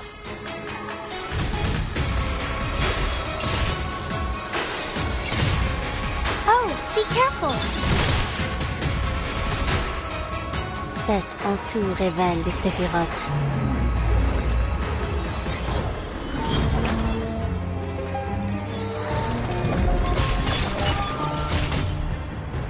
Non voltarti indietro.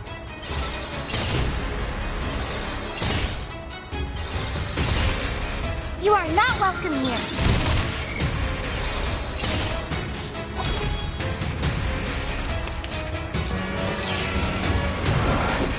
That was your last chance.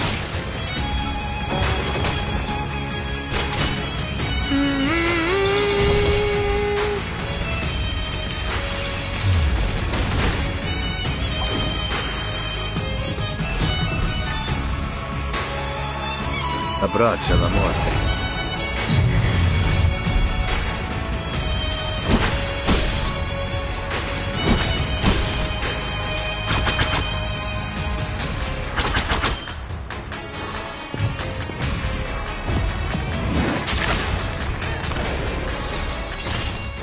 Oh, be careful.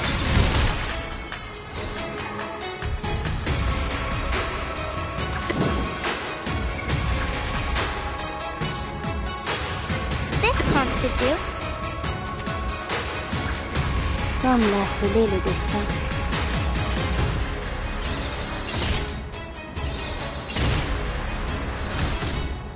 We see it together.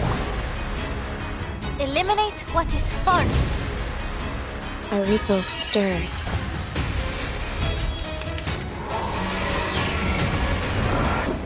Let's not make a scene out of it. Do you mean it? You are not welcome here. I'm nobody. Just a tour guide from Paris who can handle a car. And tell truth from lies. Car le feu est purifié.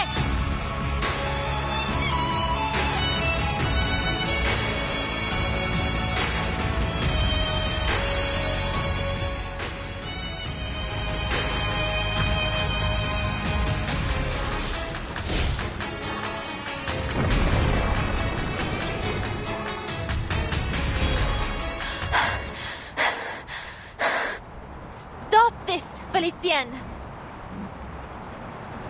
You're no master of this city. You're not even the master of yourself. Voilà donc succès.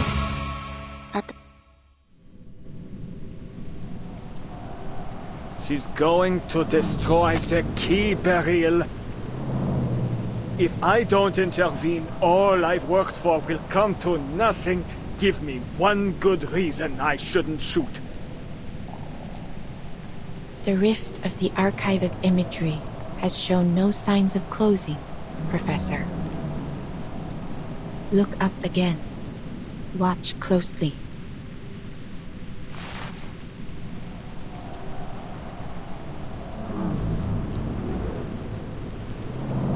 The diamond has already served its purpose. It has torn the rift open. The depths of myth is trickling down over us as we speak. Let's see what more the little gemstone can do in her hands.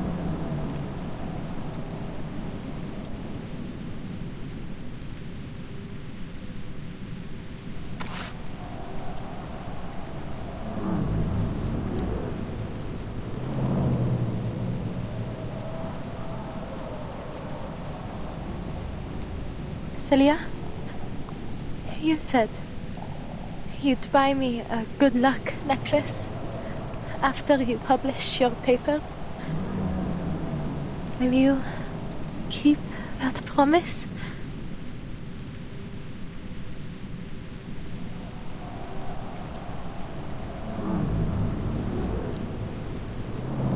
You're too cruel, Adele. Why didn't you just tell me? I wouldn't have had to write all those silly letters.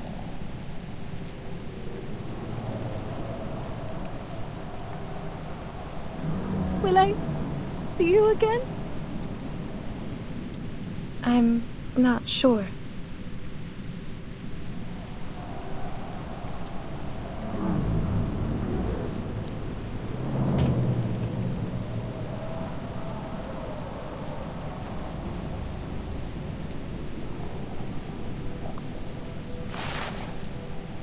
The art of resurrection is elusive and unknown. I don't know what will happen after the diamond is destroyed. What Felicien said, it was just speculation. There's no more time, Adele. Make your decision. Now.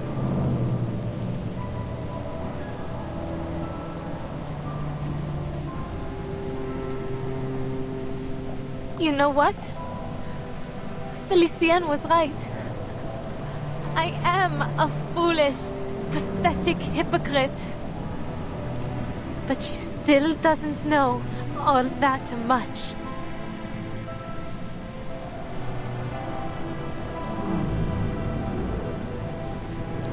You were never the damsel in distress. No, you're the hero. The adventurer. You were the one who uncovered all the clues. You were the first to embark on this journey. You're more of a tavernier than I'll ever be, Sissi.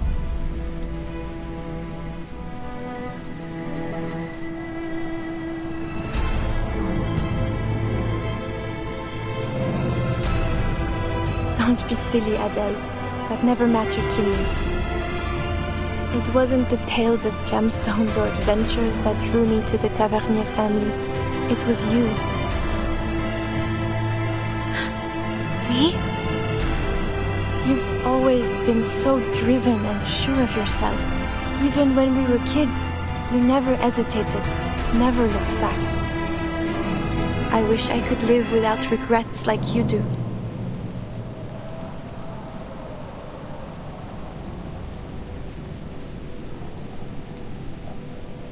Stay that way, Adele, just as you are.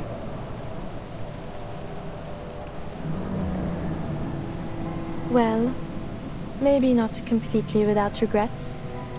That's asking the impossible. But if you hesitate now, I'll be disappointed. So go on. Follow your art, my dear friend. I believe in you.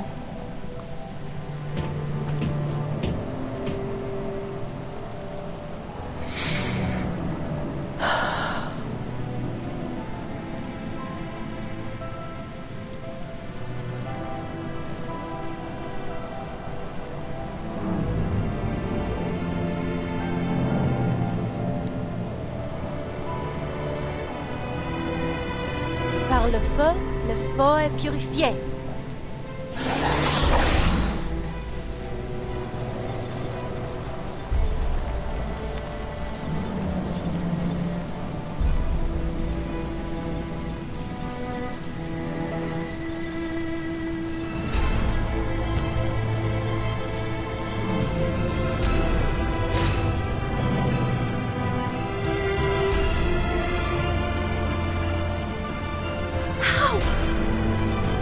How can it still be here?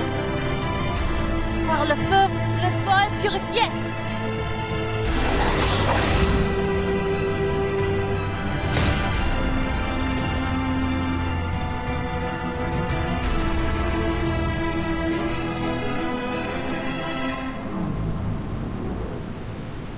I burned the beast of Gévaudan. I even burned Felicienne. So why can't I burn this diamond? It is from the depths of myth, isn't it? Surely it can't survive your fire. It isn't possible. It's only a symbol. A primordial symbol, yes. That is precisely why it survives.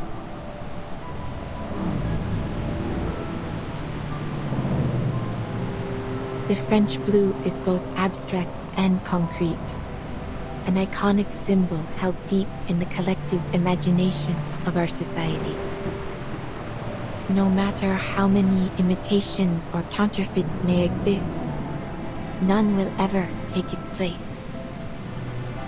It is eternally transcendent, unconditionally pure. Its existence can never truly be destroyed.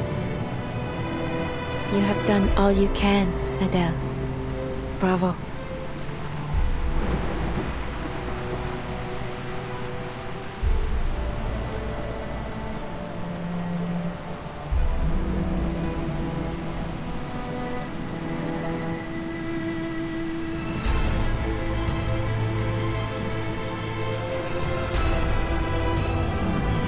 But I failed to destroy the diamond. Celia and Felicienne are...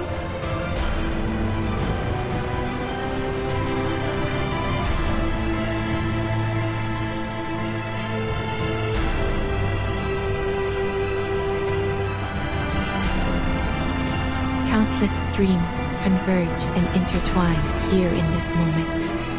An unstoppable downpour is coming. And in it, you are a remarkably stalwart droplet. Your struggle has at last reached its conclusion. The rain. It is about to fall.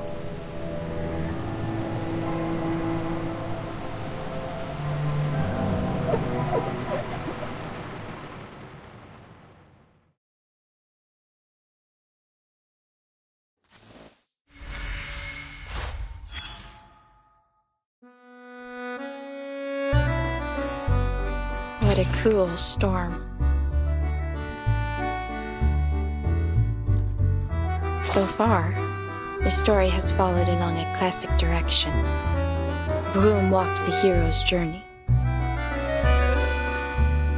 But just as it seemed that it might end with triumph, down came the storm. This is the 5th joke fate has played on me.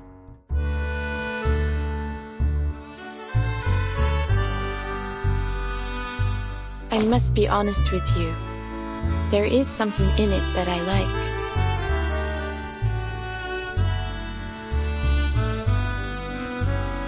As dreadful as it may be to stand before a future I cannot foresee, I feel something else.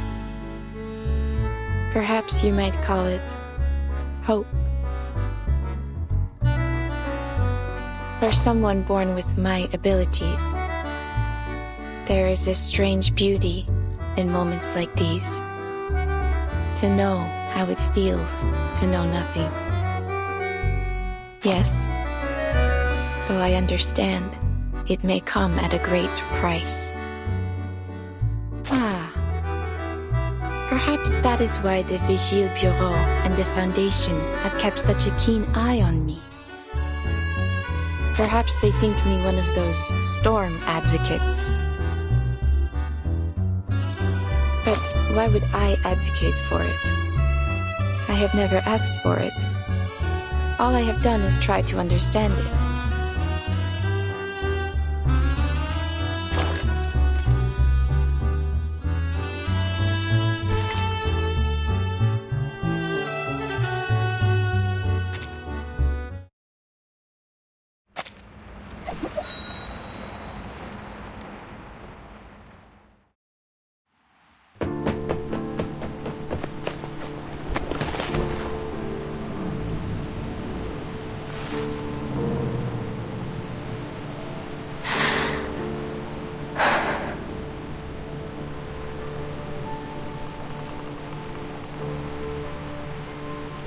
Just as it was meant to be.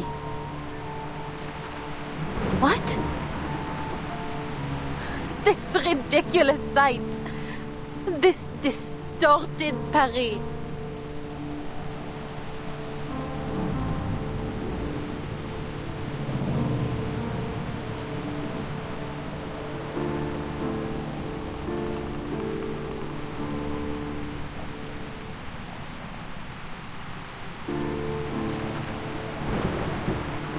The July column just turned into a bilboquet. The Vert Galant statue replaced with some bizarre lobster. And my friend is disappearing before my eyes. And you're telling me that all this was meant to happen? It's all so meaningless. So absurd. Is it?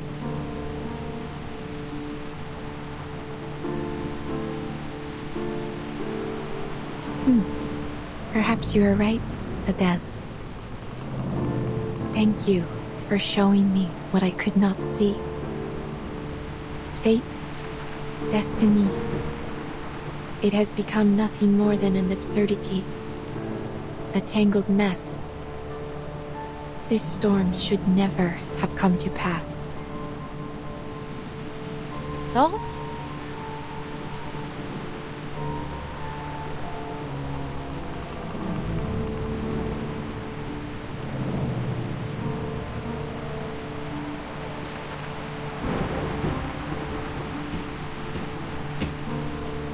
This storm is quite a delightful surprise.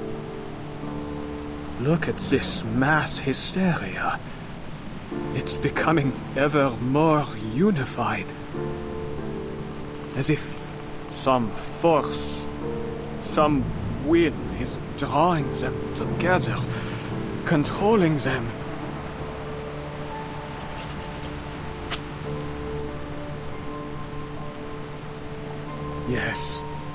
Yes, I see it clearly now. The world is a stage, a performance with no script, and we have arrived at the moment when the curtain must fall and the scene must shift. This upheaval, this shift we've ushered in, has been intensifying the turmoil of the era. What a marvelous device. It's just the spark we need to ignite a cleansing fire. With this power, we can manipulate the appearance of the storm as we please. The changes to the mass hysteria, yes, it's all obvious now. They were born from the collective subconscious. We are mere actors on this stage, for the material world is nothing but a projection of the mind.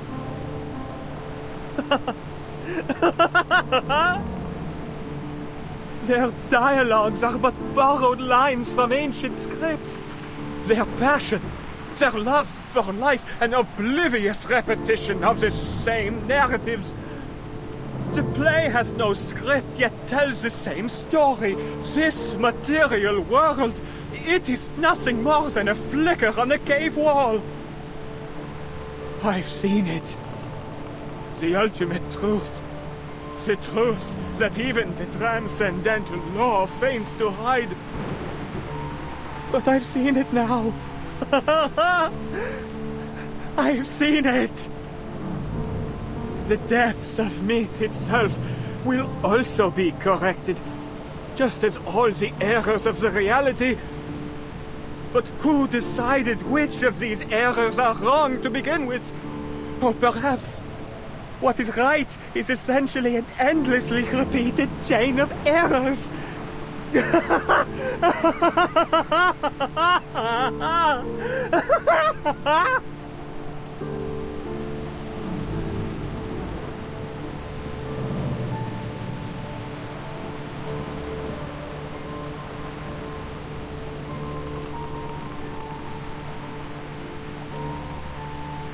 What's wrong with him?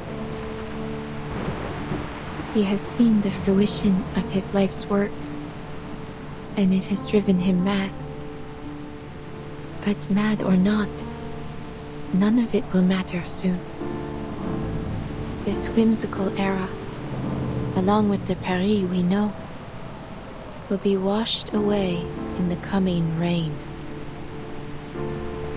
Is this some kind of joke? Am I missing something? An era wiped out by a little rain? It doesn't make any sense.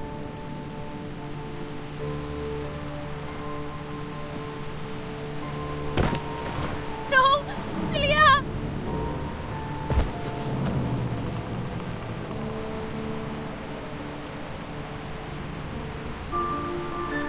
Paris. La ville lumière. La ville de la romance. Une tapisserie de symboles. Elle n'hésite jamais à montrer toutes ses émotions. Les passions chaotiques de points de vue qui s'opposent. Les complots mis en scène dans ces ruelles anciennes et étroites. Parce qu'elle défend ton droit de choisir, de crier ou de te taire, de regarder en arrière ou vers l'avenir, de vivre sous une monarchie ou une république, et une myriade d'idéologies. Tu peux te jeter dans le maelstrom ou en créer un nouveau toi-même. Celia loves this city so deeply. She knows everything about Paris, from the catacombs to the top of every tower. Celia deserves to live, not me. Why? Why does Celia have to vanish? Nous nous tenons dans un vaste jardin où les sentiers s'entrecroisent à l'infini, accueillant des bifurcations sans fin, des choix sans fin. Hernani, Notre-Dame, les montgolfières qui flottent au-dessus du palais Saint-Pierre. Ces philosophies trouvent leur forme, circulant de lèvre en lèvre, de cœur en cœur, à travers tous ses habitants. Considérer le destin et la vie avec élégance et légèreté. Voilà le véritable esprit de Paris, là où les rêves et les imaginaires ne s'effacent jamais. Il t'accompagne à travers tous les temps et toutes les époques, comme un festin qui voyage. Immortel, indestructible. Non!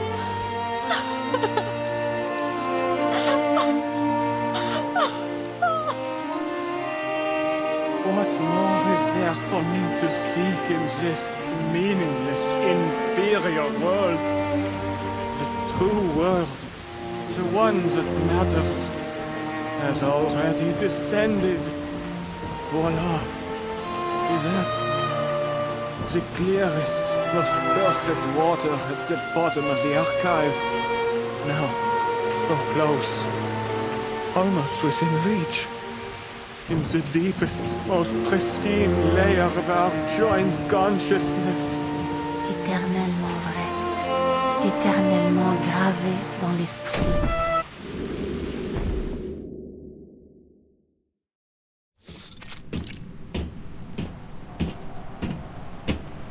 The rift is closing. The storm will now correct the faults of this era. The city of light descending from the sky, the phantoms walking among the living, and the legendary beasts roaming the streets. They will all vanish. The mad have fulfilled their wish. The play has come to an end. Everything once in chaos will be brought back to order. No! Beryl!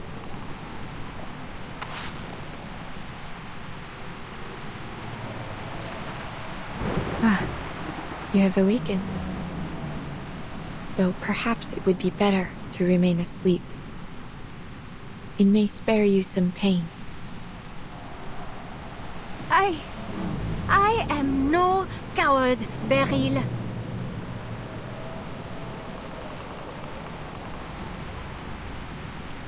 But you have to fix this.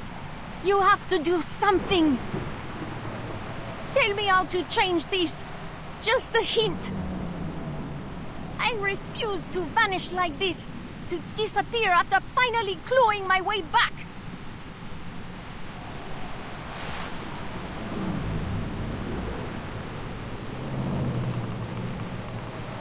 Those worthless grovelers who can't even use arcane skills. They deserve to die, not me. This world belongs to us. Don't you dare turn your back on me, Beryl Buanish. I will report every moment of this to the Guiding One.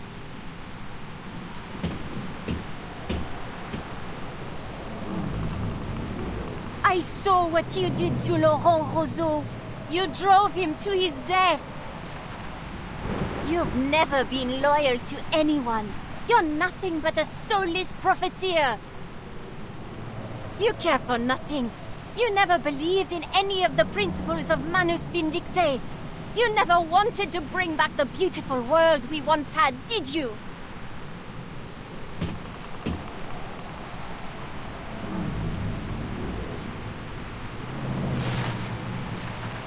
How amusing. You seek my help, yet accuse and threaten me in the same breath. Do you think you speak to me from a position of strength? What would you do if our positions were reversed, dear Felicienne?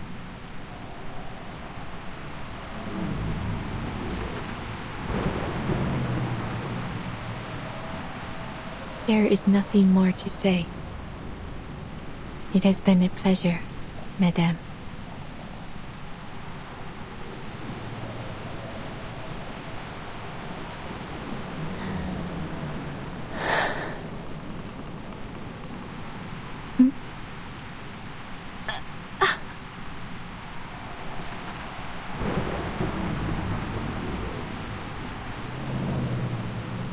Please. Please. Help me, Beryl. I don't want to die. Très bien.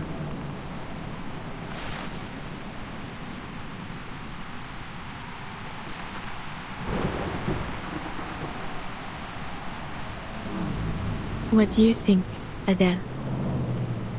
Should she be saved, or pay for what she has done with her life?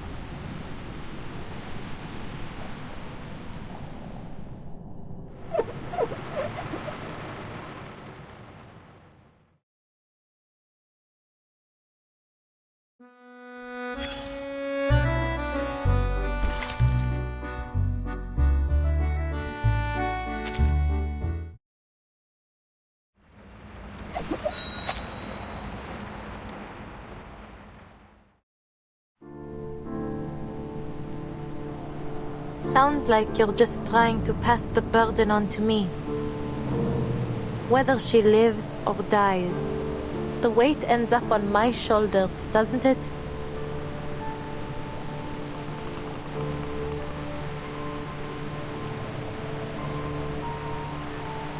In many ways, you two are alike.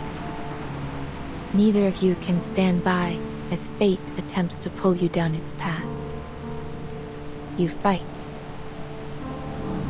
It is no wonder that she could reach into the depths of your mind. Now, her very existence is in your hands. You will not have another chance like this.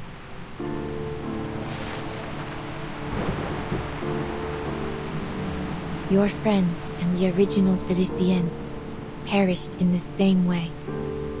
It is likely, then, that she has returned to the depths of myth. Should Felicienne live, she may become the key to discovering the truth of that realm. And in time, you may even find a way to bring your friend back. Yet, should she die, you will have taken a fitting revenge, and her torment of your body will end at last. Swear it then. Swear that every word you just said is true.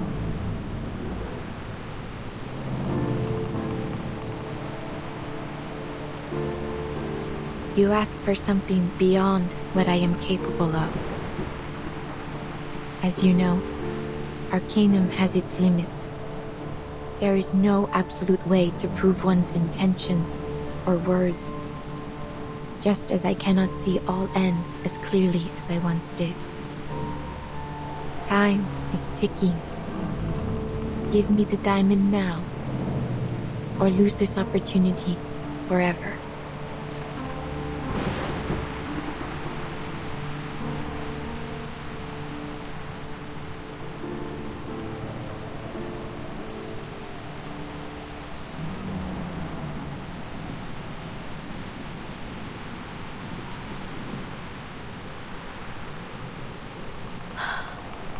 Take it.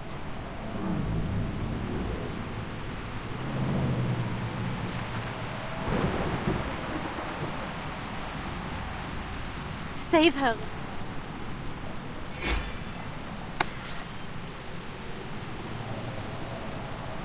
Merci beaucoup.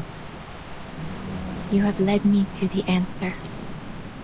I will respond with the sincerity it deserves.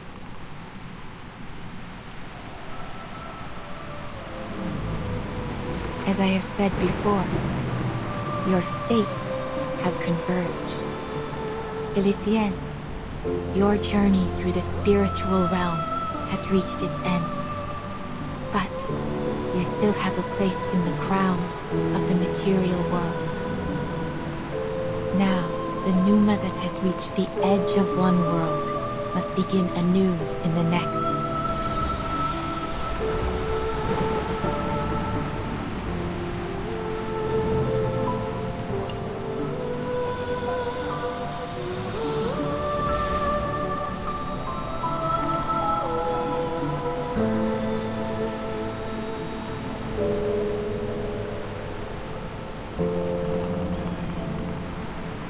Take this, Adele, an accolade for your adventure.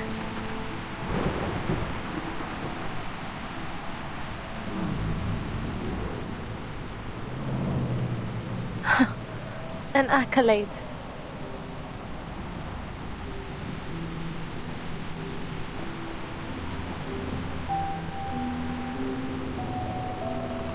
Merci. But your eyes...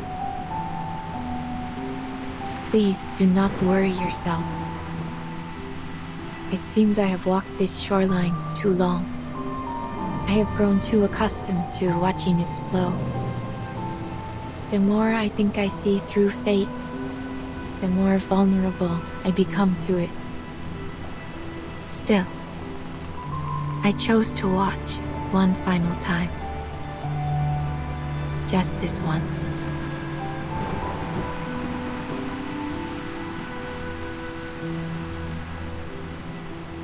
It makes for a fine imitation.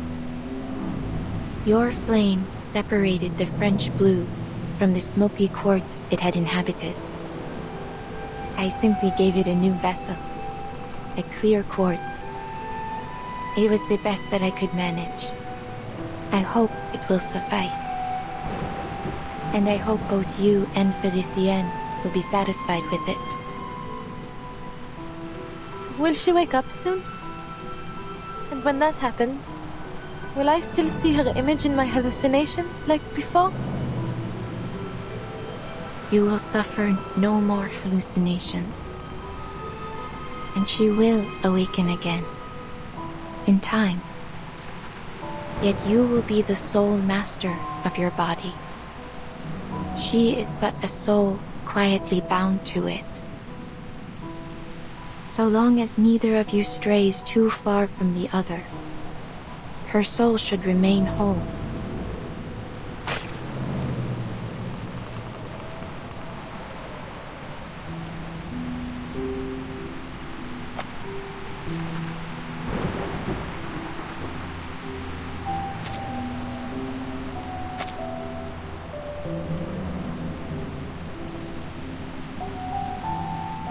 The rain is about to fall. We must go. By dawn tomorrow, this world will be washed clean. I must admit, I enjoyed this ending of yours. But whether you continue to the next chapter is up to you.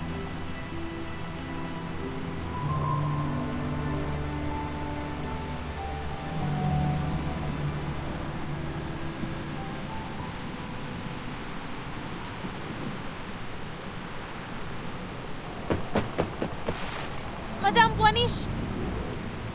Madame Boiniche, forgive me. Do you know the theory of evolution?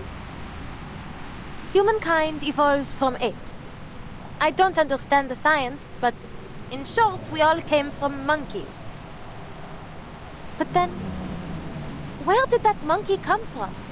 Are we all just a copy of some ancient thing? And if we keep tracing back, how did life even begin on Earth? Can we ever find that original spark of life? Is it even possible?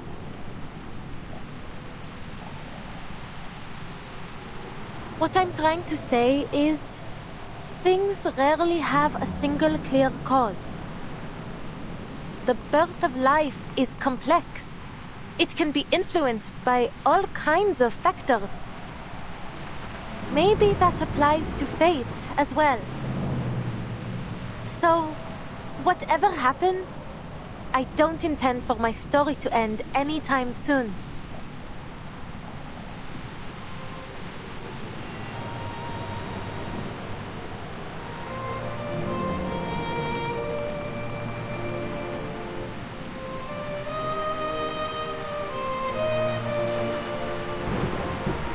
Please, take me with you. There must be a way to avoid this storm you spoke of.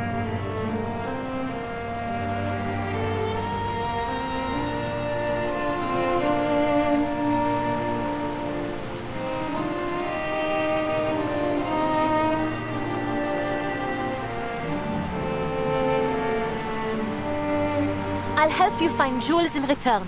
Answers, anything. Whatever it is you seek. A generous offer. To honor your sincerity, I shall give you an answer. What is it you wish to know? The truth about the storm.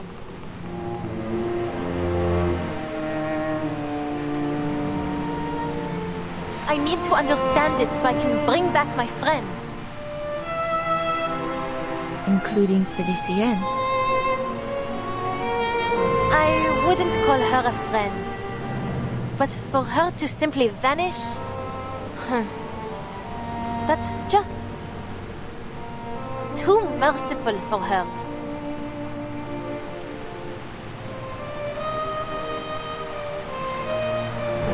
Would you still accompany me, knowing we may gain nothing in the end? would. You can't just sit around waiting for something terrible to happen, can you?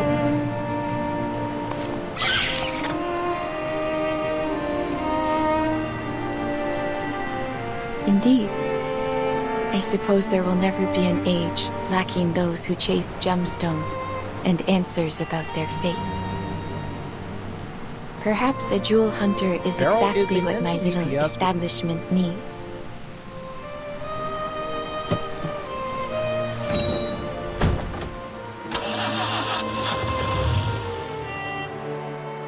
Which way do we go, Madame Boaniche?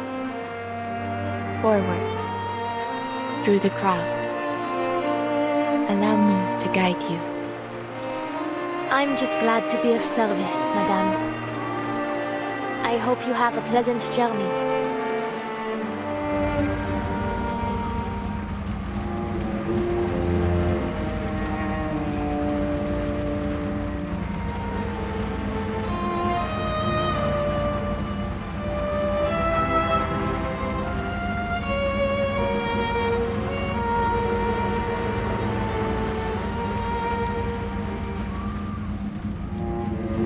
For a long while going forward, I may not be able to divine with the same precision I once had. Yet this feeling of not seeing has a comfort of its own. If our fate truly is guided by a higher being, I must imagine they are blind. I hope that when I awake, you will have reached your destination.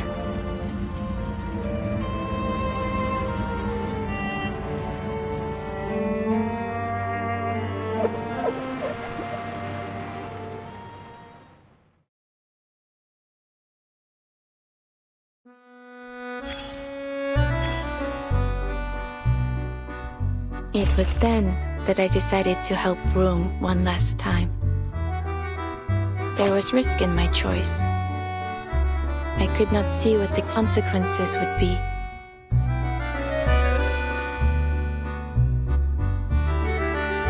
Still, I succeeded, and the rewards were most generous. Many suspected that I had planned it from the start. A common accusation made of diviners, of course.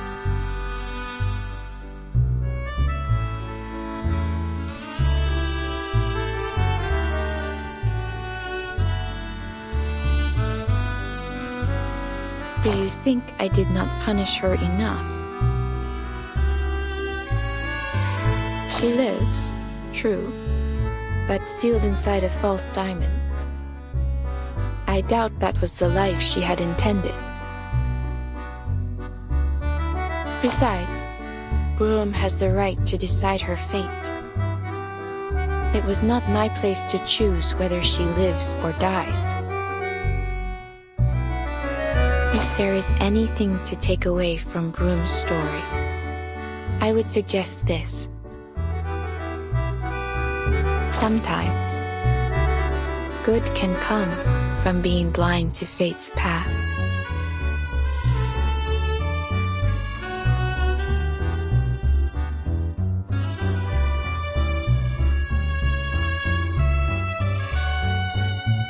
How exciting it must be to arrive in this world knowing nothing, and, after a long, beautiful journey, realize just how much there is still to discover.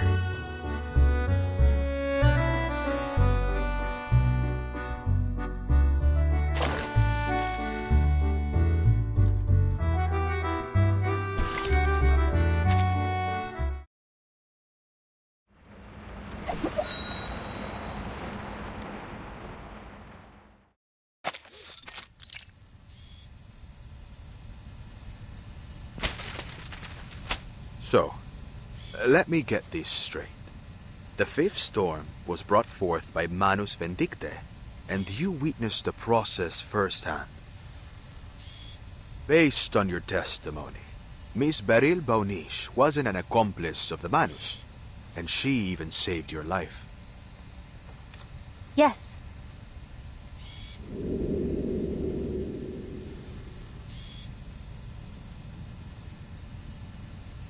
And after that, what happened? I followed Madame Boaniche's advice and made it to a shelter that could resist the storm. The rain got heavier and heavier along the way, but thankfully we made it there just in time. It's such a shame my little cab didn't have room for anyone else. I know that there's still a Paris out there, but it's no longer my Paris. Everything I loved there was washed away in the rain. Just as the prophecy said.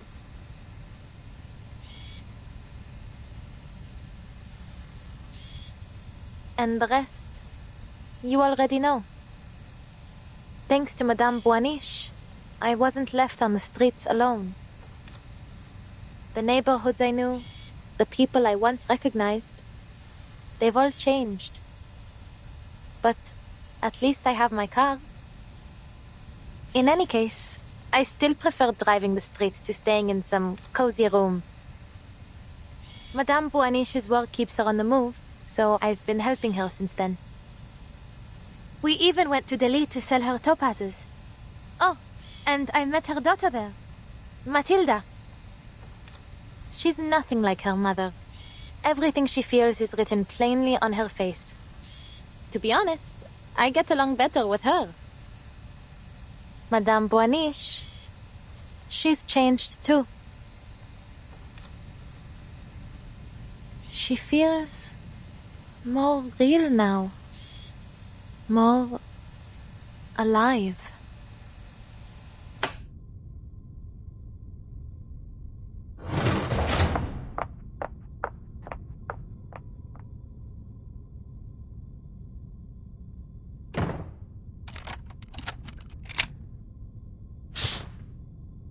It seems Miss Boaniche is in the clear, based on the witness's testimony.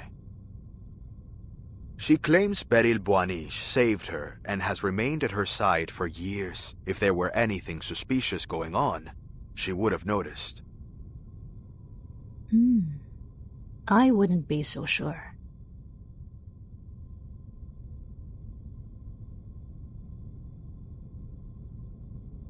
You don't trust the lie detector results? Isn't this the most advanced top-of-the-line model? Advanced or not, machines can fail. I prefer to trust my instincts.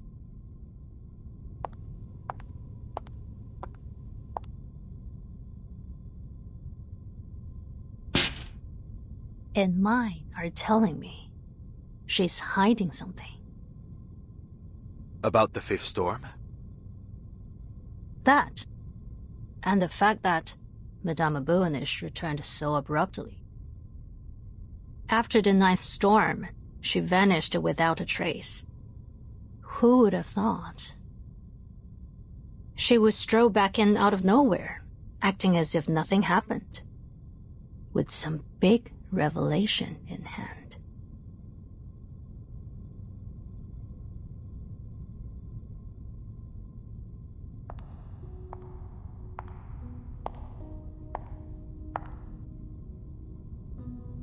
Unbelievable. One sloppy mistake after another. You'd have been less conspicuous if you'd just written liar all over your face. You should count yourself lucky I covered for you.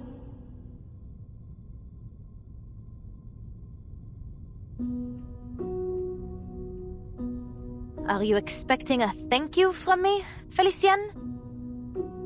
Don't think I don't know. You just don't want your own secrets exposed.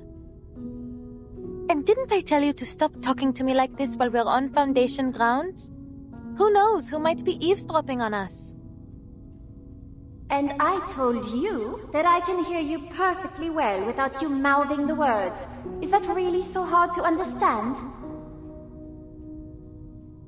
And if I slip up subconsciously? I suppose you might have forgotten what it feels like to have a mouth.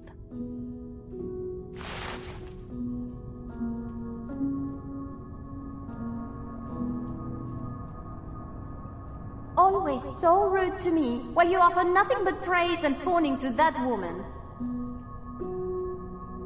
You ought to have listened to me, gone to meet the Guiding One and pledged your loyalty. But you didn't, because you are, and always have been, a stubborn fool. Fine. Side with the Foundation if you want. Call it ignorance, call it short-sightedness. Should I expect anything less from such rabble? But staking our lives on that woman? That is something far more than simply foolish. Do you really trust her so much?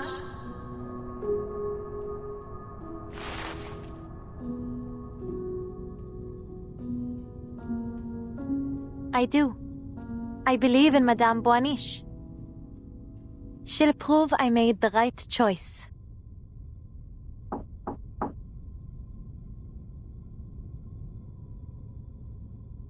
Who is it? It's me, Vartin. I've come to check on the status of my field mission application. Is now not a good time?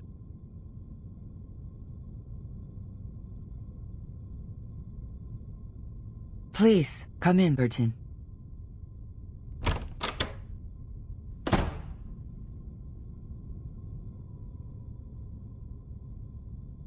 We finally meet, Miss Vertin. Matilda has told me much about you.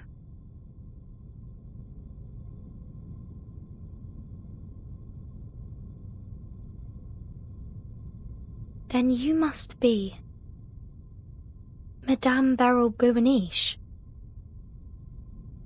I see we can skip the formalities.